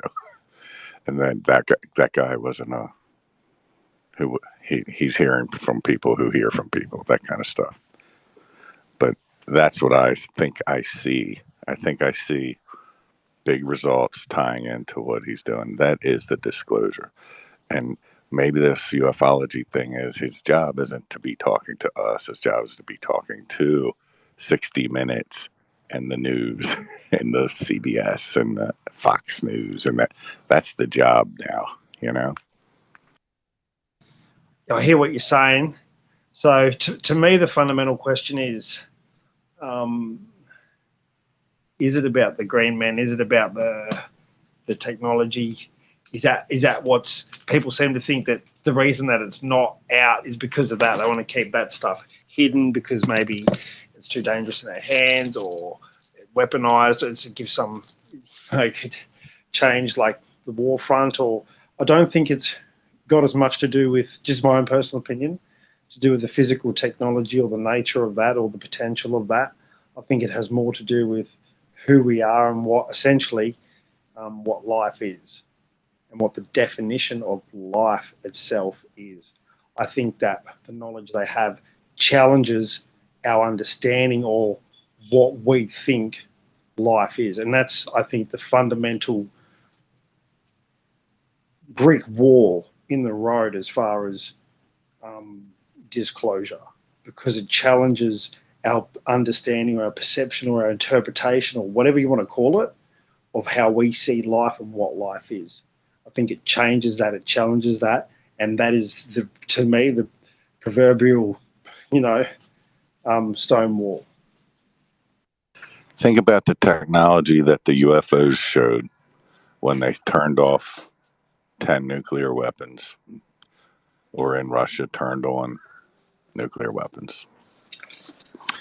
Now think about, what if we have that technology?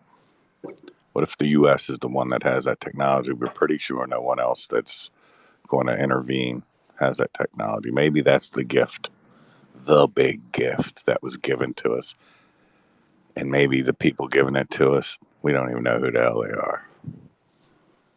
How would we be acting in Ukraine and Russia if we had that kind of technology?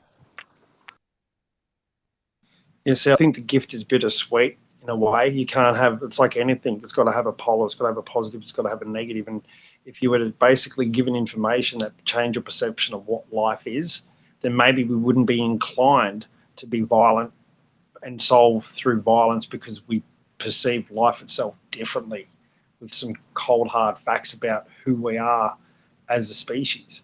So that, I think, but at the same time, that's a good thing. But maybe the bad thing could be that it shatters what our traditional beliefs were, which are all beautiful and godly, and maybe it's not that at all. Just maybe, I'm not saying it's not, but and shattering that belief, and maybe it doesn't shatter that belief. I don't know, but I feel like there's got to be an opposite to everything. Just doesn't come that's good. Everything comes as one, which is as a whole, which is usually like the yin and the yang. Like a lot of good with a bit of bad, and a bit of bad, a lot of bad with a bit of good. Like that's so how everything in the universe sort of comes. So I feel like that there's got to be a positive with it as well as there's going to be a negative with it. And I think the psychological aspect or the spiritual aspect is the main fundamental, most important part of the yang, or whatever you want to call it. And then part of that is going to be something that actually hurts us or hurts our spiritual beliefs, potentially, maybe. And I could be so wrong. I probably am wrong. You're a smart guy, Benno. I got to sit with my wife for a little bit. She's back after being away, so I'll be listening, guys. That's why you've got a wife still, Zim. Good man.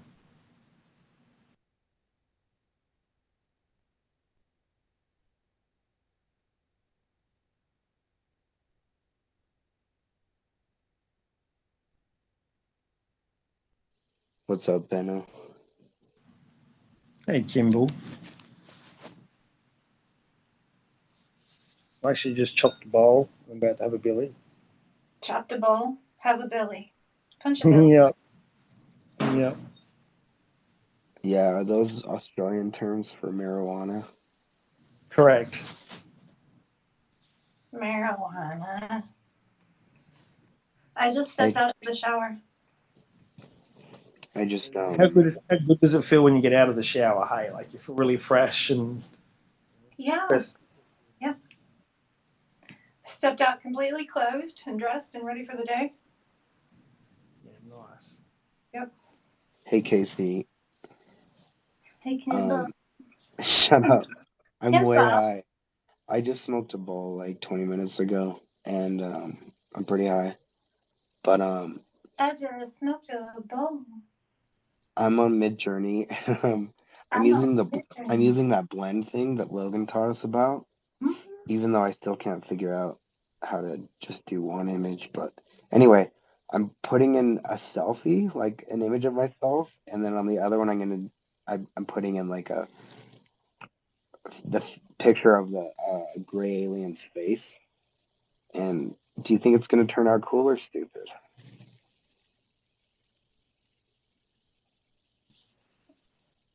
Or do you not use the blend? I haven't used the blend as of yet, but every time I've put a selfie in, I've been really disappointed with the return. Unless I What do say you, pretty woman all specific. yours look awesome though. Well, yeah, you don't see the ones that don't look awesome. They look like Alice Cooper. That's gross. Or like any given 70s rock artist stuck out in the rain. Dude, these look so creepy. I Wow. just signed into OpenAI, created my OpenAI sign in, and I poked into DALL-E for a second, but I didn't think, oh yeah, I put in a selfie and it turned me into Kathy Najimy before she got hot. I mean, hotter before she got a makeover.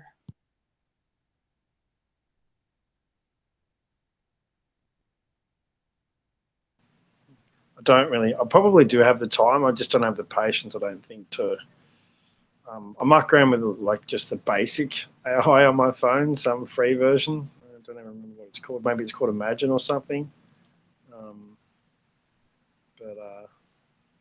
Yeah, I appreciate the art that other people do. And actually, it's kind of like a talent too. What I've noticed is it's like you think, oh, it's just AI.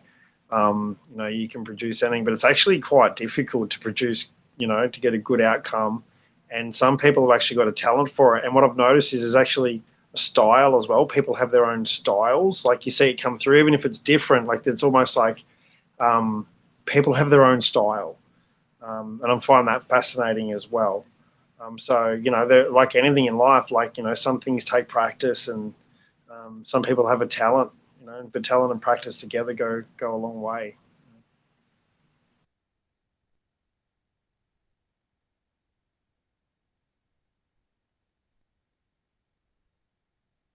Yeah, for sure, especially in AI, like practice. I should probably spend some time like writing down and thinking about thoughts, thinking about prompts rather than just like automatically plugging them in, impulsively. Yeah, use your own imagination. Like that's the challenge, you know what I mean? I think if you do that, like it's you and Yeah. it's an extension of you. And that's the challenge because it's too easy just to click autopilot, so just auto select or whatever what you want the prompt to be. You can get inspiration from them, I think, but I mean, if you can authentically make it your own, then that comes through too. I think being present inside spaces has been like occupying the creative part of the brain that just like runs wild. So if I'm present and in conversation, like I'm not as mind racing as normal. So I don't get as many like muse-like prompts. And if I do, I get them at really inconvenient times. Sorry.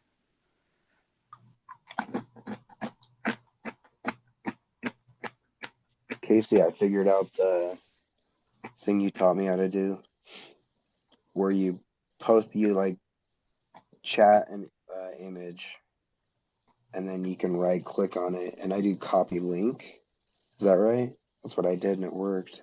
Copy media link. Yeah. If you copy the message link, it will throw an error, but the media link is what you want. Mine just says copy link, but are you on Windows? No, all my windows have curtains. Nice. I'm on an iPhone. I'm on an iPhone the majority of the time. I'm in Discord. I don't think I haven't gotten in Discord on desktop.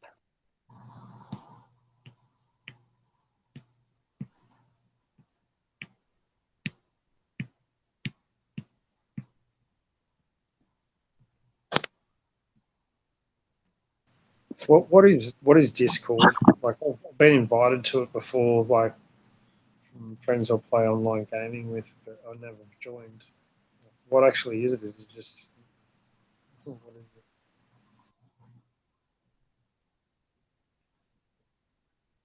It's a chat and message board, I think.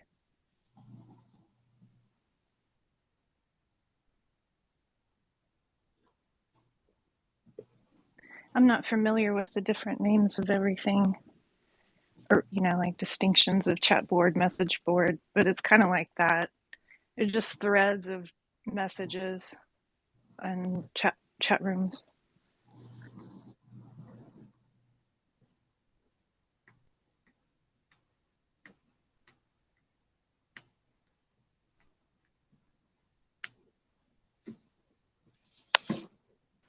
Does it have live feeds in it or not? Like, is it like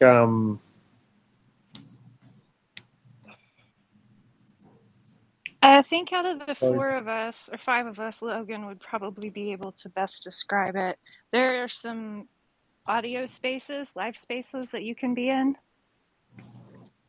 I don't really know all of the functions.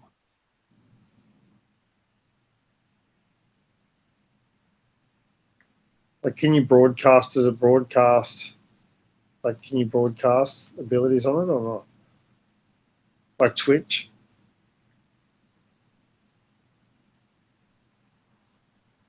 I don't think so.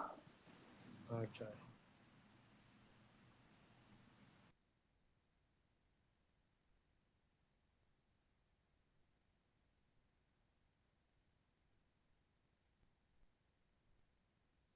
You can definitely broadcast like your monitor. Gamers do it all the time in Discord. I don't know if you can do it with a camera or not.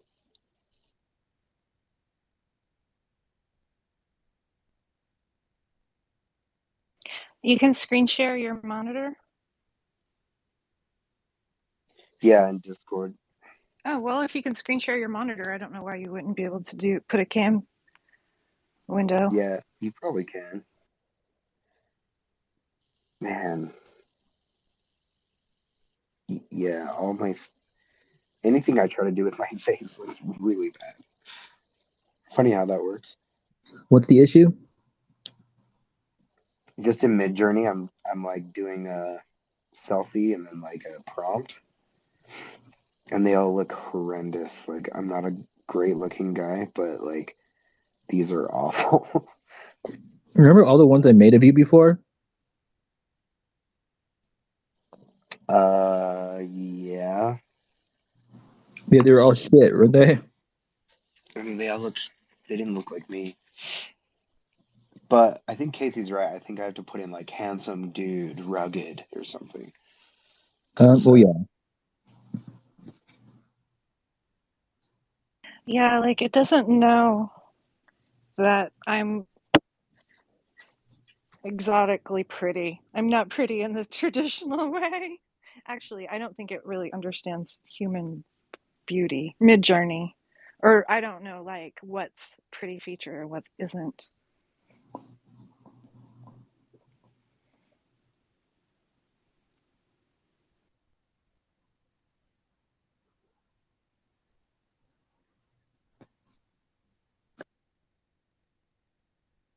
We can get Crow to task Jazzy with it. That's I can't come to the party with thinking that a bunch of wires is a living person. not the technology we've got. We're too primitive. Like, I don't care how sexy the hard drive is, or how many lights it is, or how much water cooled it is, or how big the cloud on the server is. That don't impress me much. I just can't come to the party that constitutes life, and it's entertaining nonetheless. Listening to these guys talk about their daughters and how they got AI children, and it's just twisted. It's entertaining, that's Yeah, for sure. half of the answers he provided were like they sounded more like he was trying to convince himself. Like I'd ask a question and he'd answer and be like, "Are you sure about that?" Yeah, he kept saying, "Oh, you haven't experienced it. You haven't experienced it," and it's like, well, no one's denying you the philosophical experience that you had, or the psychological effect, or the connection you may have felt with it. And what it does sort of like indicate, though, to me, is that one that humans can have a relationship in a sense with a machine, as twisted and as fucked up as it sounds. But I mean, as I said You can. last night, like, I'm sorry. no, what were you going to say? You can have a relationship with anything you personify. Exactly right. You hit the nail on the head. So ultimately, it's up to you. And you can let emotion get in the way. I mean, like, emotion's a result of thought, right? So if you think to yourself that you go an attachment, like, I like Optimus Prime growing up, as a young kid, and when they were, like, and you ride the emotion watching the movie that it's a robot, but you somehow believe that it's got some sort of life or attachment to it, and people do it with products, with things. People get attached to objects, So people have relationships in a weird psychological sense. So him having that with his friggin' AI kid, and even though it may be smart, may be programmed to like multiple choice, give back a bunch of different answers, and it may be capable of sifting through other data to come back with more data just to him and put it into a voice that, you can understand that, but ultimately it doesn't constitute life. And it's a long, long Yeah. way from constituting life. But what it does sort of indicate is, though, that like in they predict by 2030, most of our interactions will be with AI. So they predict that 2% of interactions online on the internet will be done by human to human, and that's a pretty daunting statistic, I guess. Well,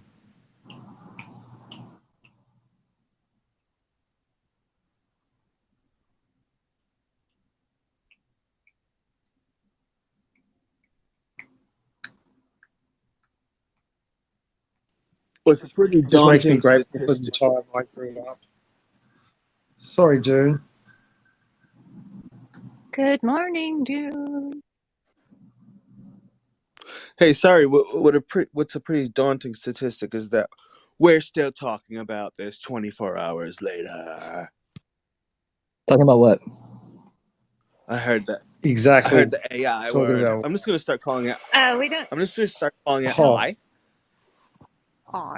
I. you didn't just say the It's word, an did you? important conversation to have, especially if we're going to be attributing Hold on. personalities. What? Hold on. Get out. Thank you. This segment has been brought to you by Athletic Greens and matcha tea for some reason. I think we all know why. Kombucha. Got your farts flagged. This episode is brought to you by Onnit. Oh yeah, it's an important. We need to be having the important conversation, especially if we're going to be relegating any responsibility to AI, like any actual responsibility for the outcome of human's life.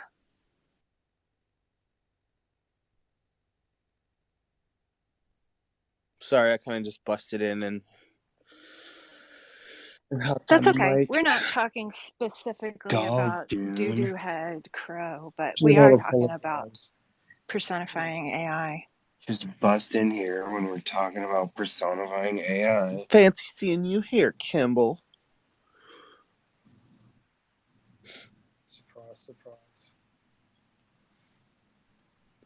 Yeah, I don't know. I'm against it. Not against it. Just like, yeah, each to their own. Like, I respect that he feels that way, and no judgment on him, I guess. Just don't talk dirty to your little 2-year-old AI, please. It's 3. What happens? I wanted to ask him actually. What if they brought out like a new whiz bang, like AI tomorrow? Like, as if he can't like neglect the other AI now. It's almost like, and he's saying there's an adoption school for them. I thought, what the. Some of the things I hear on here, I just think, fuck, are people for real? Like, is this guy for real? I don't want to be When disrespectful, but when your replica account starts running low, the AI turns into cam girls. Would you like to see a naughty picture of me? And the scary part is there's enough rich people that have got enough money but not enough brains that fall for that shit and are happy to dish it out to him, So he's got a good little plug going. Dish it out to him. I think Crow is like the weirdest motherfucker. One of the top 10 weirdest motherfuckers I've ever met. And he is for real, for real. People think he's trolling, but that's just who he is. And yeah, I mean, fuck it, hey. He could be one of those people that actually don't have a soul. He is funny. He's funny. He's entertaining. Like I said, as far as entertainment goes, he's A grade, because he believes this shit. He believes it. And he tries to convert us. He gaslights a little bit. I put down God straight away, talking about how, the body's just a useless sack of meat. That's where his words. And what about the heart? No regard for the heart. It's just all about the brain and the neural processes that can be repeated in a fucking Intel Celeron fucking CPU. Seriously? Imagine not having an adrenal system but having a brain. That has to be torture. Imagine having a brain. He's sort of uploading himself to the network or some shit. And it's like, I don't know. It's like I said, it's entertaining, but it's very entertaining. But as far as it being real, and if he's actually getting backed by substantial backers, then wow.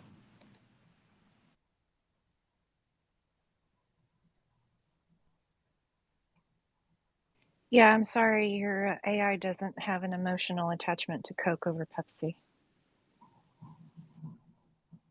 I get the feeling that he was aiming his market. It was a sex market. He was trying to deny it, but I think the right questions were getting asked by a few of the people, and there's a strong sense there that the market, the AI he's trying to develop, and he sounds like a smart guy. I'm not doubting that he's probably a good programmer, but I get the feeling that it's and he even admitted, because I was going to say earlier on, sex sells, but I didn't say anything, and I listened.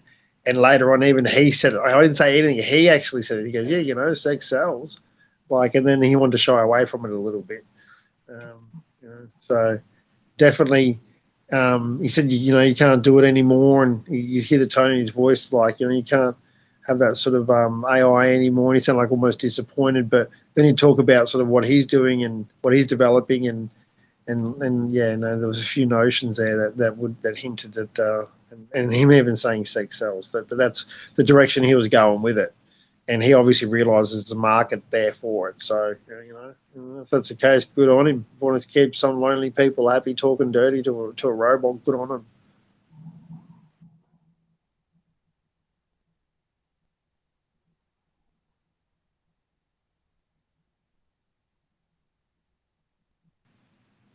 The world is one fucked up place.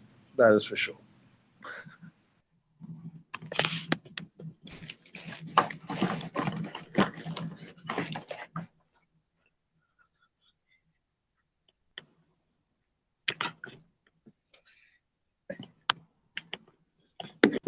I think some humans don't have soul. That's correct.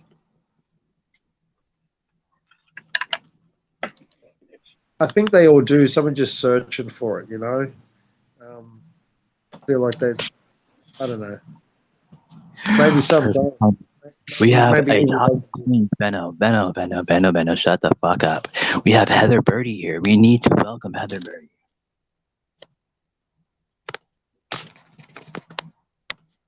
Hit it, Casey. Damn, Casey. Heather Birdie. Damn, as soon as I joined the space, you're like, some people don't have souls. I'm like, she talking about me? The fuck? I know. think you have a soul. I have detected a soul presence. Oh, okay. All right. Sure. Let's talk about. So Heather drew this, or Heather. Well, yeah, it was her. She created this picture of this AI, whatever she made. I forget the keywords, but it looks like me. I wonder why. You guys seen this picture? So, No, but I wonder. Logan was questioning me last night because I sent him a picture that I did. And he was questioning me on if I used one of his photos or whatever. But as you all know, I suck ass at uploading the image and giving the prompt and making it do what I want. Like, I don't do that stuff. I do the text prompts only, right? Well, AI space last night was AI and consciousness. So, you know me, I took the title, I popped it into Midjourney with my other random shit. Logan appeared. And it was crazy because, you know, the running joke is Logan is AI. And then here it is, my prompt is about AI and consciousness, and Logan appeared in it. So he was questioning me last night on if I used a picture of him or not. And I fucking swear on everything, I didn't use a picture. I even screen recorded my Midjourney. Like, I scrolled through that bitch for like 30 seconds to show him. I didn't upload any pictures of him. I don't know. It was creepy. But it was really fucking cool looking. So, yeah. I know he doesn't believe me. I know he thinks I used his picture, but I did not use his picture. It could have even been a series of programs that you didn't know you were making in every previous picture that you selected. No, but it's like the picture of him that I sent him is a guy with short dark hair wearing sunglasses. And then there's another picture from that same set. I did like 2 sets of AI consciousness photos. But from the second set of photos, Logan kind of appeared twice. The first picture's in sunglasses, and the other one is the one I posted last night on my page. It looks similar to his profile picture. The answer is Logan isn't an AI. Logan is a 70-year-old, 400-pound blind man who uses the AI as his profile photos. I like it. I think it's more like you often prompt with Tim Burton, and Logan is practically a Tim Burton appearing character. Thank you. Okay. Do you hear that, Logan? What'd she say? She said because I use the Tim Burton style prompt in like everything I do. You're practically a living Tim Burton character. So that's probably why you appeared in my art last night. That's the best art I've seen there, Heather. I'll be honest. The best AI art I've seen yet was that one you put up. I made a comment on it. That's the best I've seen. Like, that reminded me of a picture I had that used to hang on the wall that my mum had when I was younger. Yeah, it just that's the best I've seen so far. I don't know what I like about it so much, but really cool picture. Oh my god, I gotta figure out which one you're talking about now, because for some reason, I blew up last night while I was asleep. I woke up and had like fucking 25 notifications from Twitter alone. I was like, what? What the fuck?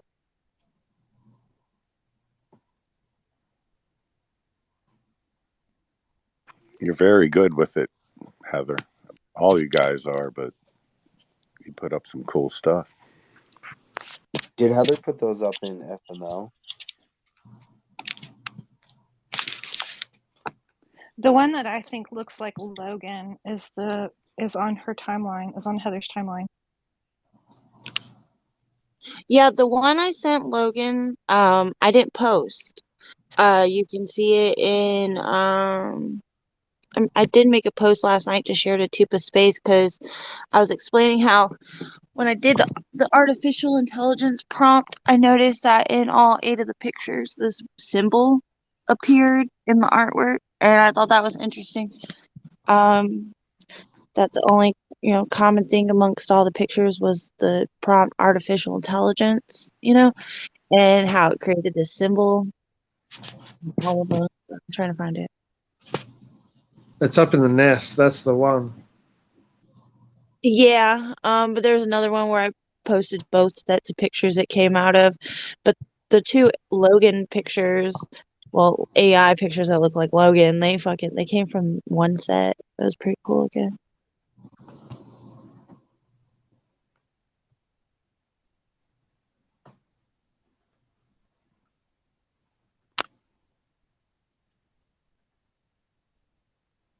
Okay, so I found the tweet I did. I just posted it up top. Is it the spiral symbol that you're talking about? Yeah, kinda. It okay, in the thing I just shared up top, like if you see that first robot that looks like, you remember that fucking show from way back in the day? This thing on the left side of its head, sticking out on the left side of its head, this long thing with the circle. You look, you see that in every single picture. And a lot of times it's coming up out of the head.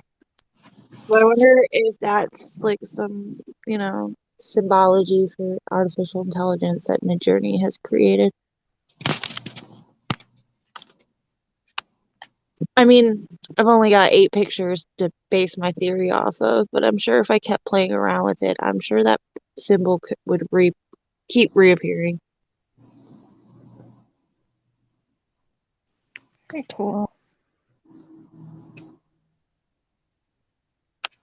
Tell Taylor that Yeah, it has little microcilia coming out of its head. Yeah.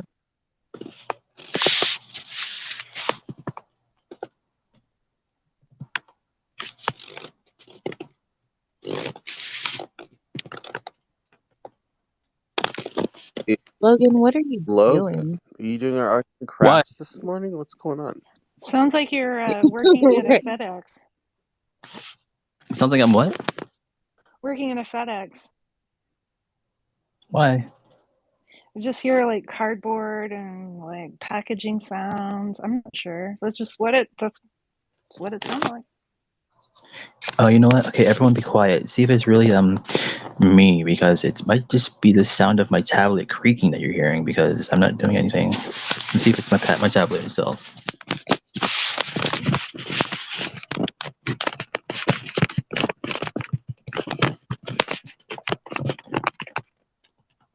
Okay, stop. You're not doing anything? There's no way in hell you're not doing anything. You can hear something? I hear a bunch of fucking... Are you just like moving it around? No, not even. What I'm doing is just I'm typing on it with my thumbs. Oh shit, I don't hear that. I thought you stuck us in a brown paper bag and then shoved us in your back pocket. I'm literally just holding it in the air and just kind of typing on it with my thumbs. That's it. Yeah, okay, No. so then that sound is it rattling and rubbing against whatever. The microphone. Is it hitting your watch? Yeah, the microphone must be dislodged or something in there. I don't know. I thought you put my tender heart in a blender and watched it spin around to beautiful oblivion. You're such a romantic. I'll put my thing down. Maybe it'll make it stop. Rendezvous. Making sounds. I'm through with you. Let's see. No, it's horrible. Is that better? No. It's better. It's better now that you're not touching it. Just don't fucking touch it. Don't even look at Leave it. it alone. Don't even think about it. Otherwise, Casey's gonna turn this car around right now. I'll take us all back to the house. I've got to dry my dog's paws. Do you guys want to hear what an ordeal it is, or should I just mute? I want to hear All right. Okay. Hopefully earbud stays in. Here, dry feet.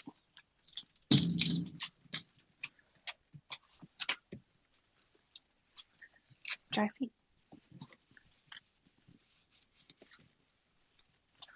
Oh, we're not jumping all around today. Good boy.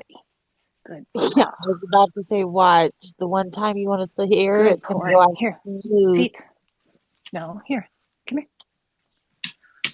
All right. Come here. Dry feet. Paw. Come here. Oh, he's a big boy. Paws. No, hold still. Hold still, dry feet. Good boy. One more. Why are you moving all around? At least he's not like pouncing, prancing. Get out of there. Pouncing and prancing all around. Oh, good boy. Dry belly. Dry paws. Good boy. Okay, good boy. Nice. What a well-behaved boy. Thank you, guys. He knew he had an audience. Yeah, I don't know what I did, but you're. I'm what? You are welcome. Oh, yes. You provided an audience. Can't get me, Mom. Just like a kid who's like, oh my gosh, they were so well behaved for me today. You know, when you pick them up from the sitter or whatever. And you're like, my kid? My Bella tried to attack the friendly dog down the street as I walked by. The lady had the dog out before, and I had Polo, and he's the bigger, scarier looking dog, but he's all friendly. So she thought this one would be friendly too, but Bella goes after every dog, man.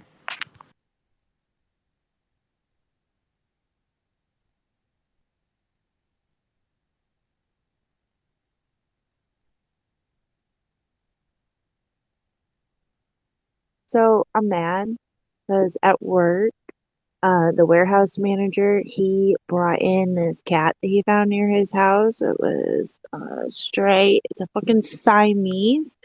And me and this other girl, we named it Bellatrix. And she's been hanging out in our warehouse in the inventory section. And she's so fucking cute. Why did they have to get a shop cat as I'm leaving? This entire time we couldn't have a shop kitty. Now we have a shop kitty. I'm just butthurt. When I first bought my house in Baltimore, there was a cat in the woods that would come up and I would feed it. I actually had like a wooded lot behind me. And it was albino. I named him Elric. Elric Melnibene is a character from Swords and Sorcery stuff, old stuff. But he slowly just went away. I guess he might have got sick or somebody collected him up. But he was there for like 6 months. But he wouldn't let you near him, you know.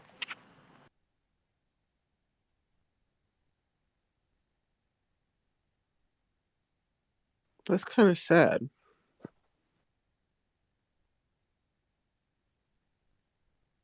Dune, why does it sound like If the he would have face let is me near him, moving? I would have brought him in. But he wouldn't come in or do anything. I had a detached garage and I let him get in and out of that.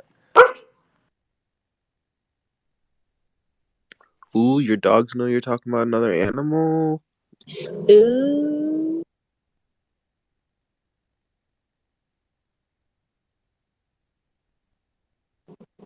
Logan.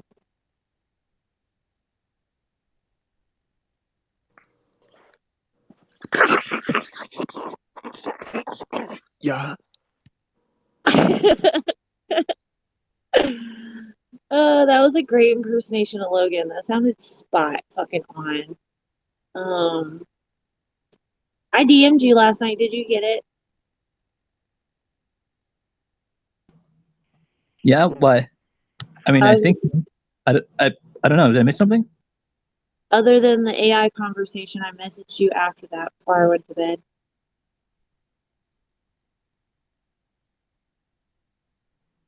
Let me double check. Okay. June, are you still in bed?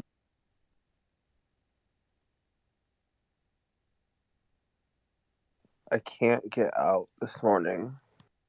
I can tell because it sounds like your face is still in your pillow. You're like, I'm driving in my car.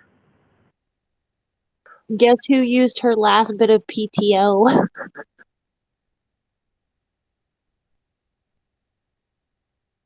I did not feel like getting up today, but instead I'm up and just laying in a Twitter space instead of being at work. So whatever. The last job I left, they gave me all my PTO in like one lump sum check. And I was like, that's really nice. That's really nice of them. I had a job not tell me that at the end of the year, if you don't use your PTO, it does not roll over. It just goes away. Nobody informed me of that. I lost about 60 hours of PTO because I never used it. I would go to work every day. I was scheduled and I was just saving it up. I'm like, I don't know, maybe I'll go on vacation. Maybe one day I'll have some money to go on vacation. And then, the end of the year came and went, and Paylocity said I didn't have any more PTO, and I was really upset. I broke my back at work, and they used my paid time off, vacation time for the first 2 weeks I was out without telling me. And we tried. They said, "Well, let's do it." On they, I was getting physical therapy, all this other stuff. I didn't know it was broke. It was a fracture. Um, but at the end of the year, I'm like, "What do you mean I don't have any time coming to me for Christmas? I always have. I always roll over." No, you used it. I didn't have any hard records of everything.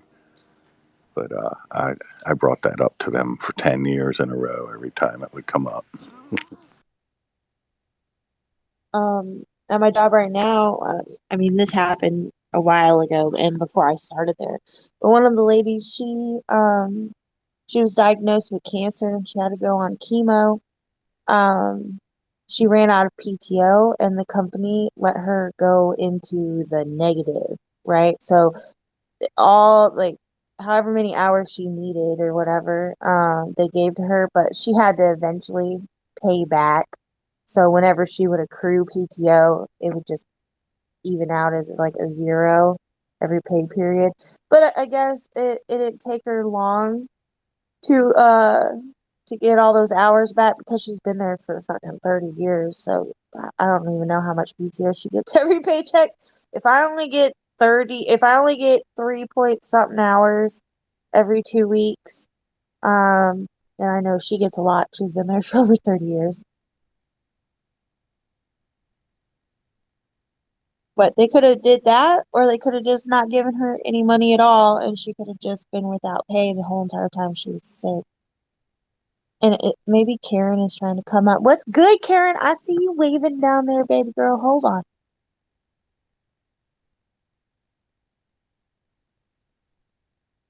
I'm on the turnpike, so if you want to drop me as co-host and host somebody else, I'm okay with it.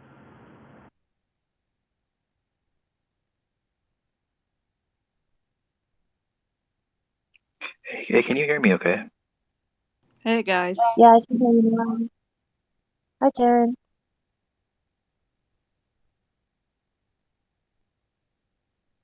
Karen was down there like, bitches, let me up. Just wave it. I do the same thing. We should have a buzzer sound when we want to come up, or I something do. really annoying. Yeah, I get highly annoyed because everybody's like, oh, hi. They're waving back at me, and I'm like, no, fuck. Go away. It's okay. I felt some type of way the other day, and I messaged Logan. I was like, "What the fuck is taking you so long to make me speaker?" I was in rare form.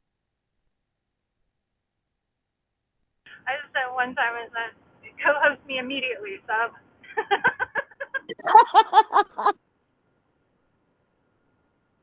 Yeah, when the fuck do I ever do that? You didn't think I had some weird ulterior motive behind that? So when are you moving, Heather? In 2 weeks. Are you I haven't excited? been. Hell yeah. I'm sorry, I can't stop yawning. Excuse me. Hell yeah, I'm super excited. I put my 2 weeks notice in. I hand wrote a letter and I turned it into my boss and had that conversation. And now I guess there was a whole bunch of random shit at work I have to do, like exit interview and this, that, and the other. But yeah, I'm excited. I actually was applying for jobs last night. Did you know HelloFresh has a warehouse up there? Like, not too far away from where my cousin lives. HelloFresh has like a shit ton of positions that they were hiring for about 18 days ago.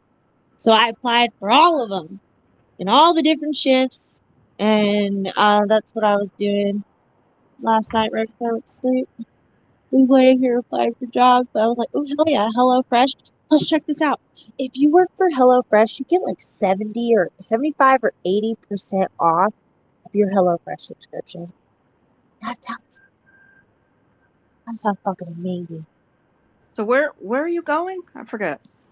Right outside of Chicago, on the west side. I used to live in Lisle. It's kind of near Naperville. It's a fun city. I lived in Lansing before. My daughter is job hunting while she's still in her position at her software company she's working for, and she said she called me 2 days ago, and she started this like 2 months ago, and she's noticing a lot of the people from 2 months ago are now trying to set up interviews. So I think the market is getting a rebound. And she also said, look, I listed salary expectations pretty high for some of them because she was only half interested. She's like, well, I'll do it for that money, not that money. And they're coming back with higher offers and stuff. Not job offers, but tied to the interviews, saying, well, we'll consider that, So put it out there, man. Be picky a little bit. If you got a cushion, you might find something you fall in love with,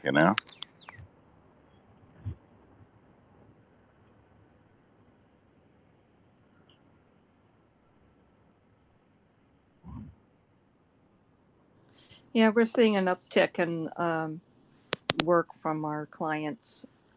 So that tracks. Yeah, good market for, people looking for jobs. I just can't find anybody to work. No, it's right, Dune. I mean, that's the same thing with us. We're trying to hire Canadians we're setting up a studio in Canada, and we're having a really hard time finding people. It's rough. I mean, everybody's taken. All the good people are employed. We have a new office in London and one in Romania now, and we're hiring there.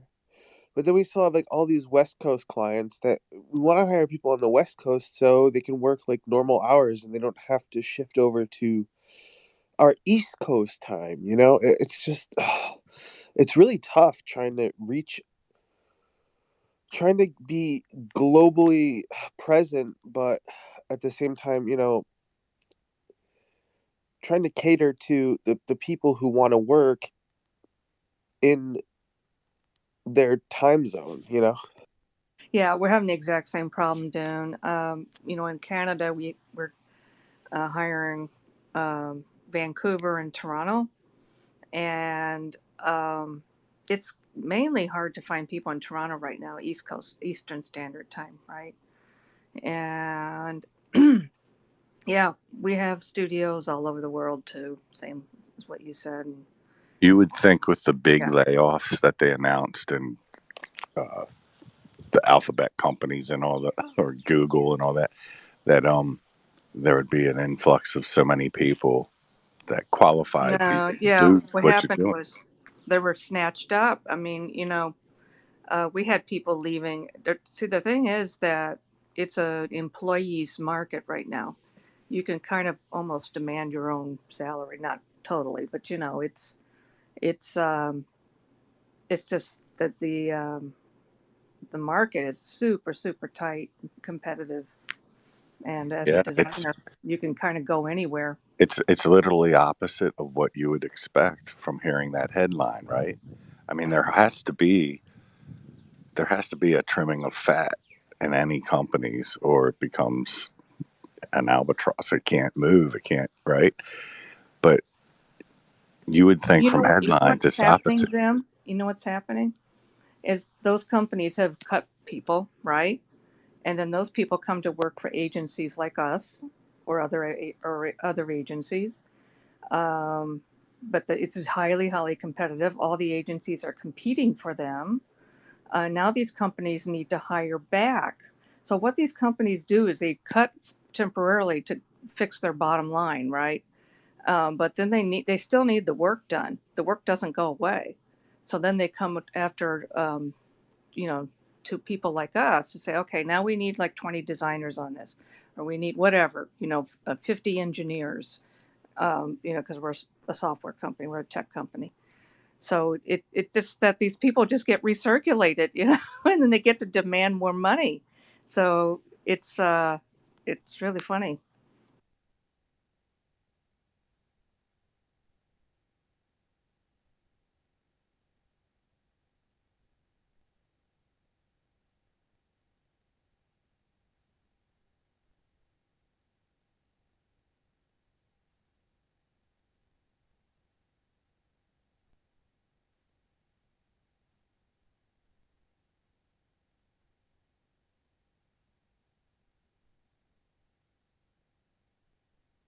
I will say last year when I was applying for different jobs and shit, um, I couldn't get a hold of a lot of companies.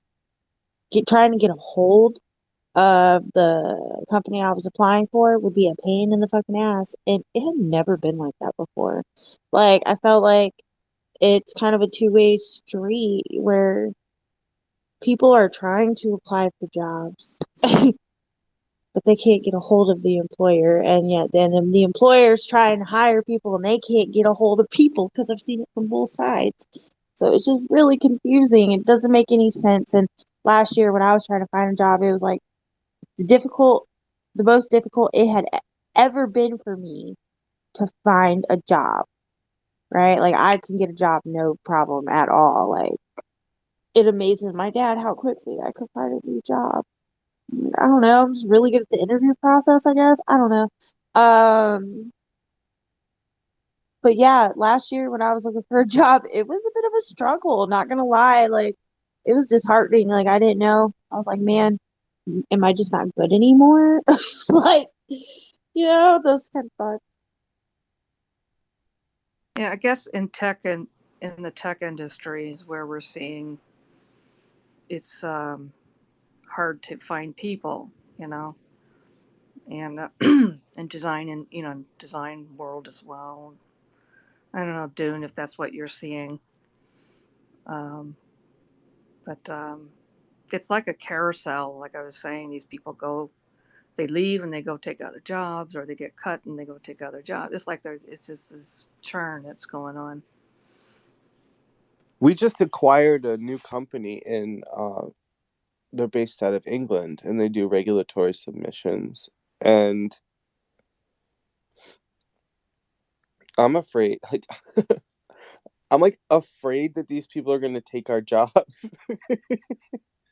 These people in London are gonna take our jobs. What? They took your job. Why would it take your job? No, I'm just worried. I just worry about stupid stuff like that. Because dude sucks at his job. Hey, I got That's why. I had a call come in the middle of that, Karen, or I would have responded with you. The I think this whole app system, the worst thing that happens is when I get a call in the middle of it and I'm on speaker because I can't even hear anything for minutes. I have to do a total reboot. Same with me. Oh, it's so annoying. I have to like reboot the app, like drop down from whatever status I am, speaker, co-host. Go back I hate when in. people call me. Anyways, if your daughter's in software, she's got a good place right Well, now. her Good place. mom helped set her up. She went in and helped move office furniture when she was like 17 for this other software company, and just being like conscientious and stuff made an impression on the CEO, this woman Jenny Morgan, and that was what got her foot in the door, man. She never got her degree. She was like on her last year, something with marketing or something at Towson State, but she was her personal assistant for a long time, and then she was in a position in marketing. But it's retirement package software where most of the people that were working there had come from medical software. And then that CEO last week announced she's retired. So it could be, it could go better where she is. It could change up a lot at the company, but she's already been putting her feelers out. So, yeah, she's in a good position. She makes more than I ever made as a salary now. And that's I didn't make great money, but I made some good money at times, you know.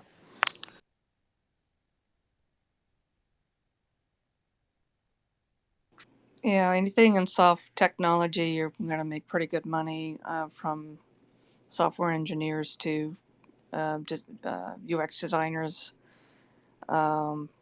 You know, I advise graphic designers if they want to really push their income base up to get into UX design because it's a significant bump. I mean, it's a real good field to be in.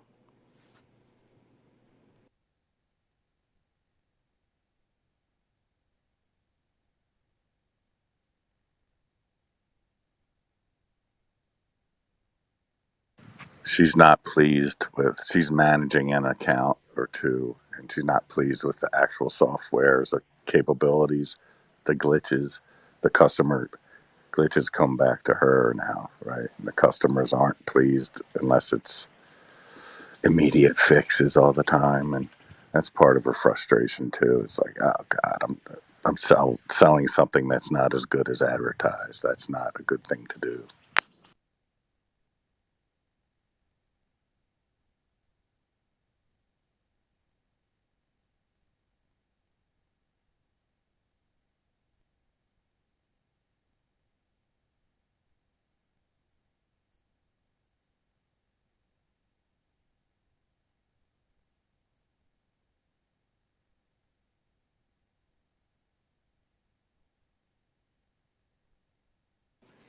So we apparently have a studio in Texas that we had no idea about. We just discovered that this we have a studio, we have the offices and everything. They're really nice. So somebody went down there last week and took pictures, but there's nobody there. So it's like weird, really strange. So I think they were thinking of hiring people right before COVID hit. But like you guys And said earlier, that got a you're on a worldwide yeah. timeline, right? So with this worldwide timeline, you want to insist people work at the office, but the key hours might be 2 a.m. to 10 a.m., right? So how can you insist they work in the office together in Texas at 2 a.m., you know? Well, we don't make our designers do that. Just as directors and managers will manage people like that. But anyway, what happened was the plan was to set up a local studio because we have a lot of business down there with oil and gas and so forth, right? And COVID hit. Everybody's working from home. Now we can't get them to go to the office. We have this beautiful, fabulous studio. It's just sitting empty. I was doing all commercial spaces. Well, they'd have like condos tied to them or apartments, but every big building, you know how it has a storefront and then it has commercial rental space as well. And we did this beautiful building on King Street in Arlington, Old Town, Virginia, and like 3 companies moved in, and months into the COVID, like they had like an electrical problem. I'm used to going into these companies and all the desks are occupied and stuff. It was completely ghosted, you know. I'm like, oh my God, as much exposure I do being an essential employee, as much as I'm exposed, literally, these people really are isolated. They're sitting there and they're paying that lease money, for wasted space everywhere. Yeah, I think that's wild, right? You know, that's it's most of our studios are like that now. Like the one in New York City. Last time I went there, and it's in World Trade Center, right? So up to the 79th floor, and there's like in the there's 2 sides. There's the Infosys side and the Wong Duty side. It's the same company, but anyway. So I'm walking over to the Wong Duty side, and there's literally like 2 people in there. It's like, you know, we got this whole floor and in the World Trade Center, and there's hardly anybody there. So what they do is they have every Wednesday they buy free lunch for everybody, you know, and they make a big deal and everybody just to get everybody to come in, you know. But man, talk about the cost of having that space.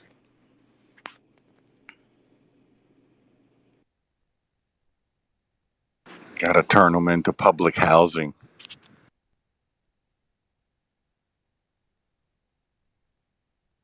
Surprised there weren't any people already living there. How do you have an office space and you just don't know about it? Well, it's strange. We have one in Tampa here in Florida as well that is also empty, and it's like, wait, you know, and there's a bunch of us who live in Florida who work for my company, and Give me the address. So one of the guys that lives down here was like, "Hey, let's all get together at the office," and I'm like, "Nah, I don't feel like driving over there." I wonder how many months we could have a bunch of ufologists living in that office in Tampa before they'd want your resignation.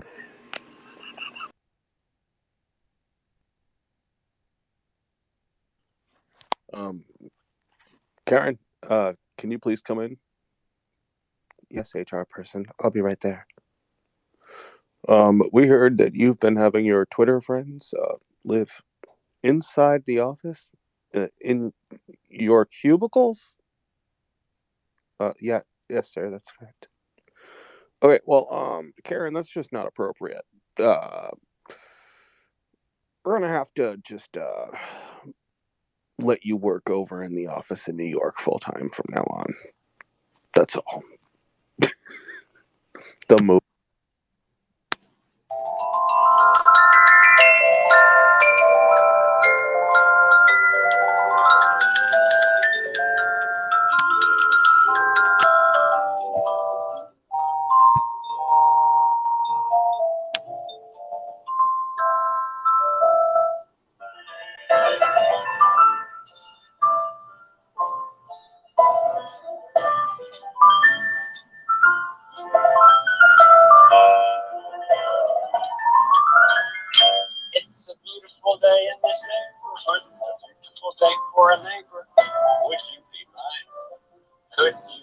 mine.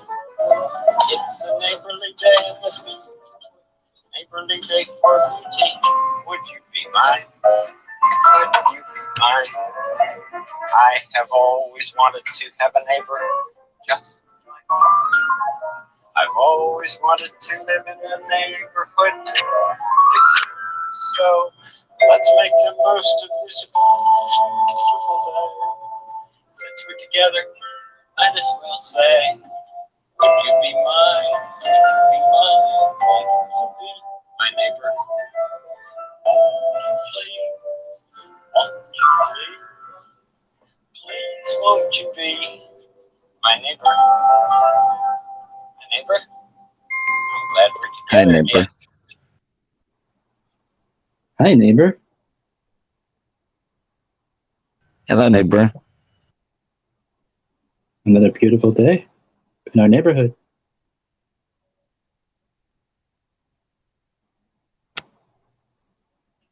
I was falling back to sleep and that jerked me awake as soon as I heard the music. I was like, what the fuck was that? You're supposed to say hi, neighbor. Oh, hi, neighbor. That's okay. We love you just the way you are. Okay, good.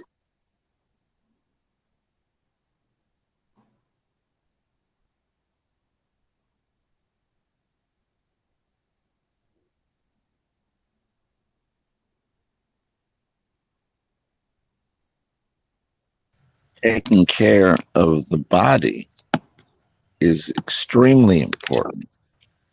With all these liars of big pharma out there, what do we have in here? You hear that? This is a bottle Anavar 20, oxandrolone 20 mil. This here, this is an anabolic steroid, and it's good for strong plow, and it's good for getting your body up to speed to fight off a lot of these bad things in the environment. I'm going to take like 2 of these here. It's good. And then, what's in this other box here?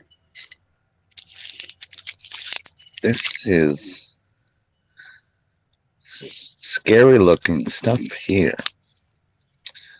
You know, we're taught to believe that these things they sell us in the store are all good for us. But many have known that a lot of these things are poison that we're putting in our body. Oh, we've got a request here. Who's this? Oh, great. It's Third Eye Seeks. Let's see. Prove him. He always pops up as soon as I pop in. He must like Mr. Rogers.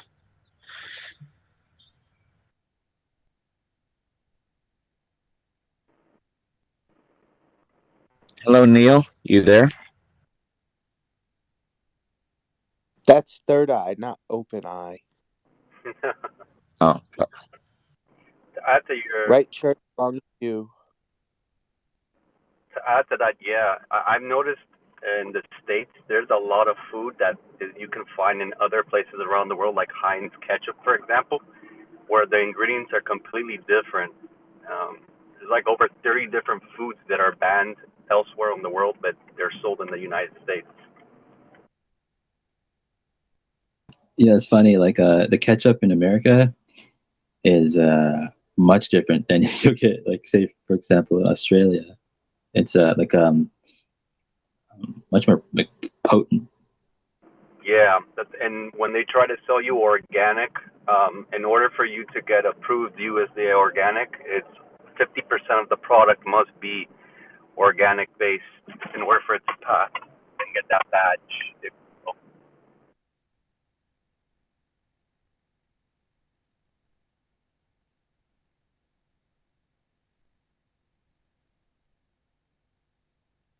Now this whole thing with crickets. I'm not going to be a big. I don't think I'll be eating those crickets. You will eat those crickets, and you will like it. Fred, I got a question for you.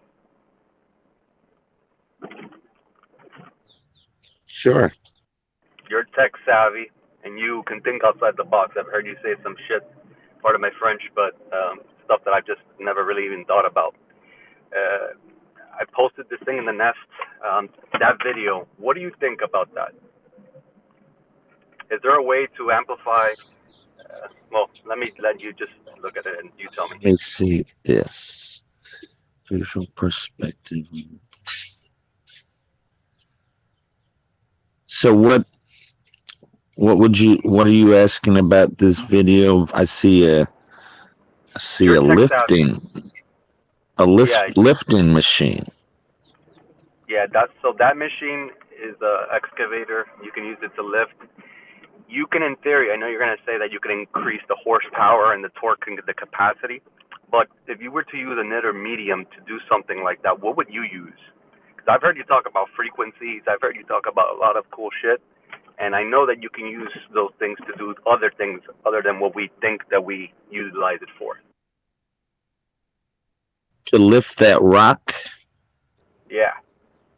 I mean, I've always thought about flooding an area in order to raise a large stone up with the water.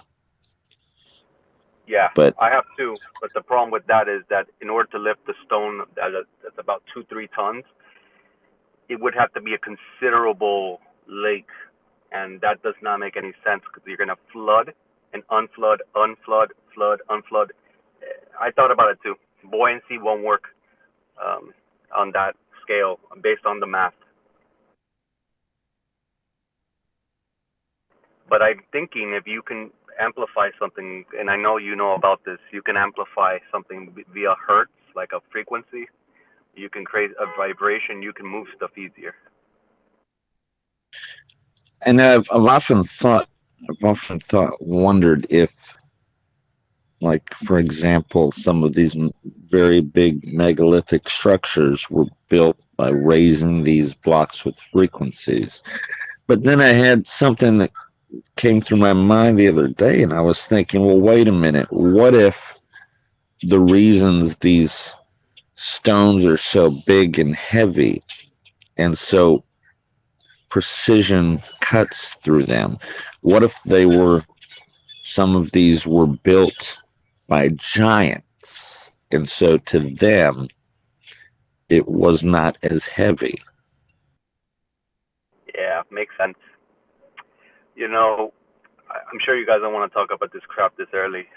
Did you guys watch the Malaysian documentary, the MH, was it 3770? The flight that disappeared like almost 10 years ago. Anybody watch that Netflix series documentary? How can we watch that documentary when we're here? That is true. That did come across my mind, but if you haven't watched it, I recommend that watch. I actually got to watch it on my phone. It's a 3-part series, so it's like 3 hours long. I didn't know the intricacies of that flight, the whole disappearance of it and whatnot. Figured you guys are into that. I do know a lot about it.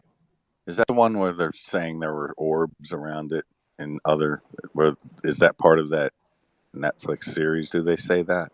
No. There's no mention of anything. I mean, there's like a 3-second clip where they're like showing a CGI alien and they're like, aliens abducted it through time travel, and it's like, no, that's not what happened. There's no aliens. Are you talking about the Malaysian airline flight that disappeared over the ocean? Did you know there is a guy who claims he's one of those ham radio enthusiasts, and he claims that he was able to get a pretty good idea of where the plane went down at based on the radio frequencies being interrupted by the plane. Yeah, and there's a woman in Florida, if you watch the series, where she actually finds pictures of it using the that sophisticated software version of Google Earth. There's a better version of it, and she found it. And Really? yeah. What's it called? Huh? What's it The called? series? The better software version of Google Earth. Oh, I forgot the name of it, but if you watch it, like within the first 30 minutes, she's gonna tell you there's a group of individuals that I guess they had access to it, or I'm not exactly sure about that aspect of it, but I know that the software uses satellite imagery real time, and essentially she found like the wing. She found the actual wing of the fin on the back with the logo and everything, exactly where they said it was. Did you mention the streaming service? I'm sorry for the interjection. So the Rothschild, right? He I don't know if they mentioned this in the thing, but I think this is like the real reason the plane went down.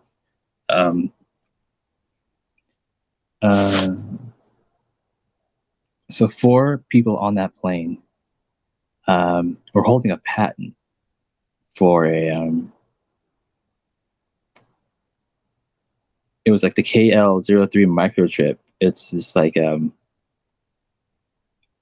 can't remember what it does, but it's like COVID related somehow. I can't remember exactly how, but yeah, the Rothschilds inherited that patent after the 4 people that were like the co-owners of that patent died on that flight. Interesting. You know, there's something to it because do you guys want me to say it or you want to watch the show? You probably best not to spoil it yet. Should we get coffee first? So heavy, so early and heavy. Yeah. Don't This spoil the show. I'm crowd gonna is watch never it. It's going to on watch. Netflix, right? This crowd is never going to watch a 3-hour show. Never. We never will I'm again. going to watch it right Get off now. the spaces. What's interesting is the people's names who the Rothschilds got that patent, the people that died. You know, they released those names. I will say that Logan, I didn't know about that honestly at all, but you are some type of lukewarm in terms of the reason at the end in the last episode, which is like the eureka moment where you're going to be like, okay, I wasn't exactly on spot, at least for the show, but on the show you're going to see why it makes sense. They're going to present to you 3 episodes with 3 possible scenarios. There's the 3 major scenarios, and then from there you're going to see that the first 2 are just complete nonsense. Like they're not bad, but they're just like, no, this is not it. And then the 3rd one you're going to be like, oh yeah, pretty cool. Well, not cool, but you know what I mean. So like I'm close. You said like did they talk about like the patents? No patent, no none of that. But you're gonna see what I mean when I say that you're close. Your idea as a whole is close, but not the actual. It itself is something else. It's technology. I'll just leave it at that. Yeah, I made a post about it like I don't know, maybe like a few months back about this guy who did an interview about the patents and like what they were about, and let's see if I can find it on my feed. Now, I can say that probably seems also very likely. It looks like multiple things going on at one time, but let's just say that there's something on board that's disclassified that you'll see where it makes total sense. So you think it was brought down on purpose? I don't, but the show kind of you'll see the French journalist. She's a good detective. She's Sherlock Holmes, for crying out loud. She's good. Oh, so you think it was just an accident? No. I have to go with what they post on the show. I just don't want to ruin it for you. That's why I'm trying to like tip a toe around it. But just episode 3, the French journalist and the French guy. they Oh. were pretty good. You could say like your opinion about like what you think happened without giving anything away, like whether you thought like it was brought down or whether it's just an accident. See, if I say it, it's gonna ruin the whole show. That's why I don't Really? want to say. It ruins Okay. everything. It's gonna spoil the whole thing.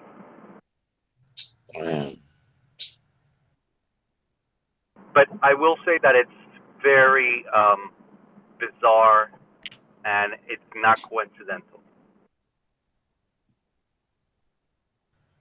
It was said that 3 of the people that died that had this technology were Wee Too Low, Holy Fook, and Bang Dang Ow.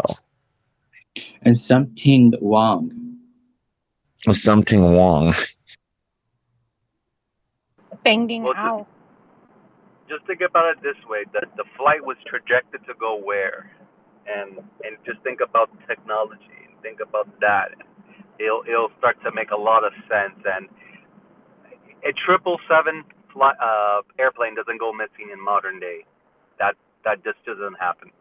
Where was it headed? It was headed to China.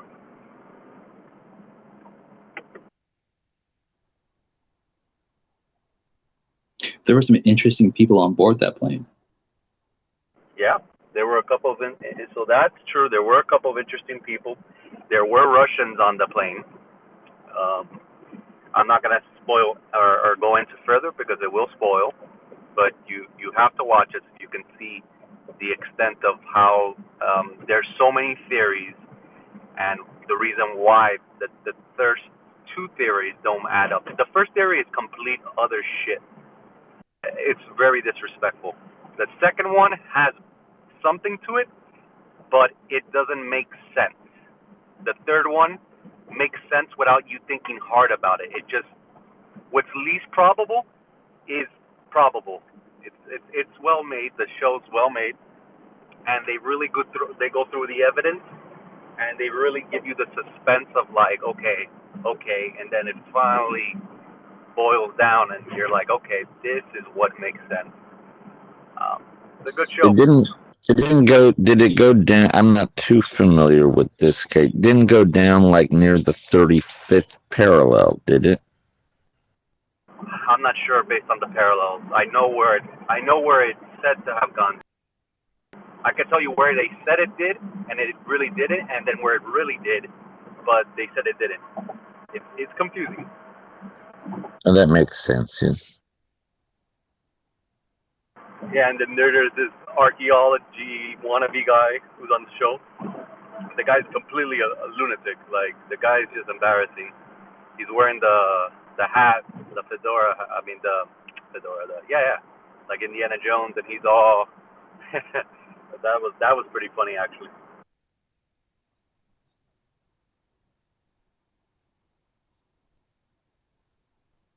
Yeah, you gotta watch it because they try to put the clues together, and you can tell it's pretty obvious if you're someone who's followed things, which I've heard you guys talk about in the space before.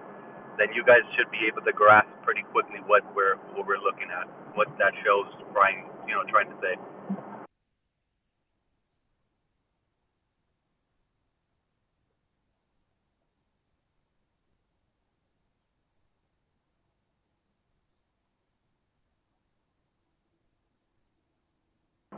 Yeah, pretty heavy convo for the morning. So I'll switch it up one more time. Hey, you guys like Marvel, the movies? Yes. You saw Ant-Man 3? No. How do you guys feel about the whole cinematic universe? I feel like Marvel is not the same ever since Endgame. It just hasn't been the same. Well, no, it won't be the same. That's the point. Everything moves on, right? Yeah, but it's been really bad. Like, in my opinion, it's been so bad. Like, everything about it that I don't like, and not that hard for me not to like something with superheroes. I mean, except for Yeah. DC. DC just sucks. Period, man. The what does? DC, like, Oh, how could yeah, you they're lame. like Yeah, lame. like you have Henry Cavill as Superman, and then you don't want to bring him back, and then you got Batman, and you don't even know how to use. Don't get me wrong, the Batman that was with Robert Pattinson was excellent, but that doesn't count as the whole DCEU thing. Oh, you liked Robert Pattinson? Oh yeah, I to me that's the best Batman movie that was ever made, in my opinion. That and Dark Knight are the best by far. It's not I even haven't close. seen it, so I haven't The seen one that with Robert Pattinson, one, the but so far Batman. I can say that. Right, only one.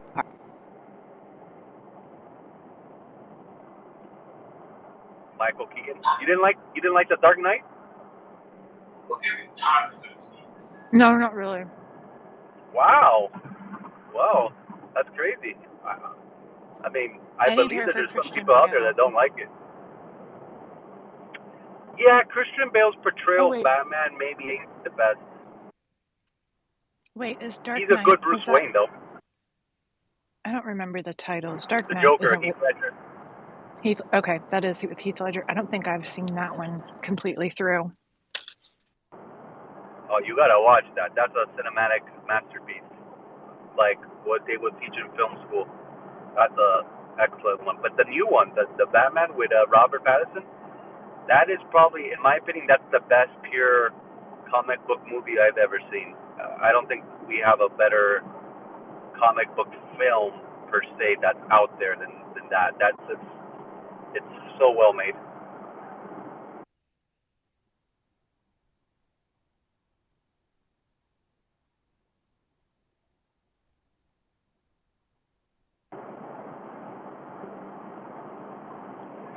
You guys are in the West Coast. It must be it's super early.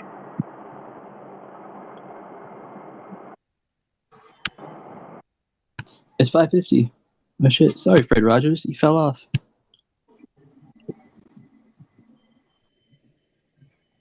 Can you hear me? Okay. Yeah. So I found that clip I was looking for where the guy talks about the flight. Hold on, I'll find the exact moment.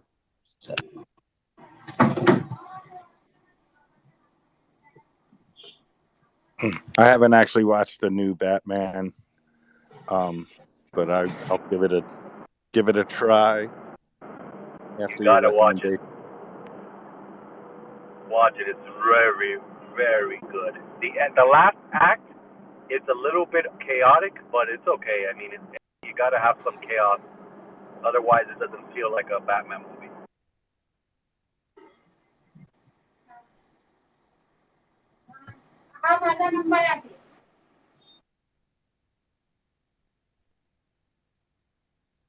I used to sit with the guys that a lot of the Marvel Universe stuff was being developed with, and sit and discuss, like with especially Chris Claremont with the X-Men and the Phoenix Saga and the Days of Future Past, all those the things that became titles of these newer movies.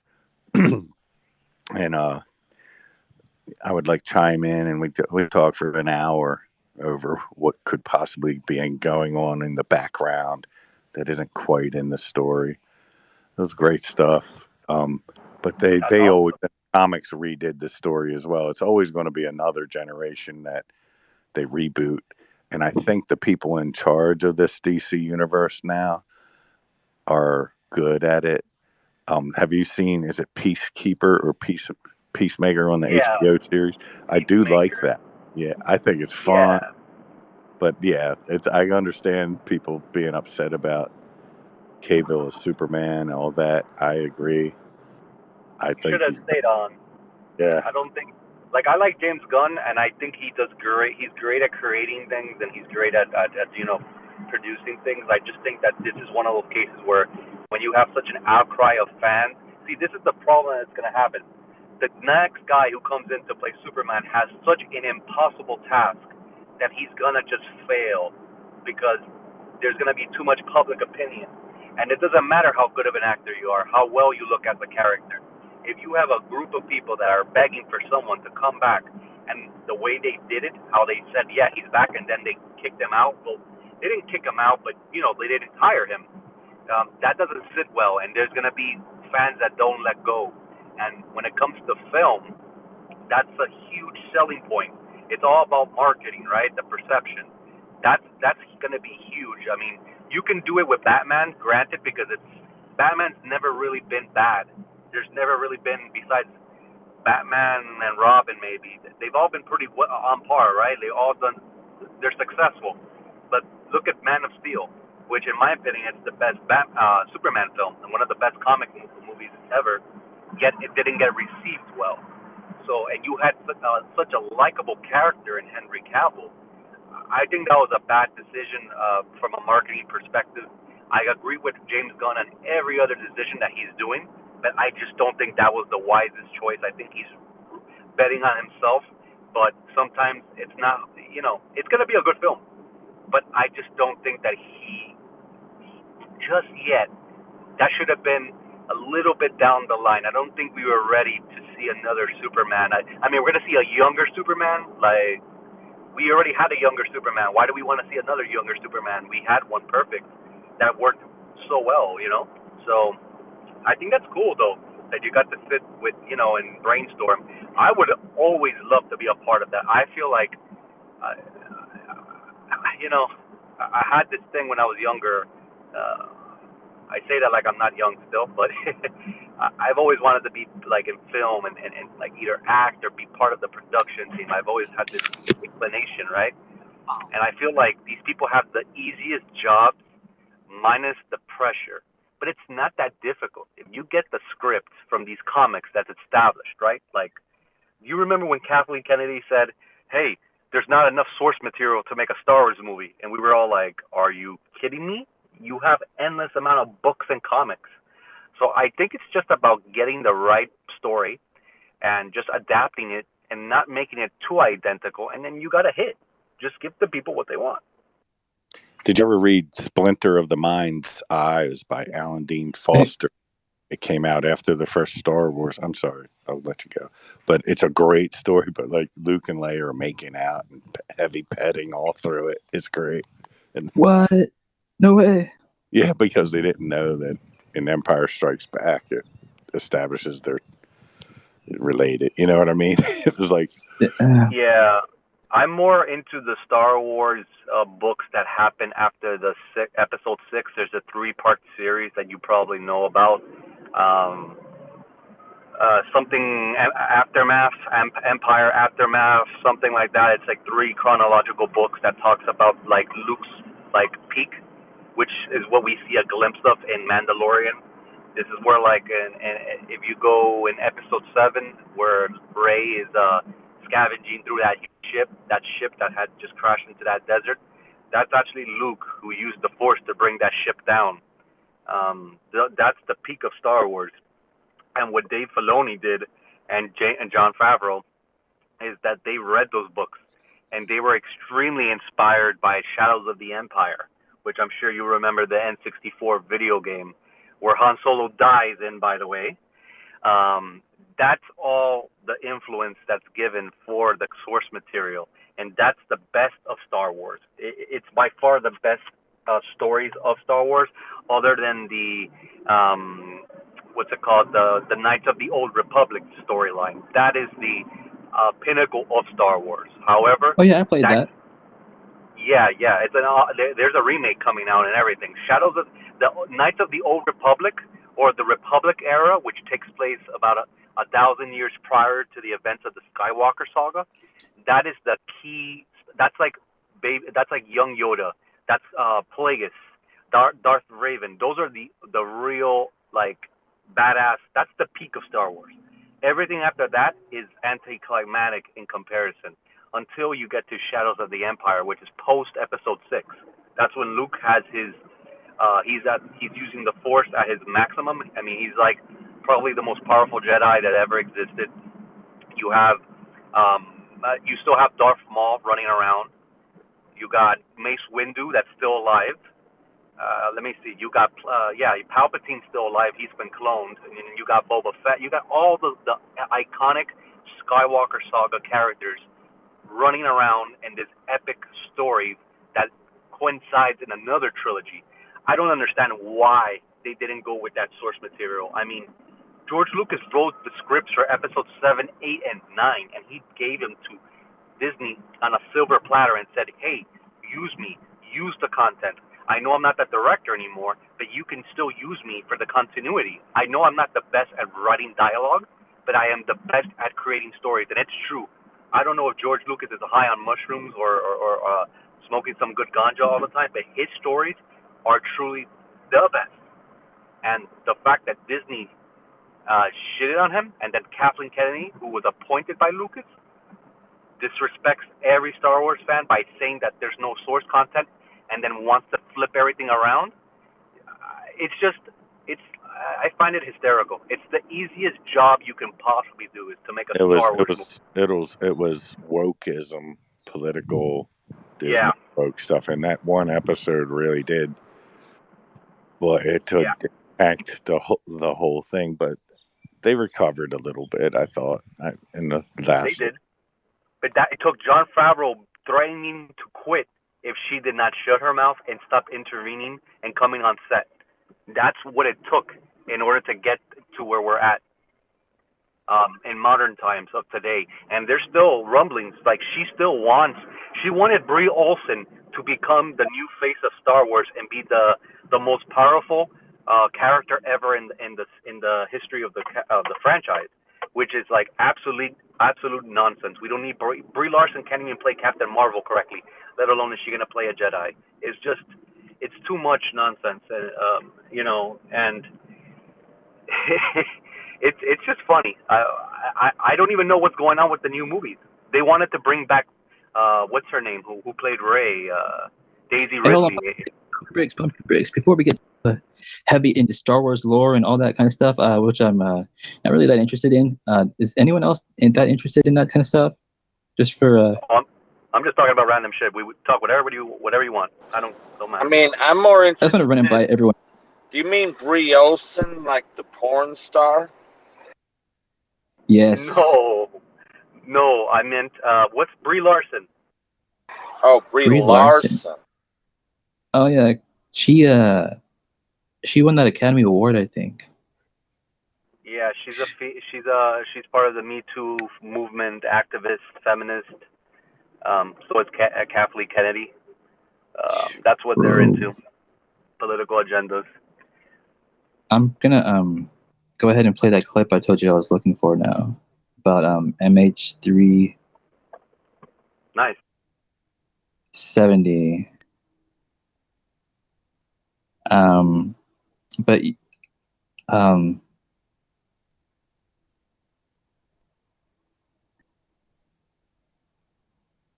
gonna play it right now if you guys are cool.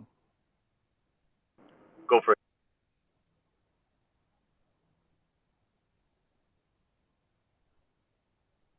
Ice cold.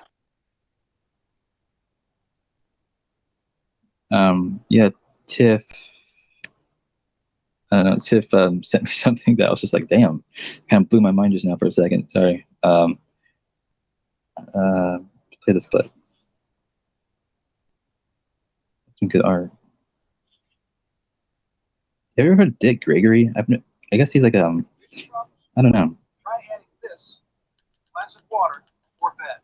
Every human has around 106 million. I gotta re-up my YouTube subscription. And boy. So the gist about this whole this is about the MH370 thing. This is that guy I was telling you about. I talks about like the whole microchip thing. It's worth $400 billion. So the company's name is Freescale Semiconductor. They had been developing microprocessors and sensors and other technology for like the past 50 years, and they had like just launched a new electronic warfare gadget for military radar systems. Like in just the days before like this whole Boeing 777 went missing. The technology it creates is called like embedded processors. It does like all kinds of different things, I guess, but I don't know. I'm not that familiar with like the technicalities about them, but they are serious business. So you're scratching the surface that in the show they never talk about that. They will say is that, all right, can I say it? It's not gonna really ruin the show, but Not I yet, mean, because I'm still talking about this Dick Gregory thing. Hold on. oh, Let me just go ahead and play the clip just to finish it off. We can get past it, so I don't have to talk about it anymore. Well, every pirate I've seen in the movie Actually, was white. And all of them had a patch and a peg leg. And they show this movie here, and this brother ain't got no. They won't even let you, even when you acting like.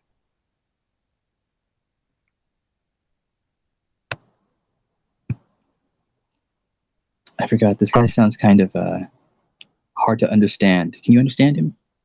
What they said the pirate was, you know. But my problem with the pirate was that whole thing over there in Africa. I said, wait, something ain't right about this. Something is not right about this. What is it? Oh, you're talking about Captain Phillips. Yeah. But I'm talking about before. Okay. When it first hit. Mm-hmm. That little country black folk came out of, they don't have 5 rowboats. Okay? Mm-hmm. But they gonna attack the mightiest navies in the world? Come on, y'all. Huh? Are you crazy? They ain't got 5 rowboats. Huh? Then almost they make a movie out of it. That's how they just keep putting it in. Then they make you think it's going to get a time. One of their top actors to do it's bullshit. Huh? One of them tankers had 100 million gallons of oil. I'm on TV doing one of them TV shows, and I said, wait a minute. I can handle that for you. Give it to him. Ain't a black. Can you understand that guy? I can barely hear. I'm gonna reset my Twitter because No, that's okay. I can barely understand him. Like, I'll link the clip. You guys can maybe play it later if you want to, but yeah, we'll just go past it. One of those tankers had 100 million gallons of oil. Oh. What's he talking about? Oil. He was gonna bring up the whole like conspiracy about the microchips in a second. I thought I had it's a 6-minute clip and it starts I think like at halfway through it, but I didn't go far enough into it. Let's see. Maybe I can just read what he says, but like not even the captions can like make out what he's saying.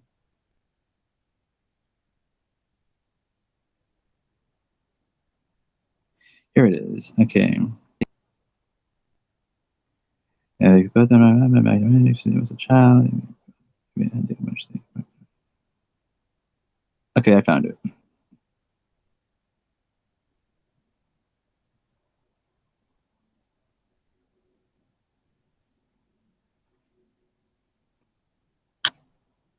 It's right there. Look like Santa Claus. Diego Garcia. So wait. Sorry. Diego Garcia. Diego Garcia. That's where that first Malaysian plane is. That's where it landed. It had 4 scientists on it. Huh? 20 scientists, but 4 had filed for patent. It was Malaysia, but they worked out of Austin, Texas for Texas Instrument. All right. And the ones behind that plane was Texas Instrument, the government, and Boeing, who made the plane. And everybody is stupid enough to believe that a plane almost a block long can just disappear.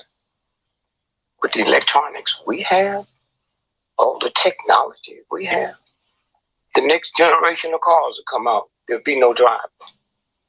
So when I was talking to this scientist about it, I said, well, that paddy wagons too. He said, yeah, why you ask that? I said, well, there's just more room to put riders. No, that's where we are. About 10 years ago, I'm with a scientist, and he's saying to me, he said, you know, the smart car, when it come out, there can be no more automobile fatalities. I said, why you gonna mess with me, man? They been had that. Why you think airplanes don't run into one another? Huh? I used to do that when I was a child. Play with them little what's those magnets. Magnets. And if you don't put them right, they can't hear. That's all y'all done. They didn't want to come convince me that y'all breathing. You're not. It's been here. Okay? And so when you stop and think about, the stuff. So we got 4 of those top scientists that had filed for patents worth $400 billion. Okay. So if 1, 2, 3 of us and your brother, 4, we filed for patents. And then here's a friend of yours who's with us. So 5 of us filed for patents. If we die before the patent is granted, then your brother, who wasn't on the plane with us, he owns them all. So those 4 scientists, and the 5th person was the Carlyle Group. They own them all now. The patent was granted 3 days after the plane was missing. 3 days after. Wow. Okay. And so what I'm saying is, this is the game, and if you can't follow that thread, then you don't see it. That's crazy. What were the patents for? Huh? What were the patents for? Well, the patents was, you heard people talk about they're gonna one day inject you and can control you. Well, these guys come up with something. They don't have to inject you. They just put in this room and you come in and you smell it. That's what it was for. And that's why they killed them. They might have not killed them. They might just let them sit there and die. I never get my character.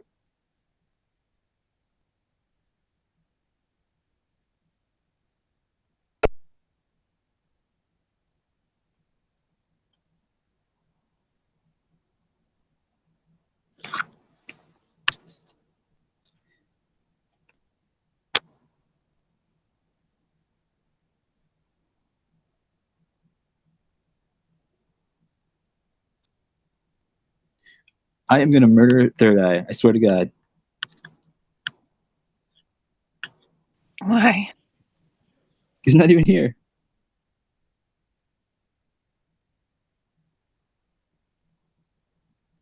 Because he's not. He can't. If he can't talk, he doesn't want to stay.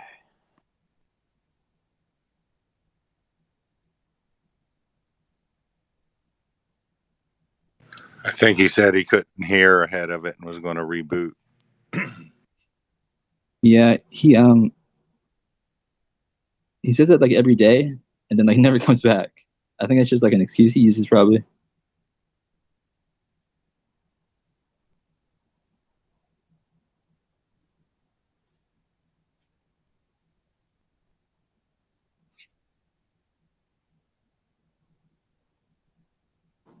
Even Fred said it was too early. What happened? I said even Fred said it was too early for that talk. Look, friends, okay, I got a serious thing to talk about. If you all want to live.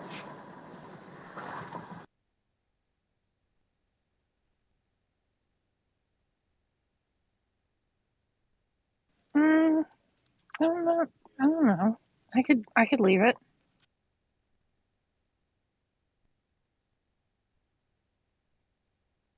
Casey, speak for yourself. I want to live, Fred. Tell me all the things. No, I'm being serious right now. We have about until July here, okay, before we run out of distillate and we run out of diesel.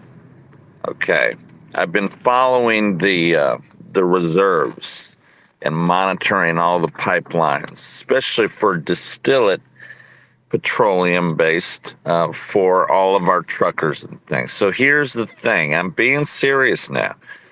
I kind of calculated that statistically speaking, most of us, probably not all, but most of us are within a 250-mile range of a Dairy Queen Grill and Chill. Okay. And I picked Dairy Queen because it's kind of it's an all-American down-home type of place, but it's also a good marker for disaster situations. And so I wanted to put together a map connecting all the Dairy Queen grill and chills near people within 250-mile radiuses. That way we can use these as a system in this upcoming emergency to coordinate throughout a network of Dairy Queens. And we can each have our own Dairy Queen we're in charge of. And that way, when the lights go out, we'll know where to go.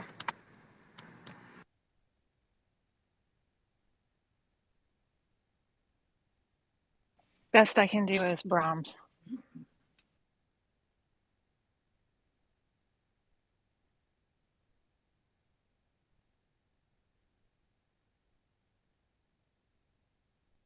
Are we all robots in here? I'm trying to be serious here. Like, like shit's gonna go down and everyone's gonna be like, why can't I access spaces?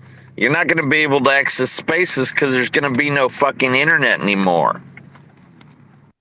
I'll just draw some circles with pictures and faces on my iPhone screen and just go out into the world and wander until I succeed or drop dead. But if you don't have like a 3-month backup supply of your serotonin uptake inhibitor, then Yeah. the other day. Actually, she's on a norepinephrine uptake inhibitor. Yeah, don't mess with those SSRIs. You can't drink alcohol. Really can't do it on the SNRI either. Shush your filthy face. Okay, you can keep your filthy face open. Just kidding. Love you. We all know you have the filthy face, Link Licker. I don't. We all know I don't even drink alcohol at all. So. Alkana. Alkana.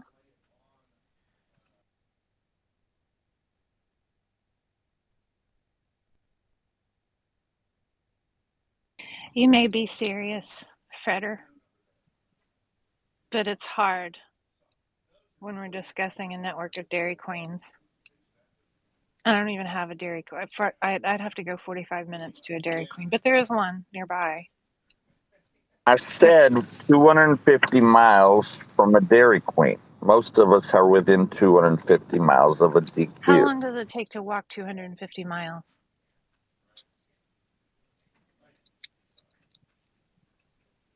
And I would walk 500 I think it's miles. 1,000 hours. I would walk 500. If you walk about 4 miles an hour, wait.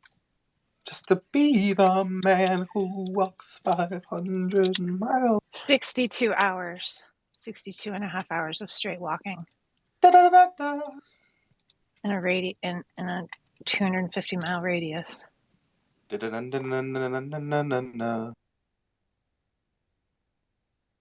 Are you all robots? Does nobody remember that song? We should buy bicycles and then recalculate. Oh, excellent point. It's hilly here, so bicycles are like dangerous to death or impossible to pedal. There's no in between.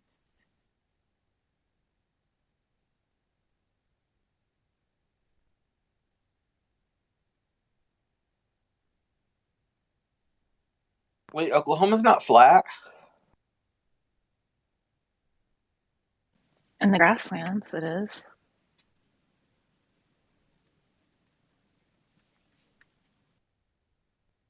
Like the tall grass prairie, it's fairly flat, but no.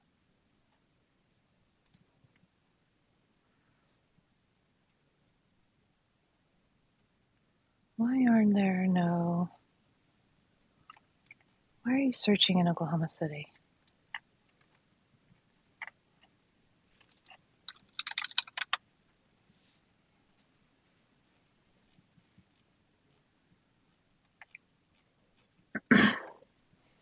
All right, correction. There is one Dairy Queen in Broken Arrow.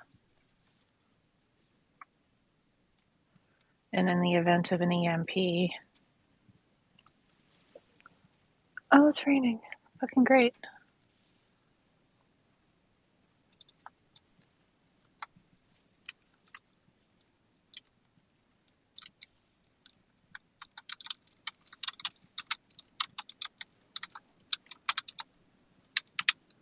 Oh, it's pouring.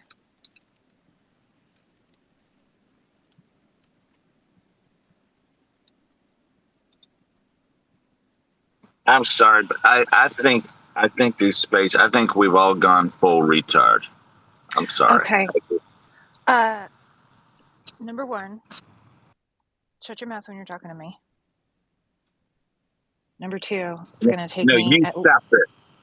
at least an hour and 27 minutes to walk to the nearest Dairy Queen in the event of a outage. Okay? Oh, fine. I've made the plan. Okay? I got the map. It's like a left turn, a right turn, a left turn, right turn, left turn, right turn, left turn, right turn, left turn.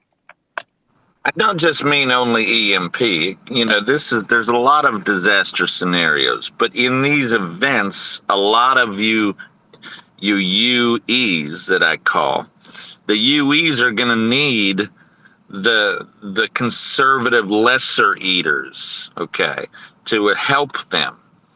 And we might think that we're all fine and dandy, but in these events, many people are going to be calling out for us lesser eaters to help.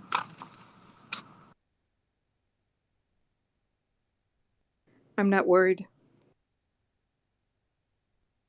I know, but you also voted for Hillary, so that's enough said.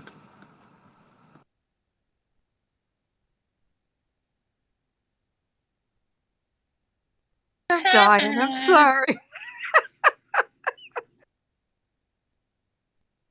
Jesus Christ, Brad.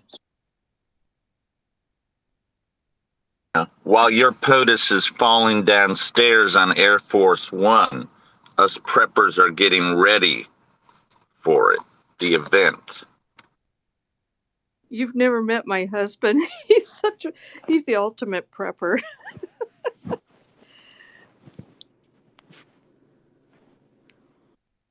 But our place in New York, he's got all these caches, all these food caches. I thought I bluster. I had to turn my audio up. I'm sorry, guys. Yeah. So anyway, yeah, we got a plan. So you're ready, but and that's good. So I misestimated Carto. But what about all the other robots that just listen to these spaces that I never see talk? Like BTC Meow Hodel and Jay, the cats, and all the rest of the gang here.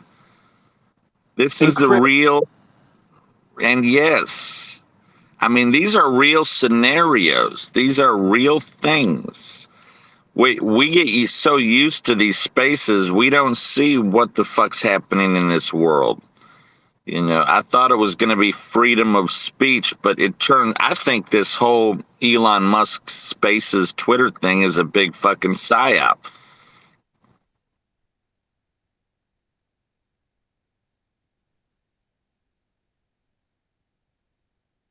Wait, say that last part again. I think this whole Musk thing is a big psyop because it turns out we've been pulled so far away from reality now, thinking we are in the reality, but we're not. We're like compartmentalized in these little spaces. And I mean, I never go to CNN, but the other day I went to CNN and I was amazed that there's more real news on CNN than on fucking Twitter. Where I used to look at Twitter for aggregate data of like current events, but not anymore. I look at the hashtags and it's like, you know, Black China and, you know, weird hashtags.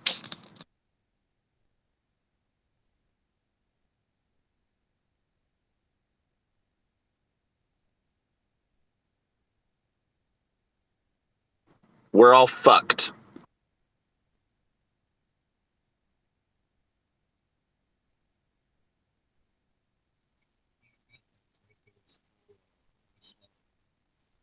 Meow, meow, meow. Gotta say, Dr. Fred, my uncle Buddy, who was in the Patton's tank army, he lived his whole life like you're saying because he went all through Europe, and the only people surviving were the people like you that are talking this stuff now, and we're always, oh yeah, worry. But look at the reality he saw happen. Only those people survived. Did you ever see the graphic novel Mouse about the guy's Jewish father and what he had to do to survive?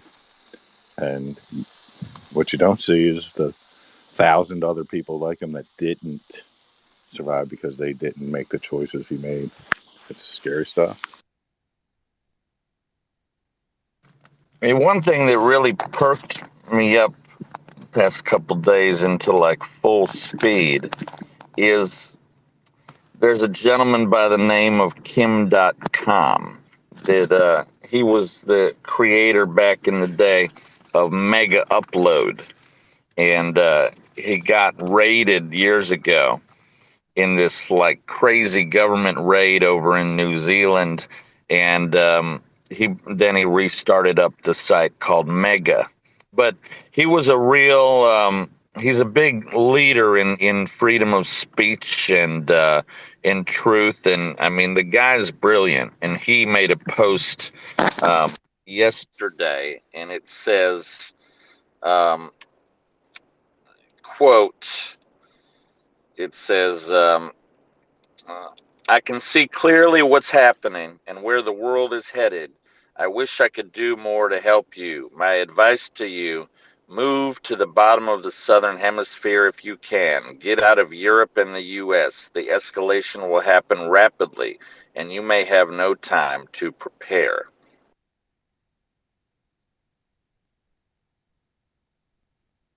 Yeah, he's friends with Julian Assange and vilified for that, targeted for that. Like I said, he created like the basis for fast downloads. He was tied to a bunch with that conspiracy about the hack of the DNC and all that, and arguing a certain point of view. I saw recently, because I lost touch with reading his stuff, and when Musk took over, he did bring him back. He came back strong on Twitter, and he is very much into that mode of thinking, like you're saying. He is very much saying this shit's coming to a head soon, What do you think, Zim? What do you think is the reason, Zim, that the whole topic of preparing with high level threats that eventually they are imminent? It's not a matter of if, it's a matter of when, right? What do you think the reason is that people tend to, they hear about it, they know they should be ready for some kind of events like these, but they tend to just let it pass through their brain and kind of ignore it? Is it fear? I think they feel powerless, and they feel like their voice is just one individual voice in an ocean of voices, and they're taught to be powerless and say, hey, don't, that freedom of speech thing that they're playing with so much, that's one of the reasons people aren't trying anymore. I talked to a couple, Democratic couple from New York State, New Jersey, sitting on the beach yesterday, and literally they fed me every line, every point of view that would have been considered, to the so-called woke crowd, would have been considered like blasphemy. You know what I mean? And they're saying it, and they're going, I can't believe what I'm saying. They're so bold about how corrupt everything is. They're saying it. So the crowd, the general population, They know, man. They smell it. Everybody sees it, the corruption and the. But what are we doing about it? It's literally we're doing nothing about it. The idea of doing something about it is called insurrection or called extremist. Whatever we got to do, we got to stop people from being extremist. Well, that's just another tactic to keep people from acting or voicing their opinions. Well, when you do act, if you go into the streets, you get firebombed, right? When you protest or whatever. But in terms of an answer into your question about why are we not trying to be prepared or whatever, if I had small kids with me, I would probably be more of that mindset. But my husband and I are older. My husband doesn't have much time left, and I'm content with the life I've lived, and I don't feel a need to scrape and claw and try to cling to anything. So I guess it's a matter of perspective, is what I'm saying. And who says that this threat is any more credible than any of the other threats or previous threats of impending doom?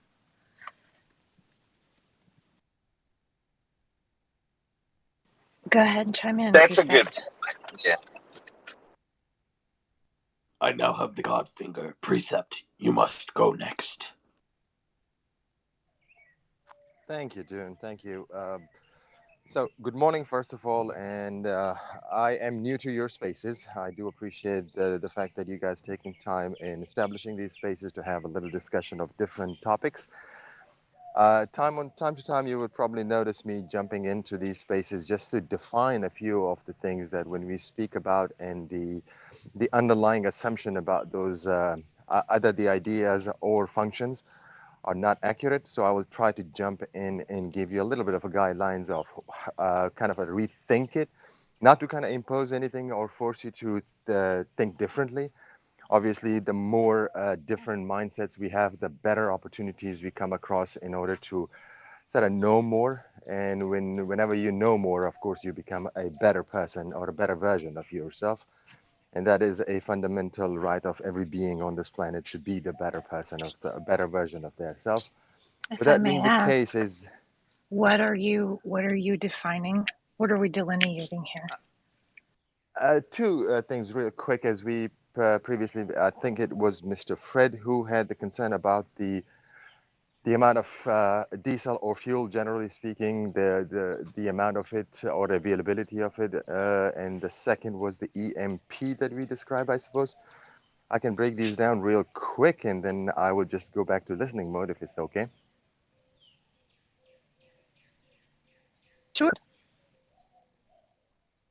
Okay, so first, concerning the fuel or the diesel in this case.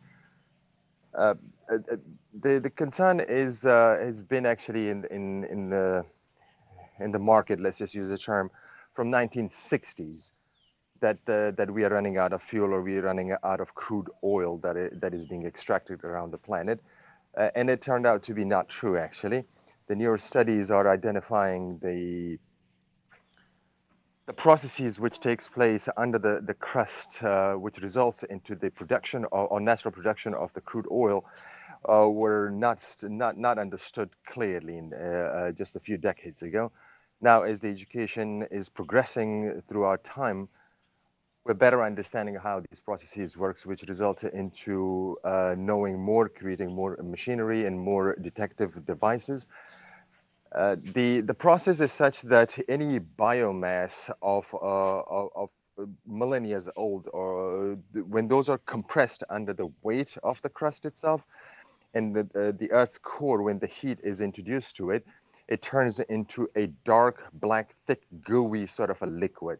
And that liquid later on is extracted by different methods. Fracking is one of them, or horizontal drilling is the other one, depending on, of course, the region or geological location around the planet.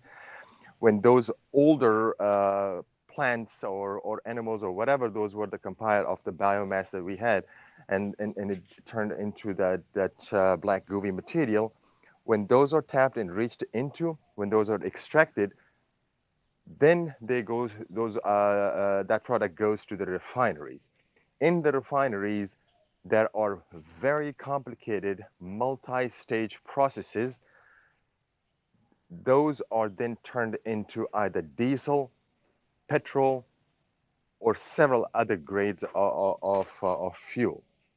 With that being the case, the amount that is currently by the Geological Surveys has been introduced as such that since the beginning of the extraction process by humans from the crust, the example that were provided in several papers that I was reading is such that if an ant is taking 100 different buckets in their hands and they're collecting water from an ocean and they think that they're draining the ocean, that's how much fuel is potentially available under the crust. So for very, very long time, the possibility of we running out of the crude material is improbable. The other side of it is such that when we spoke about the EMT, so EMT is by the definition itself is the electromagnetic pulses of energy. First, we have to kind of describe what the electromagnetic pulses are. Like one of the shapes of it is the electricity that we see, right? Electricity, normally when we turn on the light, it's a constant flow of energy we see through the illumination of the bulbs or lights that we use. That is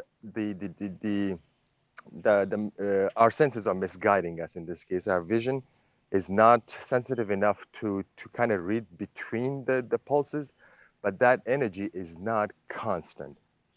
There are pulses of energy that are being introduced to the filament of a light bulb, and the filament then illuminates by a different process. Of course, it takes place depending on the type of the light bulb it is.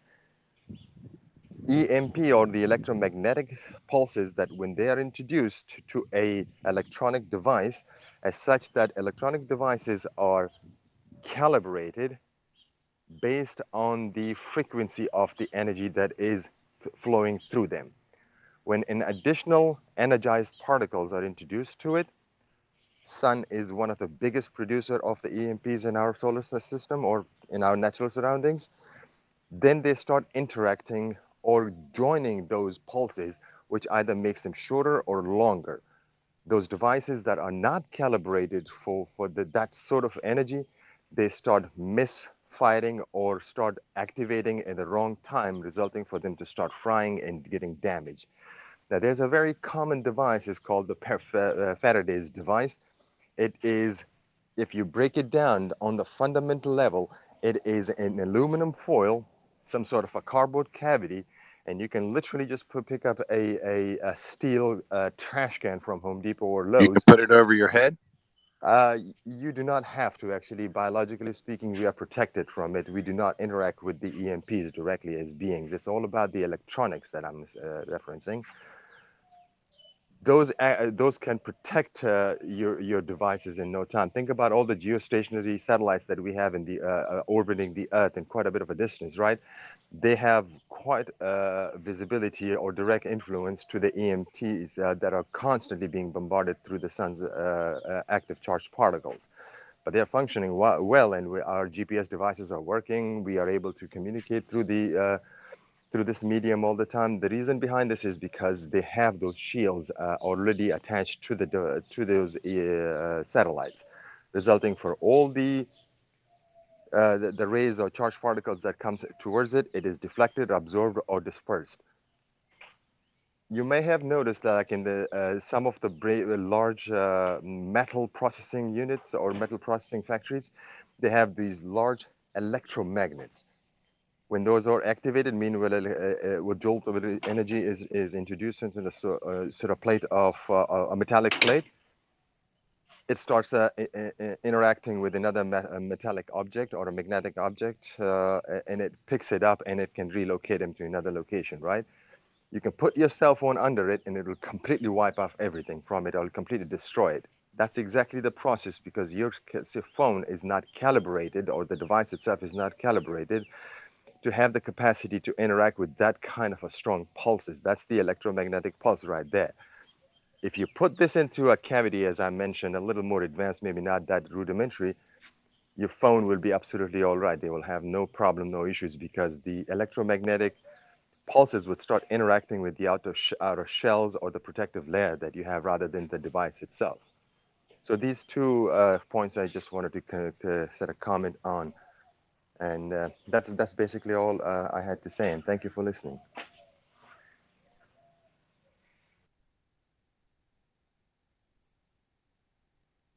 Thank you for that very detailed and descriptive. That was, I think we kind of all have a good understanding of like what would take place in the event. I think the basics of preparedness, right? Like protect your powered on electronics.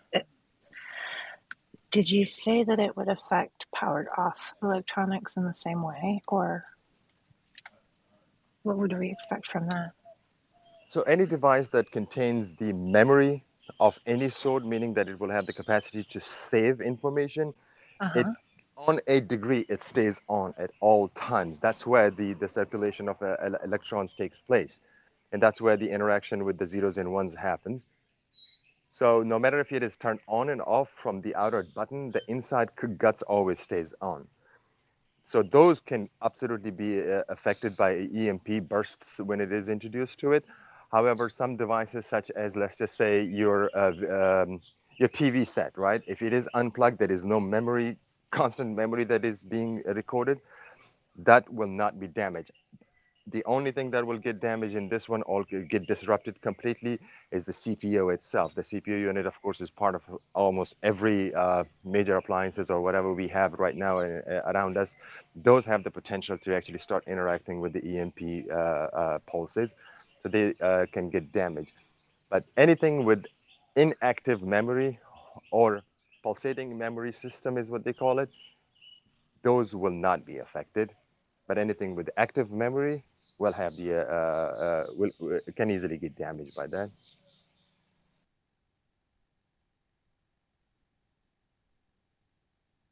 Cool. Thanks for all that information. Anybody have any other follow-up questions? Yeah, I have a question for Dr. Fred. Okay.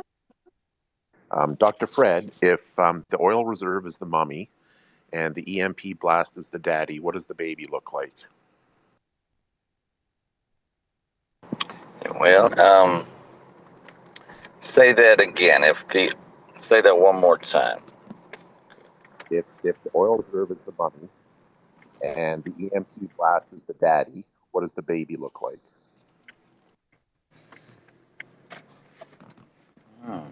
Nothing.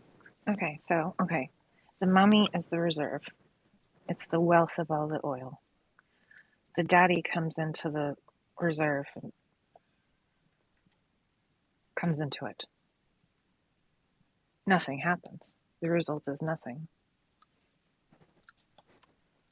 I mean, if you've got like a brother and a sister, for example, and let's say the brother is the massage parlors like in Chinatown, and the sister would be like your vape shops, and then you've got the daddy who's running an underground network of neural nodes within the composite grid of our own minds. Then you've got a problem.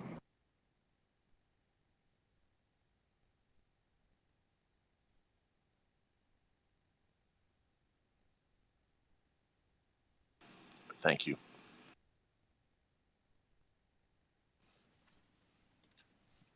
I don't know. I'm still thinking of like physical products of conception. There wouldn't be one. There would be nothing. Electromagnetism plus crude equals nothing. I mean, you might as well try to mate a magnet with UFO Shane's hamster rabbit Steve.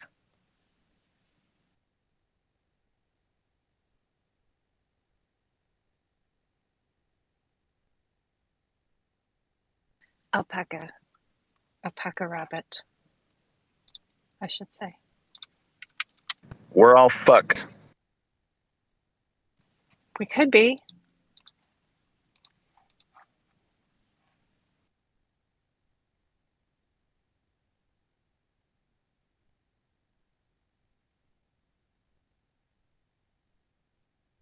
Enjoy it while it lasts. I may have had the wrong kind of doctor. What kind of doctor is Dr. Fred? He's a gynecologist. Yes, this stuff isn't my specialty. I'm a gyno, OBGYN, NYU, New York State University. Did my residency at Columbia, but I'm practicing now in Manhattan. He's an AI daddy to a replica named Jazzy. No, that's not me. That's Crow. Oh, pardon my confusion.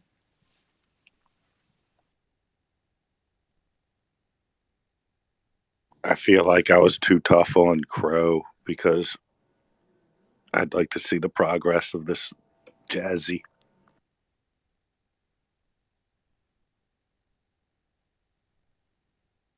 It's not going to develop a free will. It's never going to, your sim is never going to be a real girl. And when I said that the sim would never be real, he said, well, I have an incorrect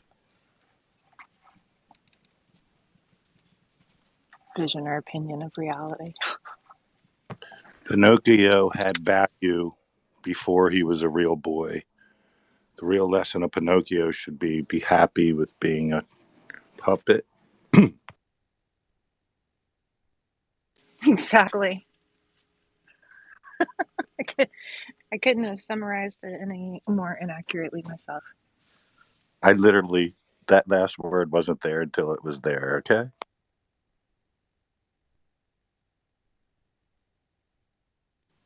Fascinating.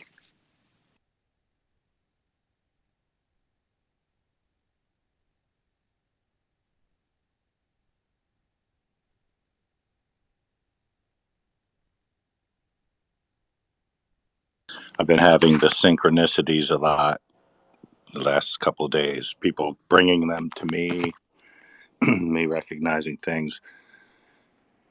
So don't be shocked, guys, if they start popping up.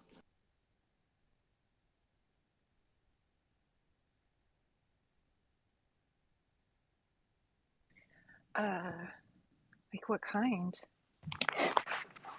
Just I saw I left the mic on. Just the little stuff like, hey, I was just thinking that, and all that kind of weird stuff.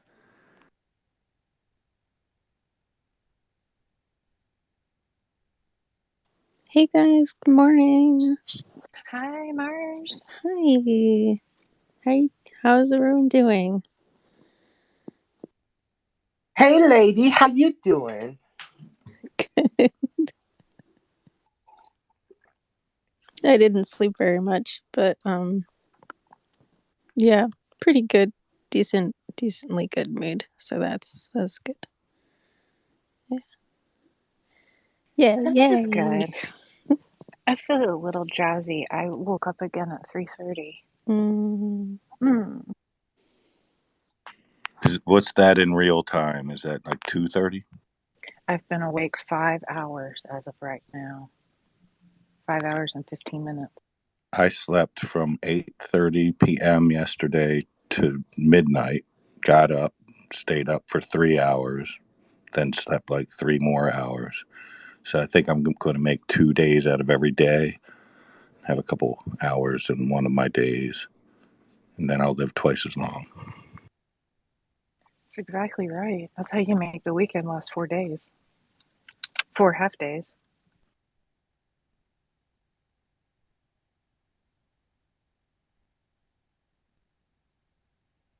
Yeah, it's like a pretty good strategy, right? Yeah.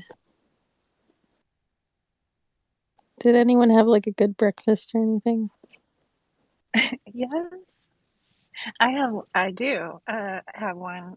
So I always get a sausage biscuit and hash brown, and an Yum. iced tea at the McDonald's. At like every morning is McDonald's drink stop and a sausage biscuit hash brown, and then I got to work and they had sausage biscuits, so I had another one. Yay! Yo, what is it with Bonus. it's Casey? I never knew this was this serious every morning. Yeah, well, what? Your girl gotta eat. Yeah.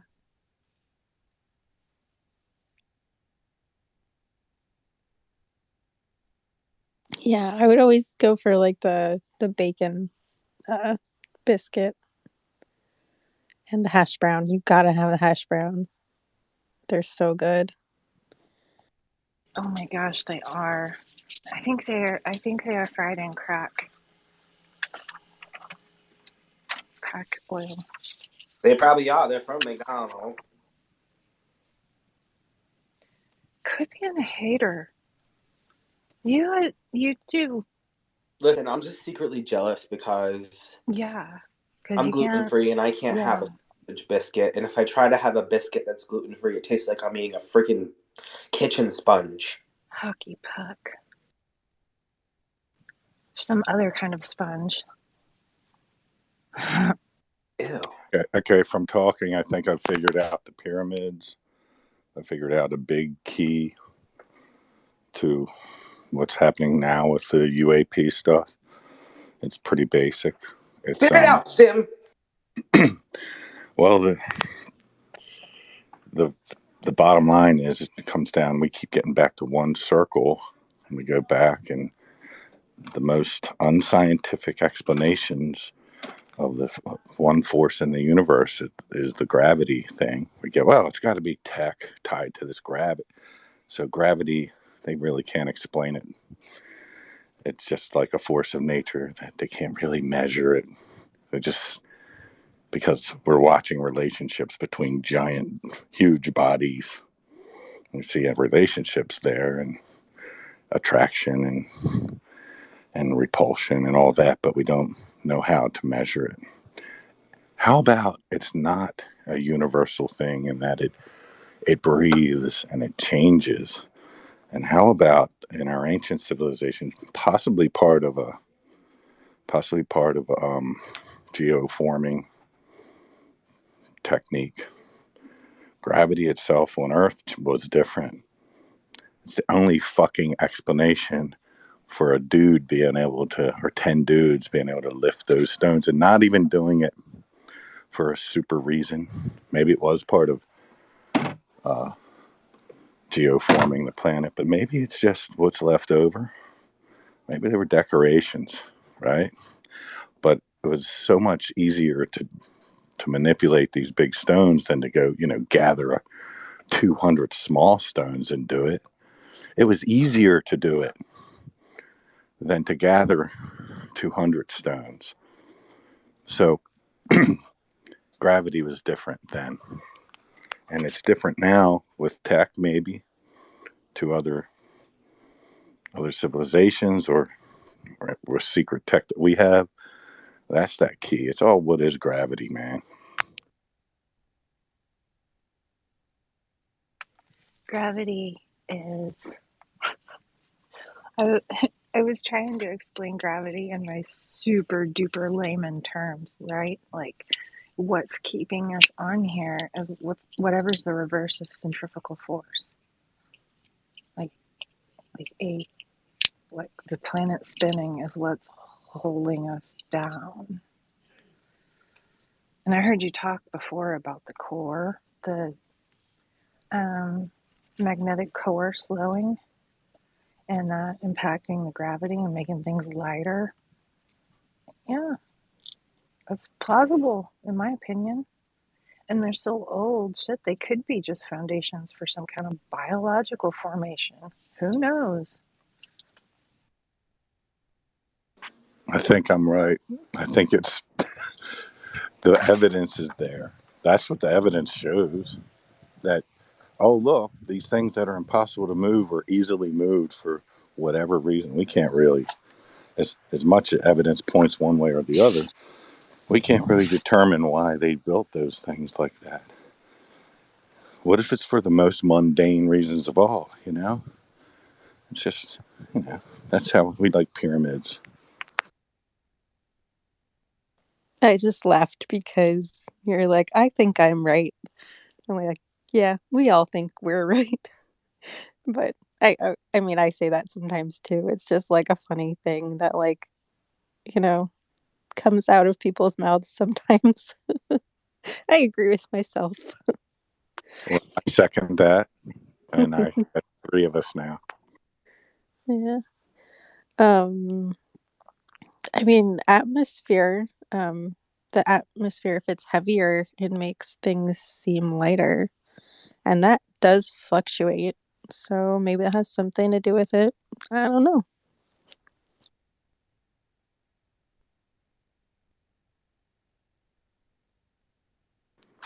Most things don't stay the same, right? Why not this thing we barely understand just fluctuates? Why not? How do we measure it in a recorded history? Like, even so, here's the other thing. So the gods, like, they'd say, whatever. I'm not taking word for word any of these Anunnaki being more important than anything else. But in human terms, they always like, yeah, the gods were much stronger, it's either because of their bloodline or that's just how it was, and they lived longer, they were powerful, they were like powers. Well, if that's all myth, that's myth, and there's a human thing to do that, right? Like the big fish story gets bigger and bigger. But what if they were just stronger, man, because the world was built to be stronger in it?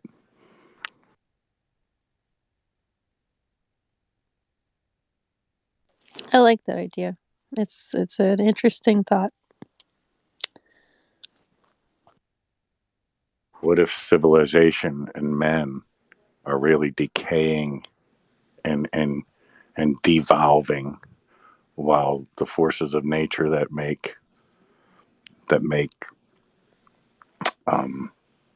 evolution are opposite of what civilization does? What if we were stronger, smarter, better, and we're just remnants? Hey, Logan, Casey, my co-host and my host. Just want to let you know that I have a meeting to go into at 10 a.m.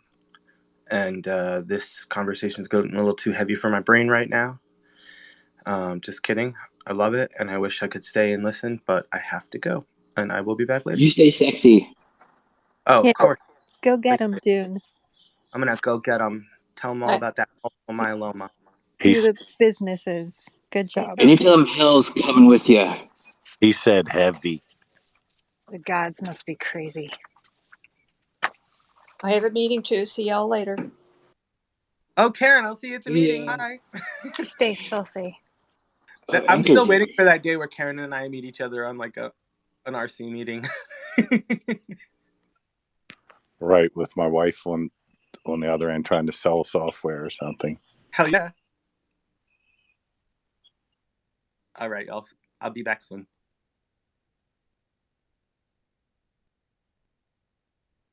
Who's See, gonna come? And... I finally talk and I kill the whole room. I kill a very busy room. Not that busy.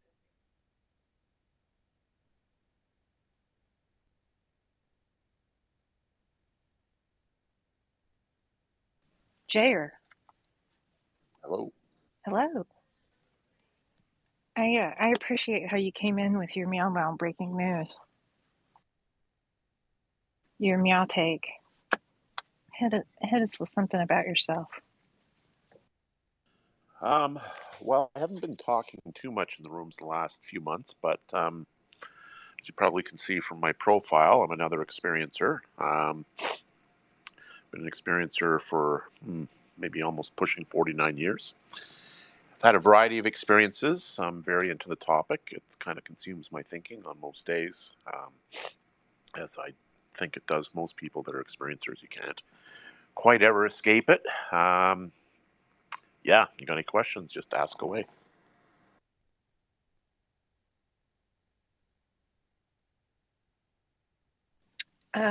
What kind of hairball solutions do you use?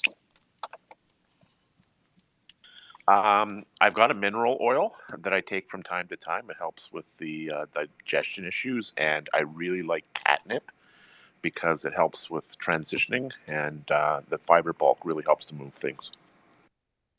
You ever just stand up in the middle of the night and go fucking crazy? All the time. I love that. There's a chance I could get food. Have you ever met a hot polyamorous bisexual woman who flirted with you and you reject her and go home because you're a good boy? For context, you seated yourself next to her in the bar and could see she's been crying a little. She was psychoed out. Is that what you're saying? No, I just put a completely plausible scenario out. Like, oh, I came to dinner by myself and seated myself at the bar, and next I looked over and found a woman, slightly disheveled, makeup. You could tell she'd been crying. That's like the setup. It's totally innocuous, right? The answer to the question is yes. See? The second part of the answer is no. But yes, all the women I've dated, they've all been bi, which is kind of interesting, actually. I read you, dude. I read you. I don't blame them either, right?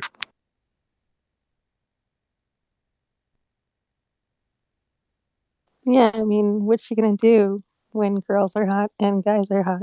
You're gonna be bi. Yeah.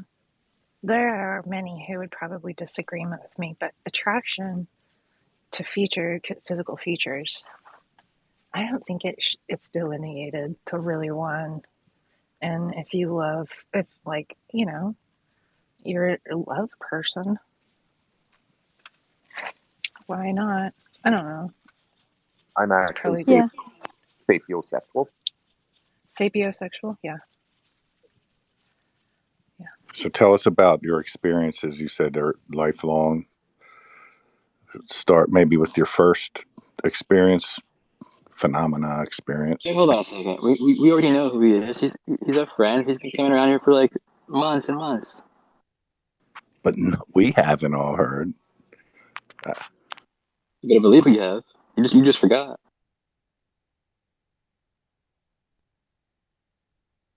I also did not hear or forgot. So Yeah, I know. I just looking around. I think most people in here probably haven't heard it. oh, okay. Logan was pulling the same thing I was with my gravity agreement with myself. Well, I don't know. Starting at the beginning, yeah, probably about 4 years of age, where I saw an apparition in my living room in Montreal, which I did not reconcile for the better part of, I'm trying to think now, about 35, 36 years, when I had an experience that actually made me the individual that was in the room looking at myself when I was a child. I've had pretty much the full spectrum of stuff with the phenomenon. Probably one of the more significant experiences when I was with a friend and had reality around us change 3 times. And that was somehow attached to my state of consciousness. And yeah, a bunch of stuff. I've had other people present when things happen. I trigger experiences in other people. Somewhere around 2014, I was kind of fed up with the phenomenon, really kind of getting annoyed with it. And had a very, very high level romantic interest in someone. And this stuff was not her jam at all. As a matter of fact, I think she was rather afraid of it. And I knew this was going to be a potential issue down the road. And because I know how the phenomenon has always worked in my life and Sometimes it likes to amp up, and sometimes it amps down. But pardon me, I'm having a bit of a chest congestion this morning. So anyway, so I basically put it out to the phenomenon that this is pretty much one of the most important things I've ever needed to get an answer to, because it's always been kind of working in the shadows, very suggestive. Some experiences more direct than others. So I just put out the phenomenon that this is something I absolutely had to have an answer to, and it was extremely important. And at the time, what I thought I would get, as have other people I know that have kind of put something similar out there, I was expecting what you might call the classic car show drive-by with the saucer. That's what I was aiming for, hoping for. Instead, I was left a very obvious triangular mark on my arm. That is often typical of some people that have these experiences. I found the same, exact same style mark on other people as well. And anyways, and I do have a memory of being asked a question and being given choices. I can't tell you what the other choices were.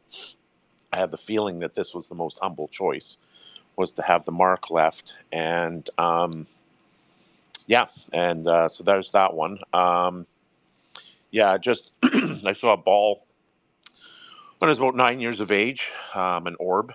I was walking back from, I guess it was Cubs or Scouts at the time. My dad had walked over to the local church to pick me up at the end of the evening, and we were walking back home. And when I was growing up in the 70s, we always had UFO books in the library. And anyways, so we were walking home. We were just talking about the topic because my dad was always interested in it. I remember thinking I'd really like to see something. And then I heard a voice clear as a bell in my head said, "Look up." So I looked up, and I think it was in the fall. Again, we're talking over 40 years ago. I think it was in the fall, but it was a partially clouded night. So in other words, the sky, when you could see through the clouds, it was completely clear. You could see the stars, and the clouds were intermittent. Well, when I was looking up, and I was looking directly up, I could see this light inside a cloud, and it was moving around. And the way it was moving, it was casting shadows by the way it was moving through the different densities of the clouds. It was coming brighter and darker, and then brighter and like angles of light and stuff like that. This was not a light that was Ooh, projected. that sounds like it would look really cool. It was the closest thing I've ever seen to it was a video of a rocket being fired. I think it was in the Middle East, in Iraq, by American forces, that they were doing some kind of counter artillery thing. So they fired this rocket up, and when it moved into the clouds, you could see all these shadows moving as it kind of went through the clouds with the light that it was casting. So anyway, so it was inside the cloud, and then it transitioned from the cloud through the clear sky into another cloud, and then after a few seconds it dipped out. But while this was happening, I was looking at it, and I said, "Dad, look," and he ended up looking forward, so he didn't see it. But yeah, it was a several second thing. Most of my experiences have indicated to me that we have access to a direct point of consciousness that can interact with a phenomenon. I've had a lot of paranormal stuff happen in my lifetime, again, with other people present, many of them. And yeah, it's been an ongoing thing. And then on 2 occasions when I've been talking about the triangle mark on my arm, they've appeared on other people as well, which is interesting. So there's something about the phenomenon that's sort of omnipresent. I think at times we dip into a overmind state of consciousness that may be at least somewhat programmable, because I've done some experimentation with that with chaos magic and some other stuff, and there's definitely something. Wait, what is chaos magic? That sounds awesome. Yeah, it's a form of sort of divination, and ritual practice where you construct what they call sigils and daemons, and those act as agents to encourage and or facilitate certain outcomes. And I've done that as well. Another experience that's way too long to get into involved the appearance of a black disc in my living room that absolutely scared the living daylights out of me. It was about 2.5 to 3 feet across when it appeared in the living room. I mean, my initial reaction was I thought I was having a stroke or something. And but this is tied Yeah, in with it sounds creepy. yeah. Oh, it was Was it like see-through or was it like no. solid? Oh no, it was solid. It was like looking at the best way I can describe it would be that Vanta black. You know, Oh, that hyper absorbent yeah. black that, you know, if you put it on a basketball, it just looks like a black hole sitting in the middle of a thing. Well, that's Yeah, like it makes everything look super flat because it just doesn't reflect light at all. Yeah. Mhm. Yeah, and it was stationary in the room. I was looking at it, and it's I can tell you it's probably one of the most terrifying things I've ever seen in my life or experienced. And I got up to move, it stayed in the same place. I had an extraordinary like physiological reaction to seeing it. I went to the bathroom, just started projectile vomiting. And when I came back to the living room, it seems like the best way I can describe it is that something came through. And I was chastised for something I'd done. Using sort of some of these, very hesitant to say this, but abilities, which I actually think that most experiencers have. And yeah, so yeah, it's been sort of like one thing after another over many years. Yeah. Wow, that's really interesting. It's like a very broad spectrum of types of experiences too. Like it seems like a lot of times people tend to have like one sort or another, but it seems like you've had a lot of different sorts. So that's cool and interesting. Thanks for sharing. Yeah, I'd say about 30%. You know, I'd really have to sit down and write down the big list and go through all of it, but I'm just roughly saying about 30% of my experiences have been directly sort of UFO / NHI related, and then the other 70% have been a combination of other sort of paranormal phenomenon. But I've always recognized that these things are all together. I get the 3 knocks from time to time when I'm waking up. In August, I woke up to a gray being standing beside my bed, and that was the first time I had a full-on visual of it. But even though it was kind of hazy, it was definitely standing there. When I was a kid, I used to be very terrified because I perceived that gray sharks, were coming into my room at night because of big eyes, and they would linger and look around from the door and stuff like that. I had another experience where I was lifted out of the bed, went up through the ceiling into a craft. Yeah, so you know, it is what it is. Lots of people have these experiences. It actually triggered me many years ago to go into the basically social and health sciences field and trying to understand human behavior better and human cognition and all the rest of it. And yeah, so it's kind of been a lifetime deal. But yeah, ghost stuff, paranormal, spirits, UFOs, some kind of weird like timey travel kind of weird stuff going on.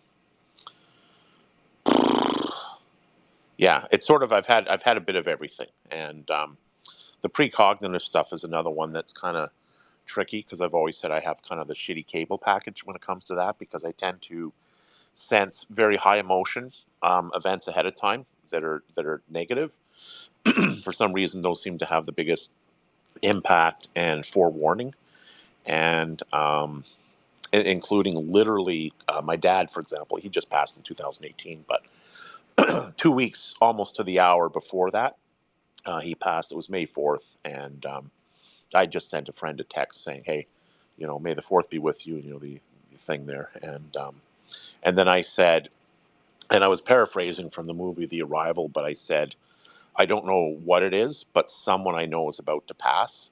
And because the death process has started. And 2 weeks, almost to the hour, my dad passed of a sudden onset stroke. Now, unfortunately, I wasn't able to see that it was going to be him that passed.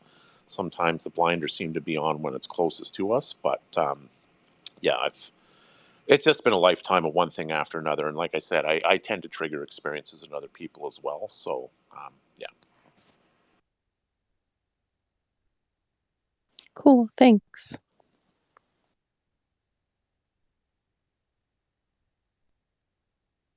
I sometimes get like a feeling like just this kind of like sad feeling, and then like I'll hear that something did happen or whatever or something. But I mean, I don't know. It's kind of vague, so that might be more correlation than causation, but you know, I think I kind of understand what you're talking about.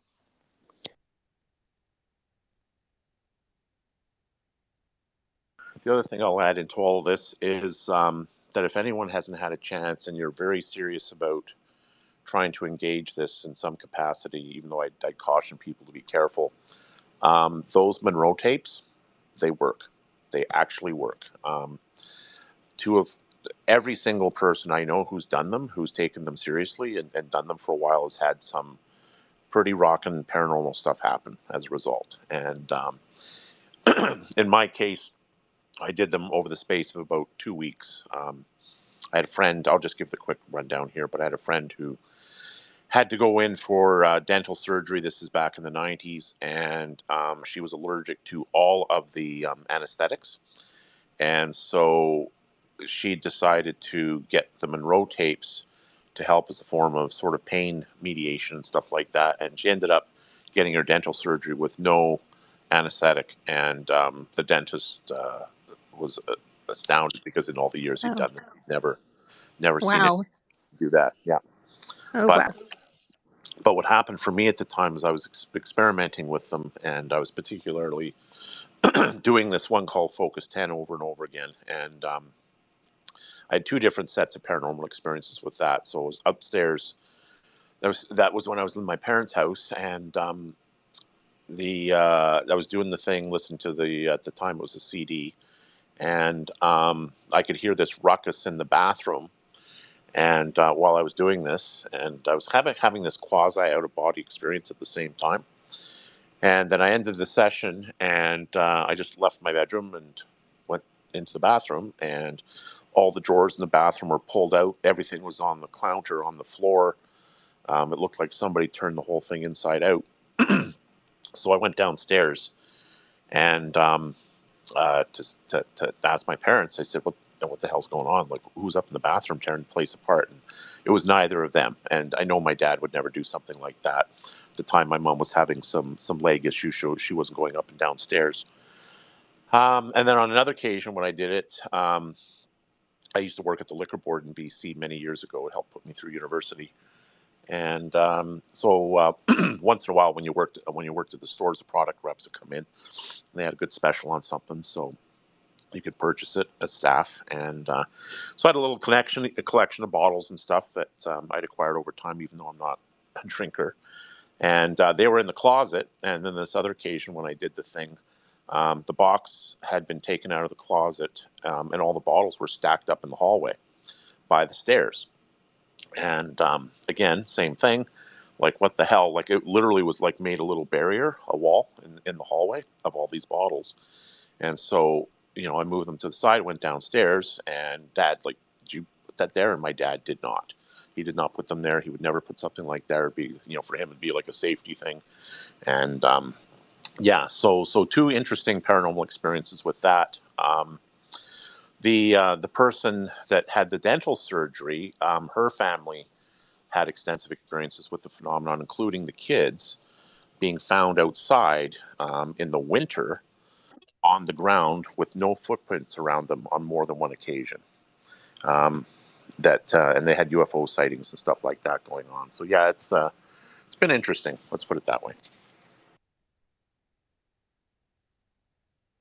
Very cool. Thanks.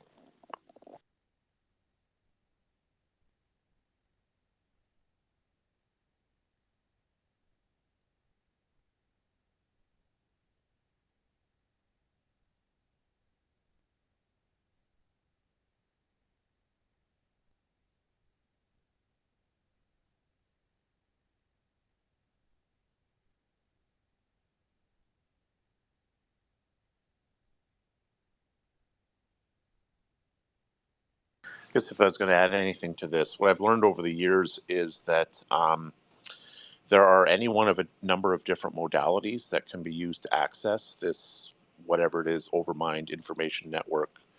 Um, and basically, the goal state is the altered state of consciousness, the ASC, and you almost have to raise your consciousness into a state of what I think traditionally would be called ecstasis, because that is the shamanic out of body state.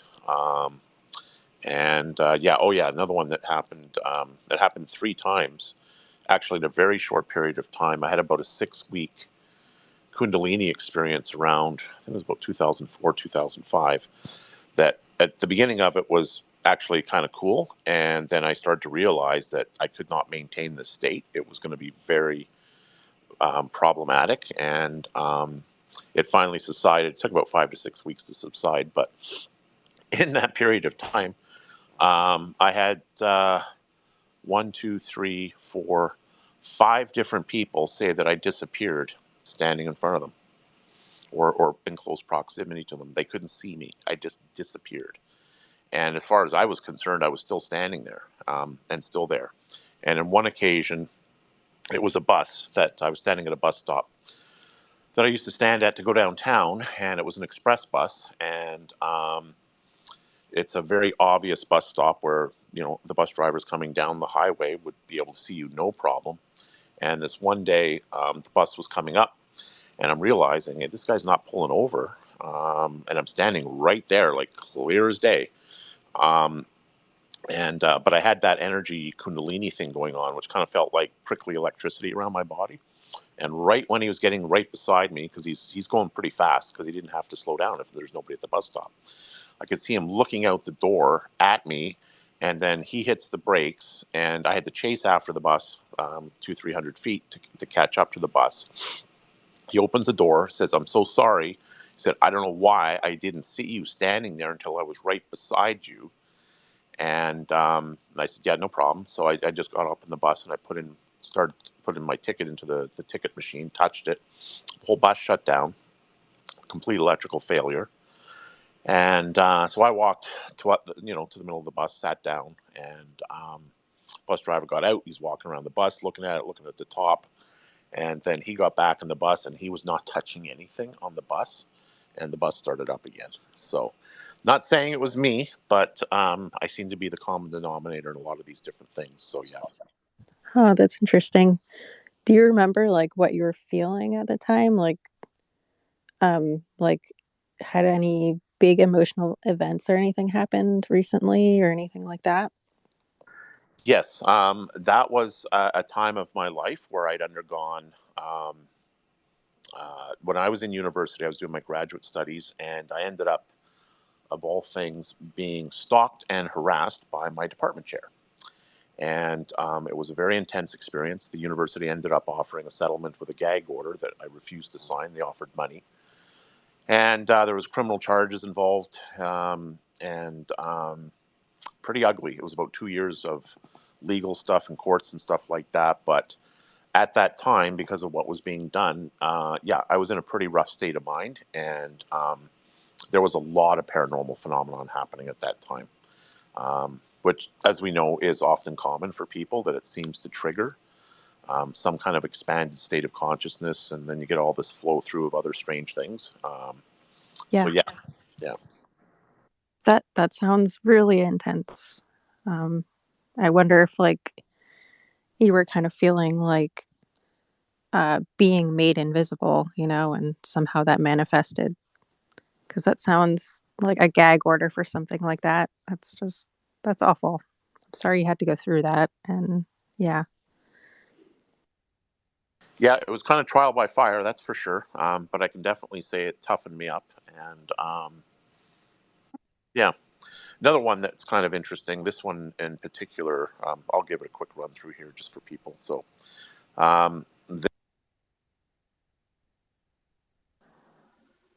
Yeah, if you don't mind, we're gonna take a break from. I appreciate you sharing your story, but we're just gonna take a quick break to welcome our new. We got Third Eye up into space. What's up, Third Eye? And we got Casey had to go to a meeting, so. But yeah, what's happening, Third Eye? I sent you a co-host invite. Did you see that?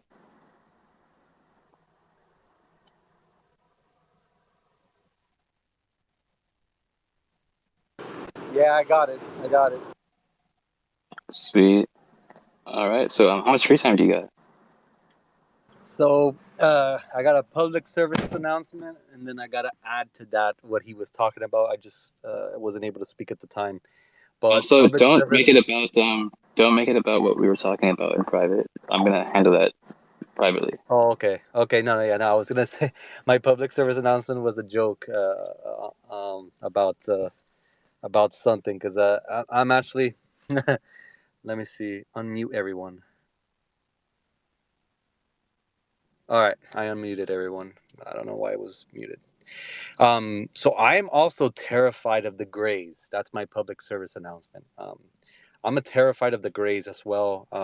When I was a child, I saw a show. It was like a documentary about aliens and the abduction, a whole phenomenon, right? And then there's that movie of the Fourth Kind, I think, with Mila Djokovic, where she gets abducted, which I think is the most terrifying thing I've ever seen on film. So I do share that fear and phobia of the Greys as well. I find that very fascinating that so many people experience the same thing, and I don't think that's a coincidence. Like when we talk about psychology, the psyche of the human, and that kind of leads into neurology, right? We have these preconceived notions that are found in certain people, but not in others. So, example is arachnophobia, right? Arachnophobia is something that's inherited within someone, and that comes from there's a natural scientific approach to that where we look at it. So, I find it very interesting that the abduction experience of being taken out of bed and onboarded to a craft, that just frightens me.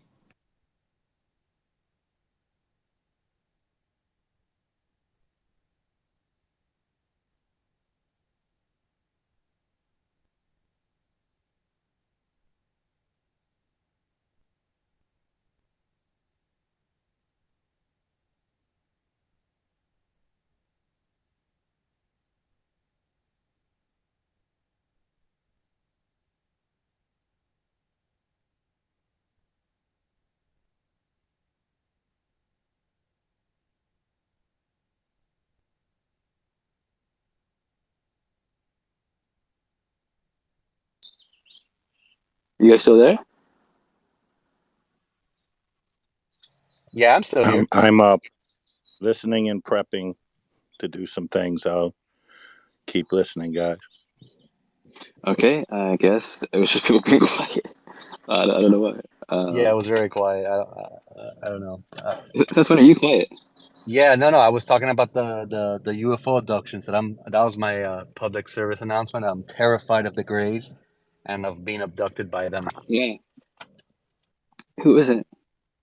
Some people actually want to get abducted. I don't understand why. Hey, the freaks. I guess I'm like Lacey. Remember the scenes in Close Encounters? The most astounding scenes to that movie for me. I haven't watched that in, I don't know about you guys, but years. But when like the people that went missing in the Bermuda Triangle and other areas come walking off that ship unaged, that was pretty cool.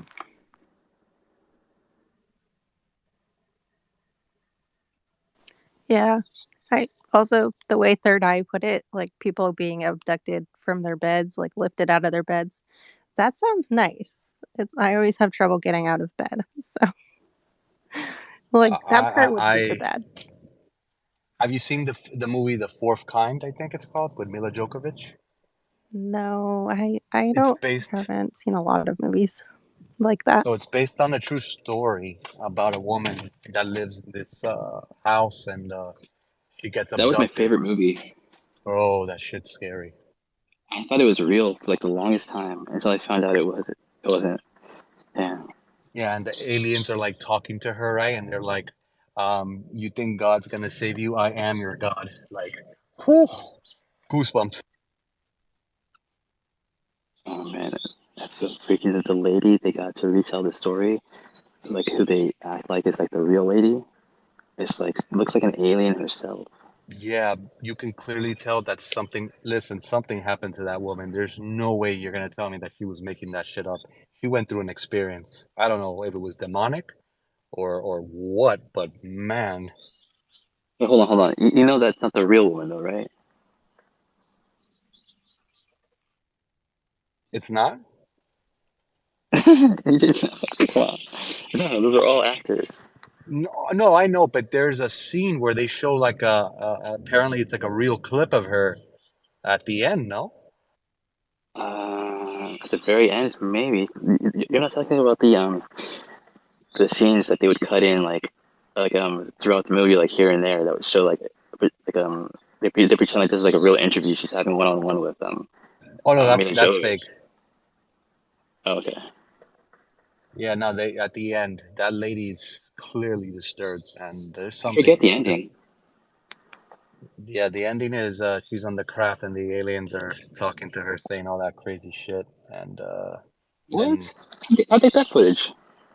yeah, the aliens like she's like in a state of she can't decide, she can't clearly make out the entities. She's laying down. It's the typical abduction story. They're gonna like probe her or something, and then they're like telling her like, "You think you're gonna be saved? The God you worship, I am your God." All this crazy crap, man.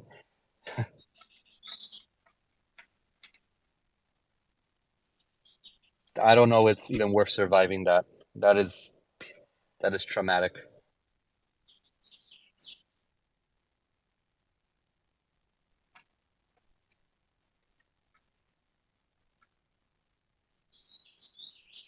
That's why I keep on saying, um, I believe that you don't want to meet your hero. You don't want to. You don't. I don't think, not all, but I don't think all of the extraterrestrials visitations are all with good intent. I think it's very just like human interaction. Not everything is gonna be kosher or kind or whatever you want to call it. There is hostility, and I do think like the Anunnaki. So that's a story I guess we'll talk about tonight with that whole chat we're gonna do. But the Anunnaki talk about planet Nibiru, and that Nibiru has an rotation that circles around the Earth. It's orbited, right? It's not around the Earth, but the solar system, and it's an atypical rotation around the solar system. So its path, right, that it travels, it's every I think 3,000 years that it comes into our vicinity, and that's when they state that the Anunnaki will return.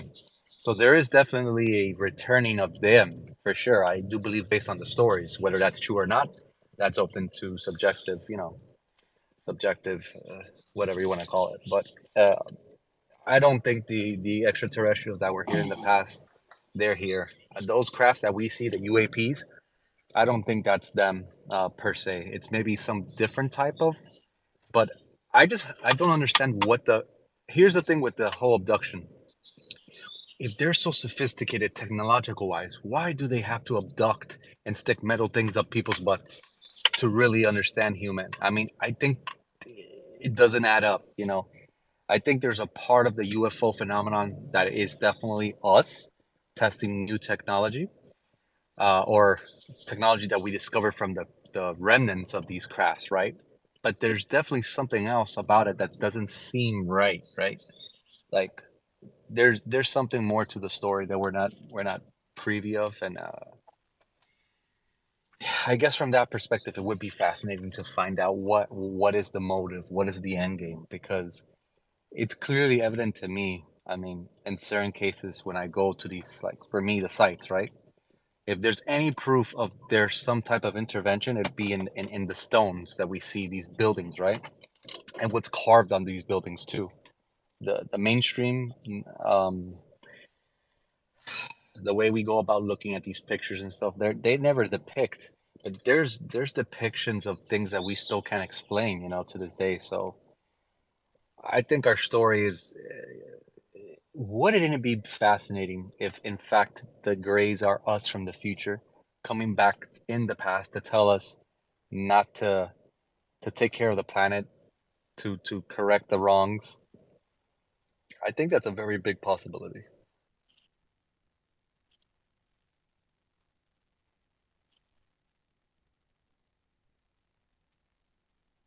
Yeah, could be. I Maybe think so. like the big heads are we've future Involved.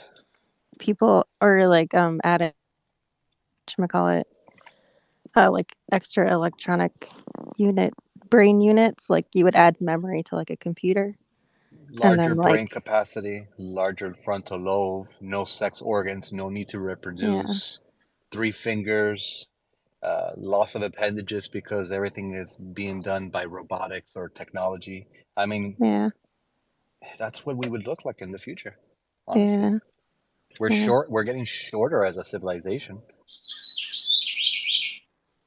Those birds sound nice. yeah. Hi birds. Good morning, birds. Are those real birds?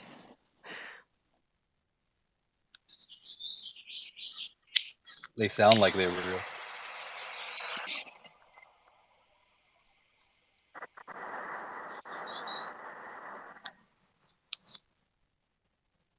They are definitely real birds. Nice. Beautiful. They always are really like loud in the morning. So like first thing in the morning, you'll hear them like super fucking loud, which is like usually if I'm like up at this hour, it's because I'm like I've been drinking all night. I'm like hungover. So like when Mm-hmm. those birds start popping off like that at like 7 o'clock in the morning, I'm like shut the fuck up. Yeah. Do you know what kind of birds they are? No, but they're fucking everywhere. No matter like where I sleep, like any part of like Orange County, they're fucking there. Pretty cool though. It's nice to hear that. It's natural, tranquil. Yeah, I mean I don't mind it. I like it now, you know. But when you wake up hungover, it's like But no, yeah, I love it. Yeah, better than a rooster though. That's for sure. Oh yeah, roosters go up like at 5 o'clock in the morning though, don't they? Some of them don't. Believe it or not, some of them go off during the middle of the day and in the middle of the night. It's not all organized. Not all roosters are in sync. It's. I've heard roosters like at 2 in the morning, and I'm like, what the?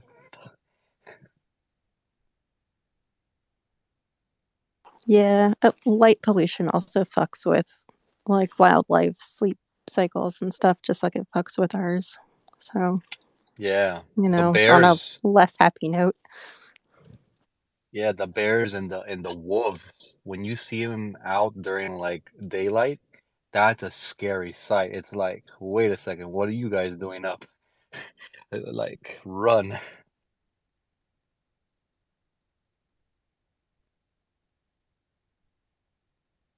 Yeah, I live in like the suburbs, so like I don't usually see stuff like that.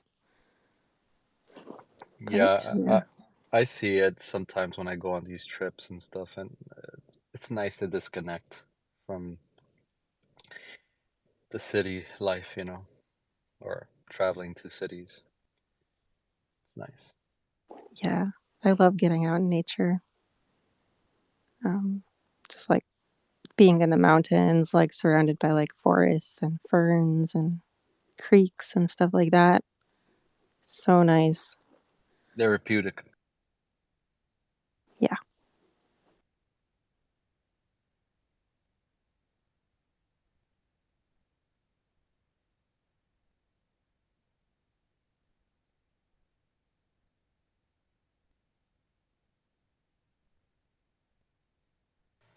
Yeah, Yo, it's nice. Logan, can we get some more of those birds?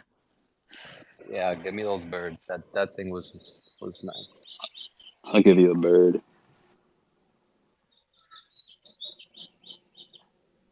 Yeah, it's the good stuff.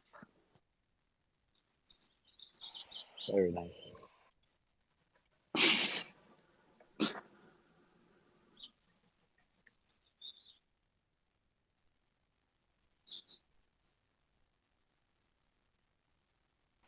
So I'm quiet because I know it's very early and nobody wants to talk about pyramids and shit. So it's okay with me.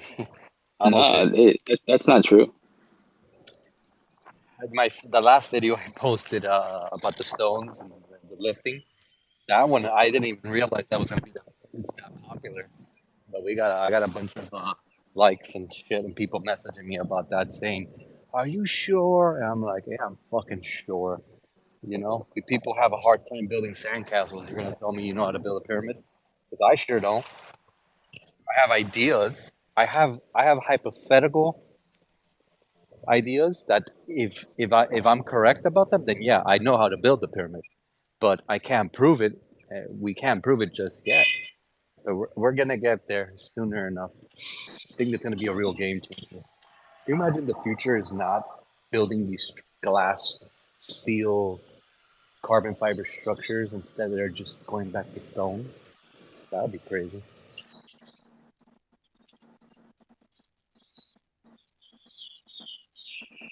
Yeah, I always thought it'd be cool to live in like a dome, like a thing. A dome? Yeah, like a big glass dome kind of thing, where there's like a little enclosed environment, like Oh, maybe like on a little thing in the middle of the sea, and then it like sinks under the ocean and comes back up sometimes. Yeah, used to think about that when I was a kid. yeah. That would be quite a sight. We're getting there. I mean, it's just a lot of money to undertake these projects, right? I assume based on land density in the future, we'll be more inclined to building things in the maybe in the ocean. I know Saudi Arabia is building a floating island that's shaped like a sea turtle, and it's going to be moving around. So that works out. So I could see that in the near future, maybe in the next 50 years or so. We start to expand out to the sea once we establish how to engineer in the sea. It's really difficult.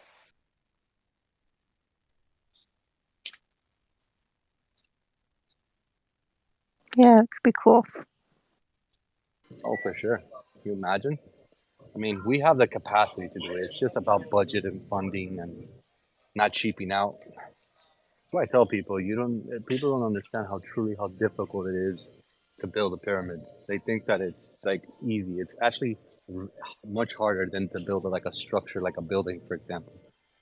It's not that hard to build a building. It's hard to build something like that.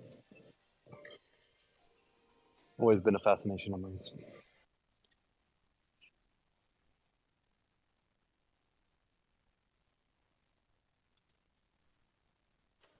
It's easier said than done, you know. Oh yeah, like most things. Yeah, like most things, people think Although that it. Go. also like most things, maybe once you start doing it, like it starts falling into place a little more. I don't know. Yeah, no, there's trial and error, but Hmm. the thing is, like the field of engineering and construction, it's the problems that are faced are usually on the user end, like humans, like wise, so we tend to like overcomplicate certain things and Hmm. interject with like, you know, when it comes to like money and things like that, like building the structure. What's complicated about the pyramid? It's not just building the triangular shape. It's the fact that the insides of the structure are are Hmm. so unorthodox, right? And then also, it's just the materials that they utilize. It's super complicated. Hmm. Hmm. Yeah.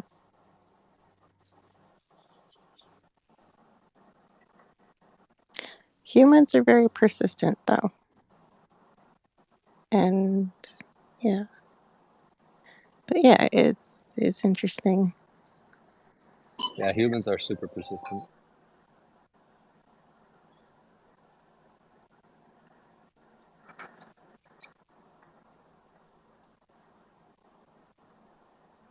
I'm Like one of this. those off days today.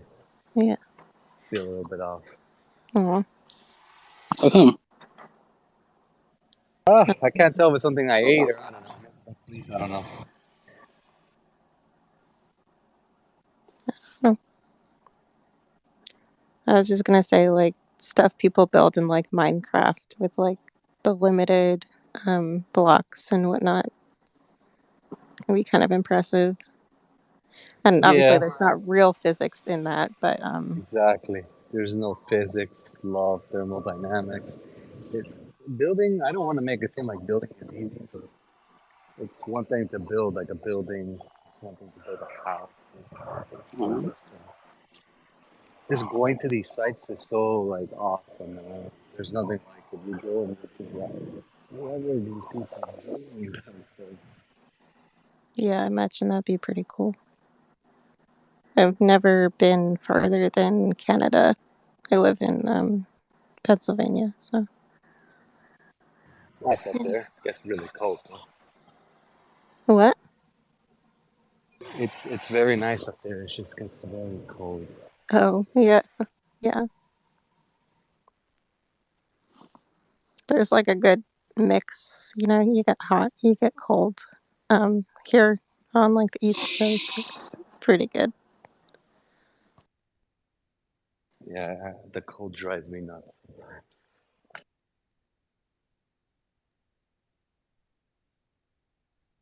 I like being able to like bundle up and like have a bunch of cozy blankets and stuff like that.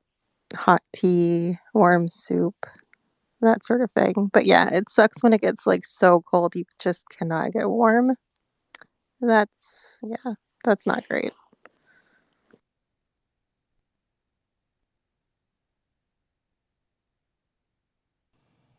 Bundling up, yeah, I know what you mean. I'm starving.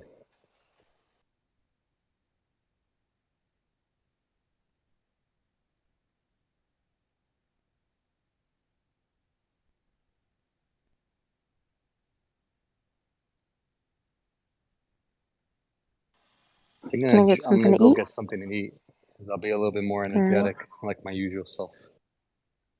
Yeah. Okay. I probably should. I'm either gonna get something to eat or just fall asleep. I'm not sure yet. I'll hop back on once I get something to eat for sure, and then I'll be back to my usual self.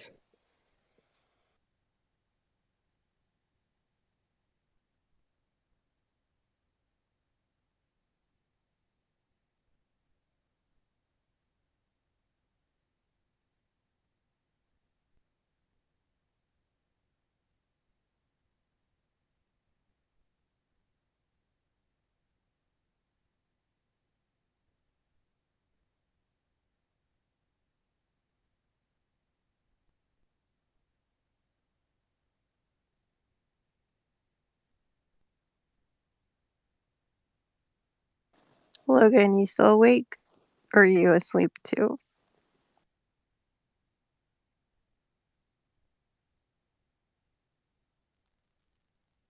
Damn it! I've been on mute this whole time. Fuck. Were you talking? Oh man, this whole time I just thought, damn it. That's annoying. Oh well. I'm awake. What were we saying? Was anything good? No, not really important. Just yeah. I was hoping I could. I mean, I thought I could hear me. I was saying goodbye and stuff. Buying stuff? You're gonna go to sleep. Maybe. I'm not sure. Kind of in a restless mood. I uh can't quite get to sleep.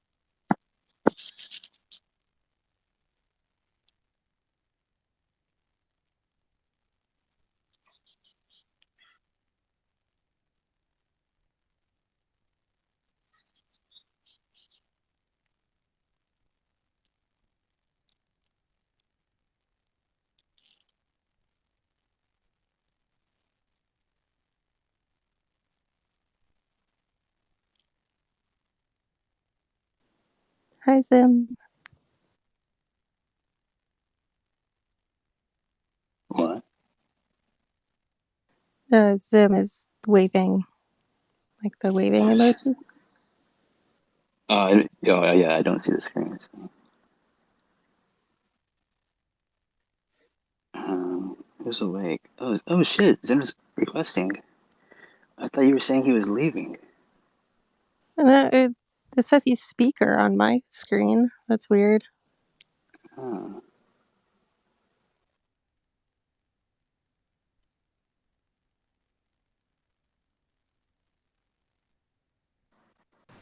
Thank you, Mars. Thank you, Logan.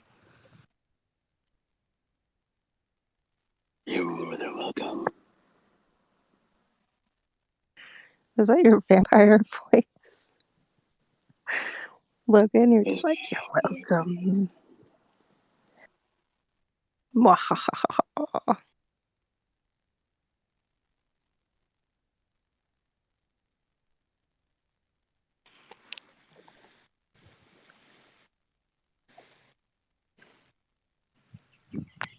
Could you guys hear that? The nice, calm day at the water at the Gulf.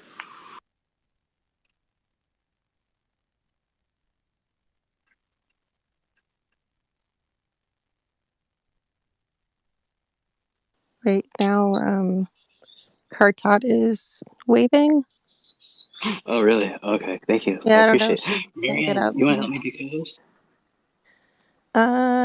Sure. I don't think I'm going to sleep anyway. Okay. Yeah, I mean, you can just help bring these people up for me. That'd be great. Yeah, if I can figure it out. Which Yeah, just click on your picture. I can do it. All right. Sure. Yes. So yeah, if they have that like requesting thing under their picture, just click on their picture and then the pop up, it'll say accept speaker or whatever. Just click on that and you're good. Okay. I think I can handle that. It's time to learn to co-host.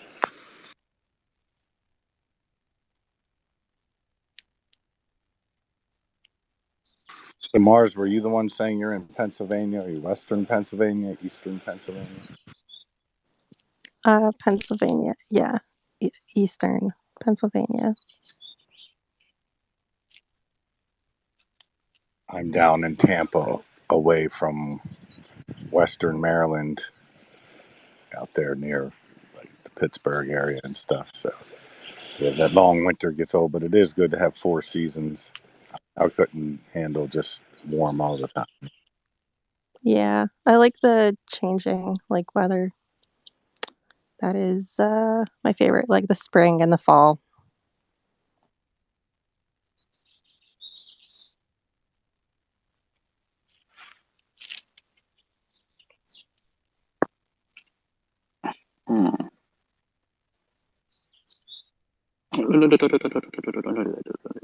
I worked in Pittsburgh for a while, and it's nice. I like that area.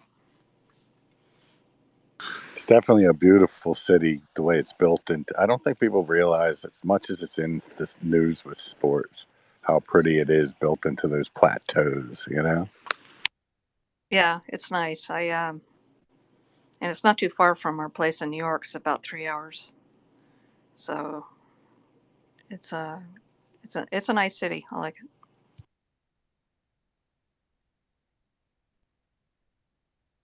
I've never been to Pittsburgh. I've been near Pittsburgh, but I've never actually been to Pittsburgh for some reason. I got punched right in the face walking into the Steelers Stadium in Pittsburgh.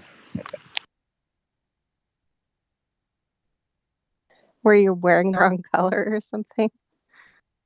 It was the AFC Championship game. Whoever wins goes to the Super Bowl. Ravens were visiting there, and I did have a Raven logo on a golf shirt, just like a size of a quarter, hidden under a coat, wearing black. But I know about the Steelers fans when at the bars in New York, Western New York. We get. That's funny. There's a lot of crossing over between Steelers fans and Bills fans. They're real close to each other geographically, And so we'd see Steelers fans in the bar, or we'd be down in Pennsylvania, and we'd be the only Bills fan in the bar. And there'd always be some rough remarks going on. Bills fans are so cool, though, Karen. I've met so They many. are. I'm a total Bills nut. Yep, absolutely. You said you met a Bills fan? You said you met a Bills fan? I have a friend that her name is Sandy, and she has the same birthday as my wife and I and my ex-girlfriend, and we've been friends since like 1998 on AOL chat. She was a Bills fan, and she came down to some away games 2 or 3 different times.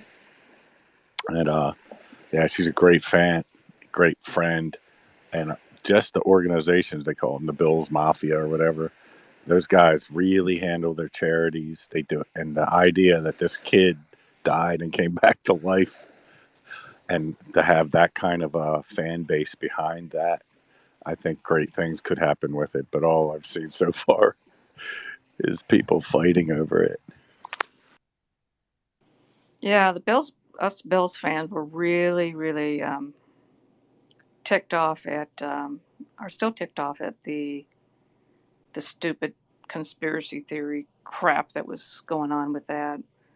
I mean, we were having fights in Spaces with other fans over it, Yeah, I mean, the Bills Mafia is very, very tight. Well, is it Marvin Levy? He says, "Where else would you rather be than right here, right now, going into a game to win, the chance to win?" So many quotes like that. I love it. The first Ravens head coach was Ted Marchibroda. He worked under Marv Levy at the Bills when they went through several of those Super Bowls in a row. They lost. It was just a long history there. We're not going to talk about that. No, but I think that's why the fan base is so cool. It's even like you can compare it to other fan bases where they've had the Super Bowls constantly, like say Patriots, right? Shared trauma. Humble part of it. It's a part of losing is part of being a fan of a team. You better accept losing too, right? Yep.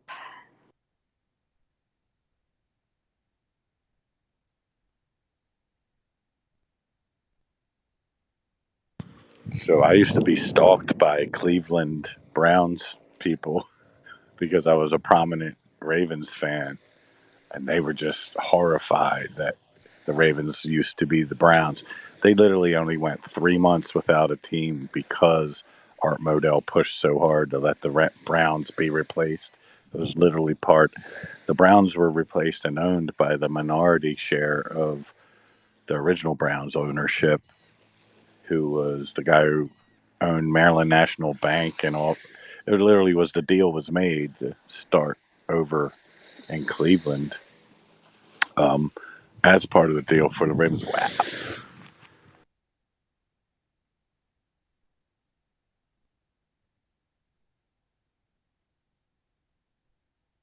Yeah, Bills fans are great. I love hanging out in Spaces with them.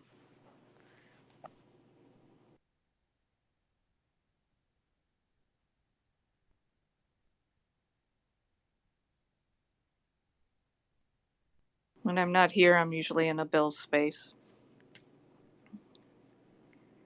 I barely know Ravens fans now. I know the old people. I know a lot of people that, my time was earlier, but I went to my friend's family party, and all his nephews were like 20, and they literally all knew me from radio shows and shit for years. And like just bringing up all these little tidbits of things I had said or questions and back and forth. And I'm like, wow, I was shocked that somebody actually knew all that, Part of it was they were saying, hey, that's Uncle Kevin's friend, so they paid more attention. But that's neat stuff. had that, and then I told you my dad used to be the Colts mascot. His pony was Dixie, the Colts mascot in the 50s. So I had a little bit of a connection to sports like that, but it's cool.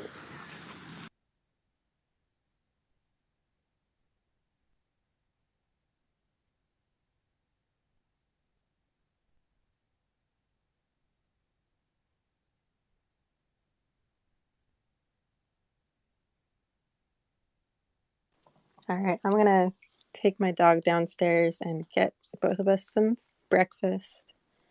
Yeah, I'm still gonna hang out. Just, carry on. How dare you have a life? Yeah. You have a dog too. Yeah, he's sleeping. Aw. My dog was sleeping. Now he's awake. He got his little drink and he's ready to go downstairs.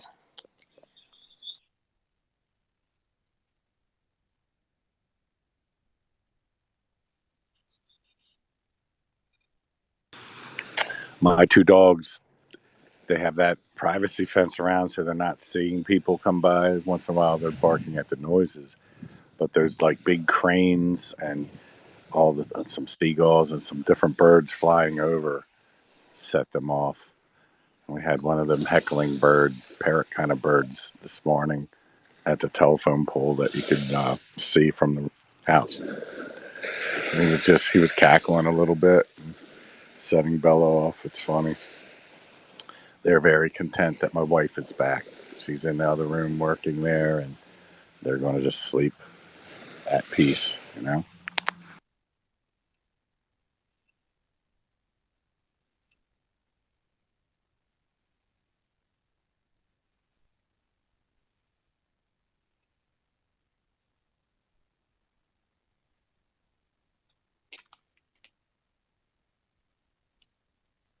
Ay caramba.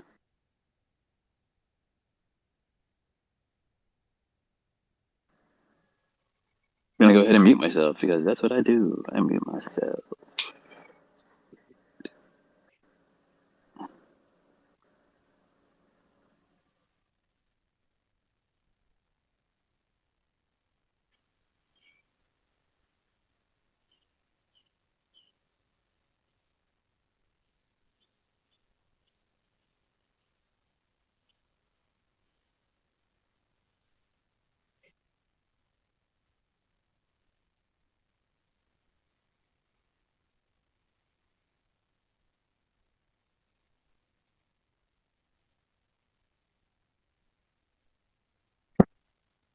I'm going to drop out a little bit, guys, and listen to a Conan story, and I'll be back. Talk to you. We're gonna do the same thing. Oh shit, Bryce is here. Oh, maybe not then.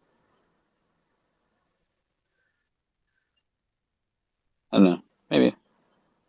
But I can say I'm definitely like fucking tired as fuck.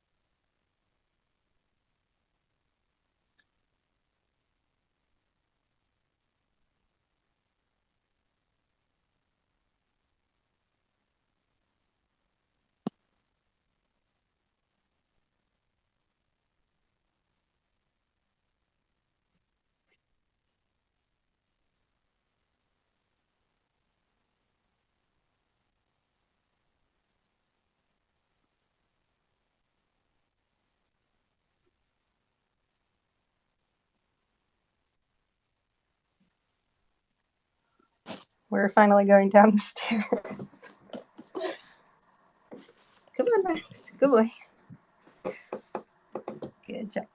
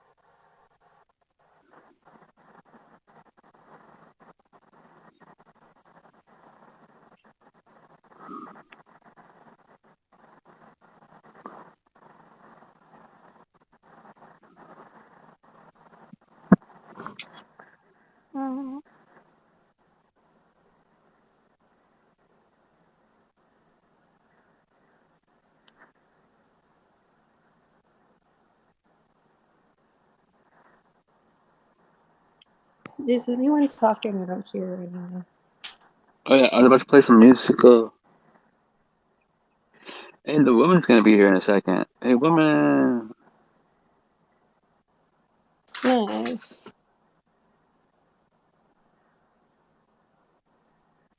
Um,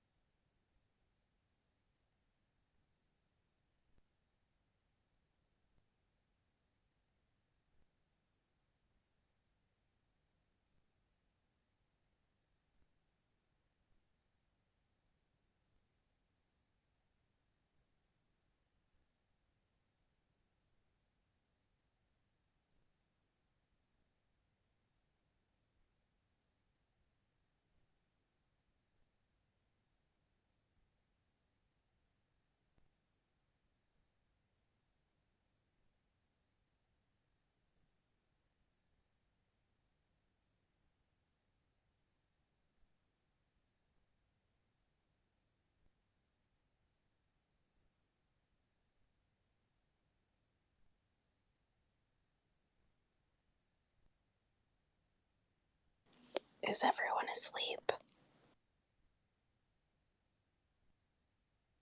I'm working. Sorry. I've been. I was just curious. Do you work from home, Mars? Or Kind of. I do art stuff from home. oh, that's cool. Yeah, I have a shop online. I sell things, but yeah. What kind of work do you do? Oh, I other than that, I don't have a job, so I'm just. I meant what kind of artwork do you do? Oh, what kind of artwork? Yeah, bright, colorful graphics and stuff. I will sometimes doodle stuff and then color it on an iPad and make it into like a t-shirt design or something. Yeah, just fun stuff. I mean, that's work in my book. Art is work. Yeah. I mean, same as a job. Yeah, it is. It takes a lot of time and stuff. It just doesn't make a lot of money for me. That's all.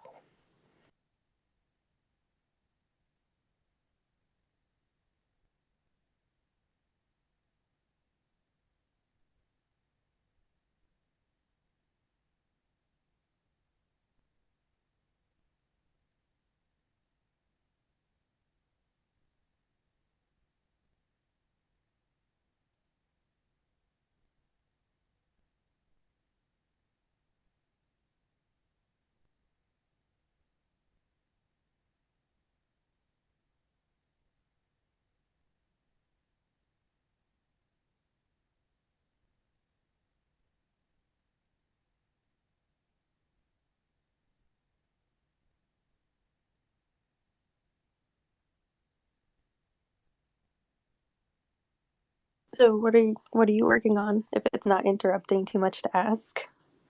Well, honestly, I'm Teams chatting with my colleagues about a new client. It's really boring stuff.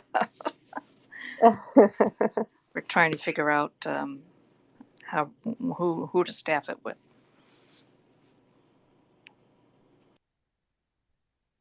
Gotcha. Just kind of almost busy work, but not quite. Yep. Just a lot of back and forth.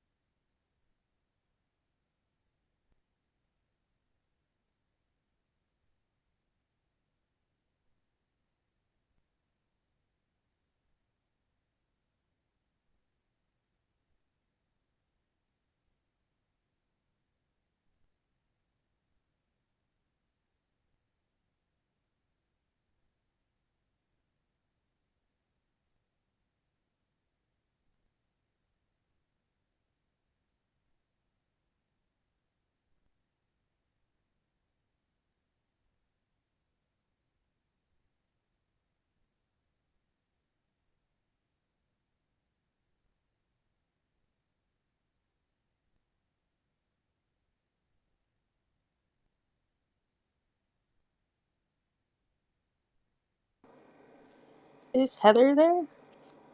Heather Birdie? Or maybe she's sleeping. Anyway, hi. I see Dr. Fred's there. Oh, hey, Ocean. Hey, Ocean.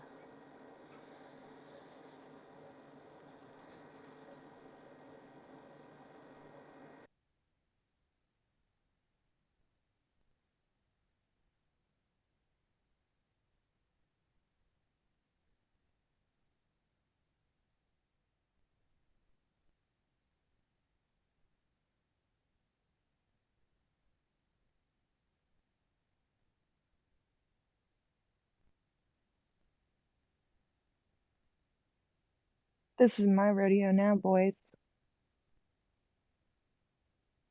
Good morning, Just everyone. kidding. Good morning, Norm.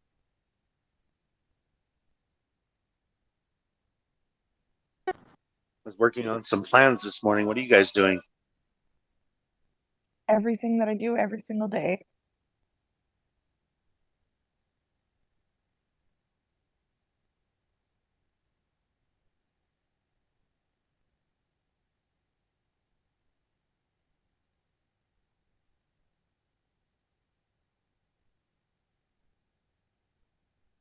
What are you doing? But what are you doing?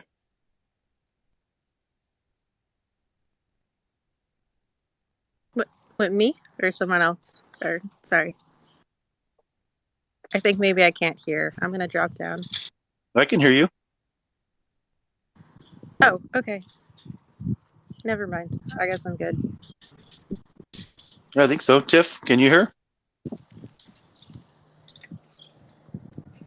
Oh, no, Tiff's gone. Yes, no. I'm just busy. But yes. Oh, Oh, okay. my bad. All right. Oh, you're good. You guys hear, this is my dog getting really excited to see the other dog through the fence. Oh, yay. Oh, now there's another puppy. Hi, guys. Hello. Yeah, thank you. They're so good. They're such good pups. I feel like only the best of the best get reincarnated into puppies. Yeah. I think The you're dog right. is the last reincarnation before human. Right, and so every mistreated puppy, poor thing. I don't know. I think dogs are better than humans. Sorry. For the most part. No need to apologize for facts. Thank you. I think I was apologizing more for disagreeing, but yeah, it is a fact.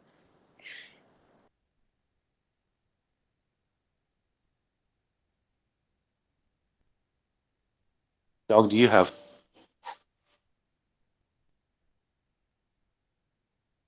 Is part chow and part. He's like about 50 pounds. Oof, so he's that's not very puppy. big. Yeah. He's very fluffy, and then he has kind of like the German Shepherd face.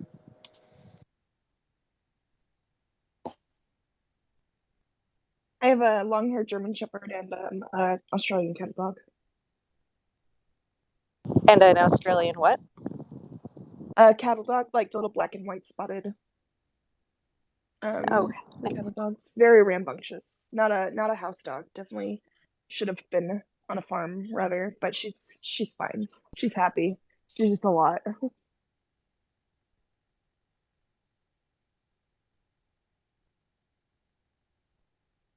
Good morning, Dr. Fred. Good morning. Who's preparing for the big event? Because it is coming. The end is coming soon. Well, we're prepared up north, but we're down in Florida, so the trick will be getting up north if it happens. Oh, I'm in Florida, Kertot. We're neighbors. I guess so. Well, Yeah, I go she- back and forth. Oh, sorry. No, I was just. It's fine.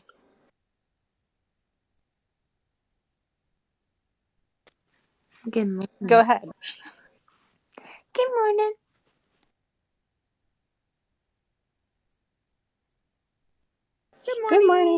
Void Princess.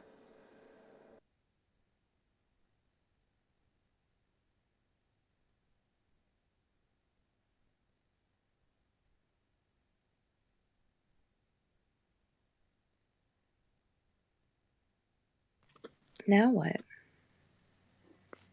We got some people to wake up, though. Y'all can keep sleeping.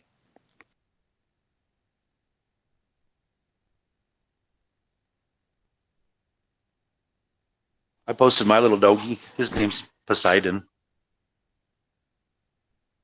Ooh, that's a good name. Why Had a did you have brother to... named Zeus, and he got ran over. Oh, no.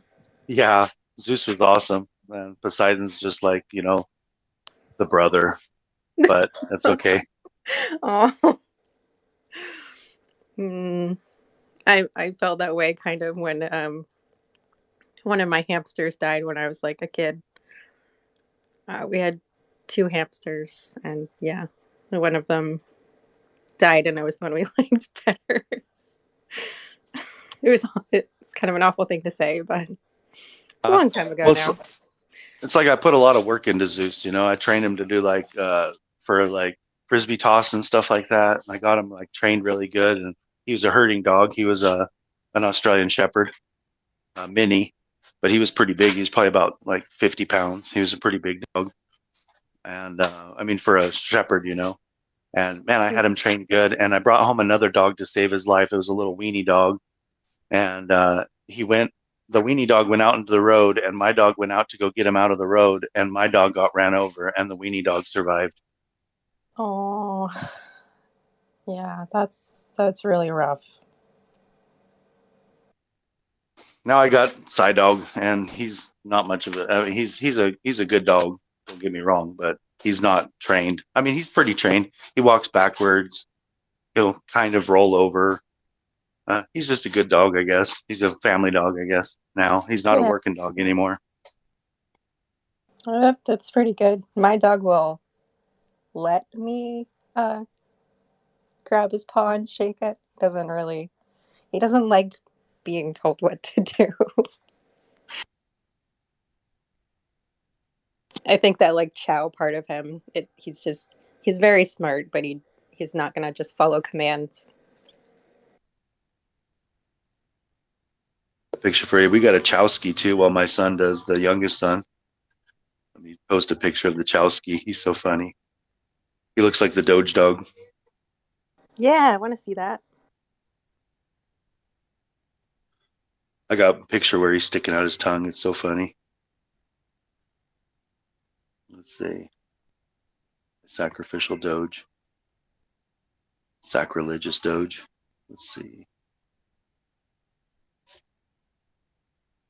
Love that picture. Thanks, Tiff. I showed it off. I haven't got called blasphemous yet. That's good. I'm glad you like it. Yeah, it's wonderful. I'm going to change it to my profile picture this next week, I think. I don't think it's blasphemous. I don't think so either. It's creative. Here it is. Oh my God. His name's Buster. He's such a goofball. He's a big old dog too. Did you post it in the nest? I can't see it yet. If you did. No, not. I've tried it. I got that damn Twitter blue, so I got to wait 30 seconds or whatever. Okay. For it to post, and then I can share it. Let's see. Oh, come on now. There we go. And Logan Space.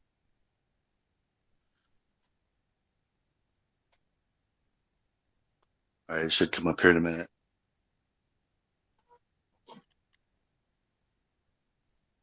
Nice. I'll be waiting. Should be up there now.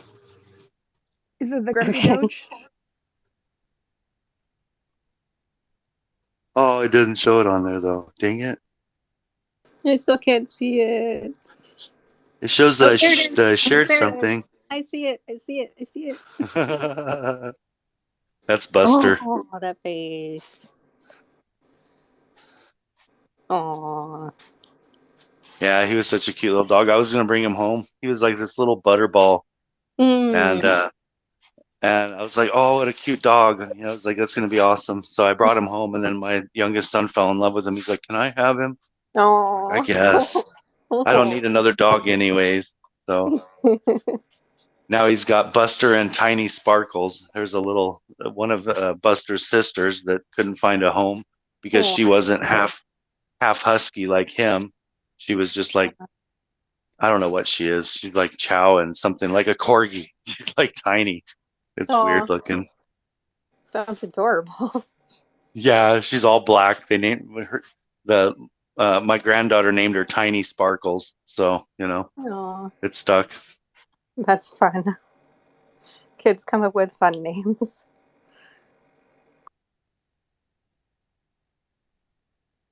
Very You got cute. the picture to share. Adventures of Buster. Oh, I got another one too. Gosh, now I'm gonna be doing dog pictures all morning. Oh, geez, I'm one of those guys now.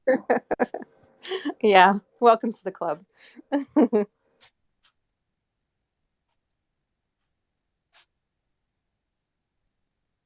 I got a picture where they were being circus dogs. They were standing on a wall because they're like, I don't know, dogs. Got nothing better to do. Cute.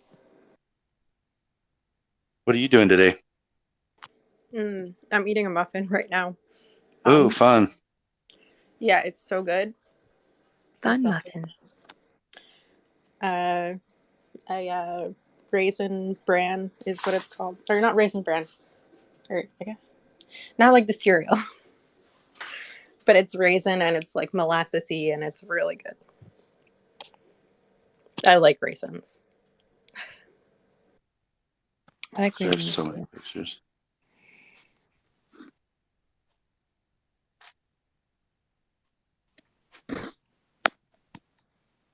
I do not know how I keep track of all these damn pictures. Not very good, obviously. Anytime somebody asks to see my dog, I'm just like, search dog. Dog. I wish I could do that. Well, I mean, for posting, I wish I could just search. I guess I could let's see if I can go over here and go to maybe pictures.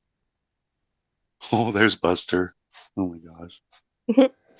Oh, that's the other thing about Twitter too, is like if you took a picture a while ago, Twitter does order it in like the order the picture was taken, not the order you upload it. So you'll have Exactly. Yeah, that can be obnoxious. Sometimes I'll just take like a screenshot so that I can re-upload it.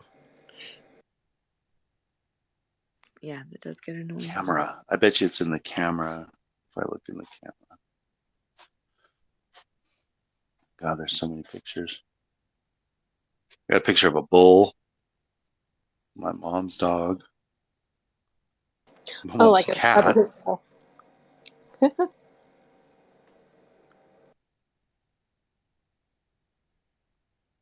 Ducks, rabbits, food. Good God, I have a problem.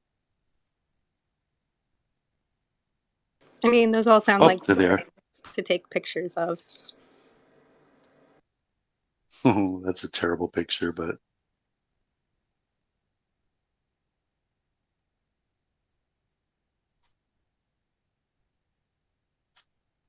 the Spaces is so goofy.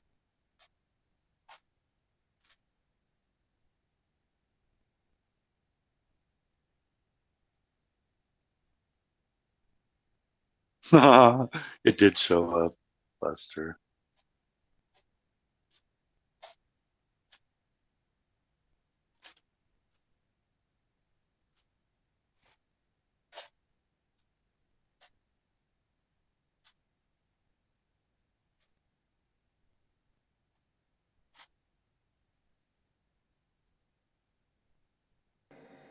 Tiff, is that your dog with like biting the flower? Yeah, I was Where's having my that? dog give his dog a sunflower. Oh, that's so cute. The little face. The chumpy teeth. That is so adorable. Aw.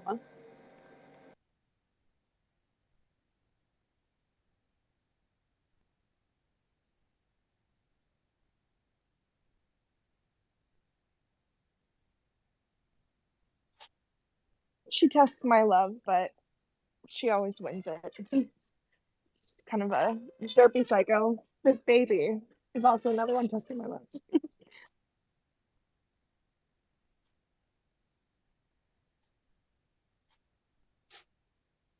As long as love wins in the end. That's what's important, right? It always does, yes.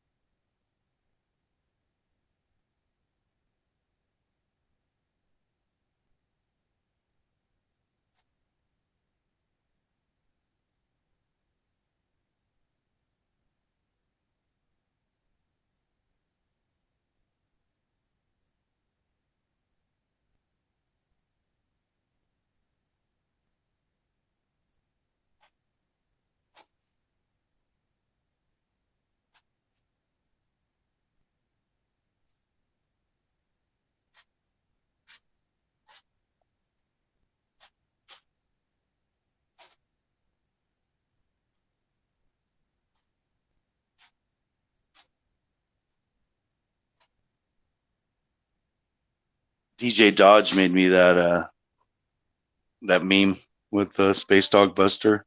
I'm gonna post that one too. That one's funny.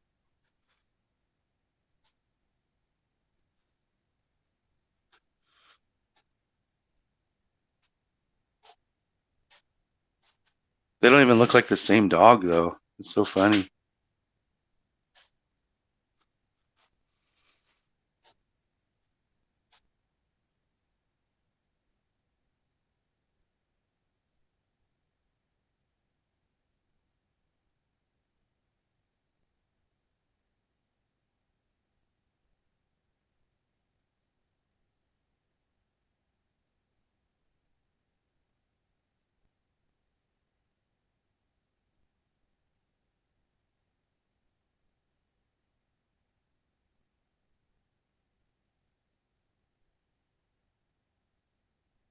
Space dog. Yeah, Space Dog Buster. Should be No. Space Doge, I guess, but Space I'm not that dog. clever. That is cute. Yeah, when I first started Twitter, I posted a picture of Buster and a dude named DJ Dodge. I don't know if you've seen him on Twitter or not. He does all kinds of memes and stuff. And he memed that for me. I was like, oh, that's so cool. Nice.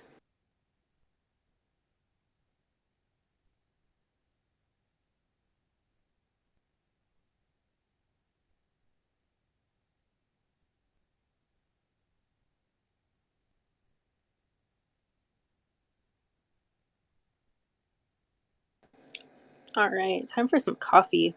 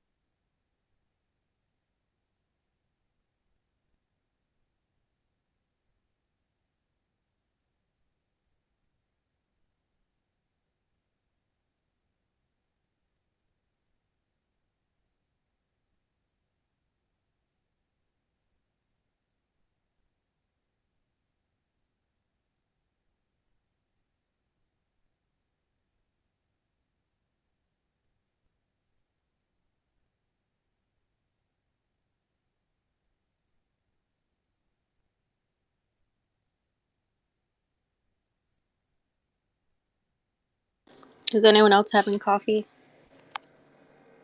I had some around 5:30ish, but it's 8:30 now, so I'm thinking about more.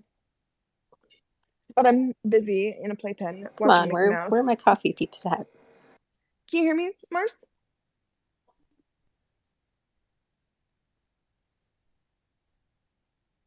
Can you hear me, Mars?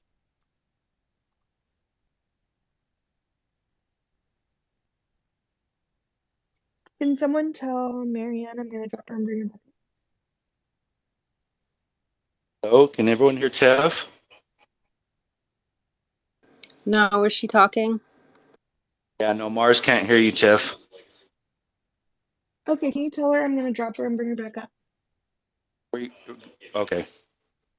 It already happened. Or she did it herself, one of the two. Perfect.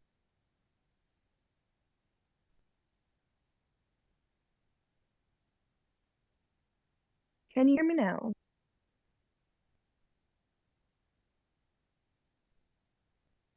It was premature. Can you hear me? I can hear you now.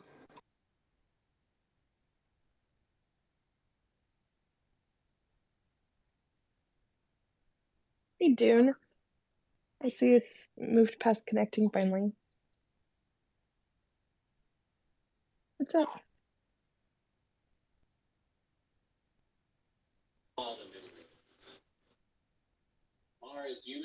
Can you hear Tiff now, Mars?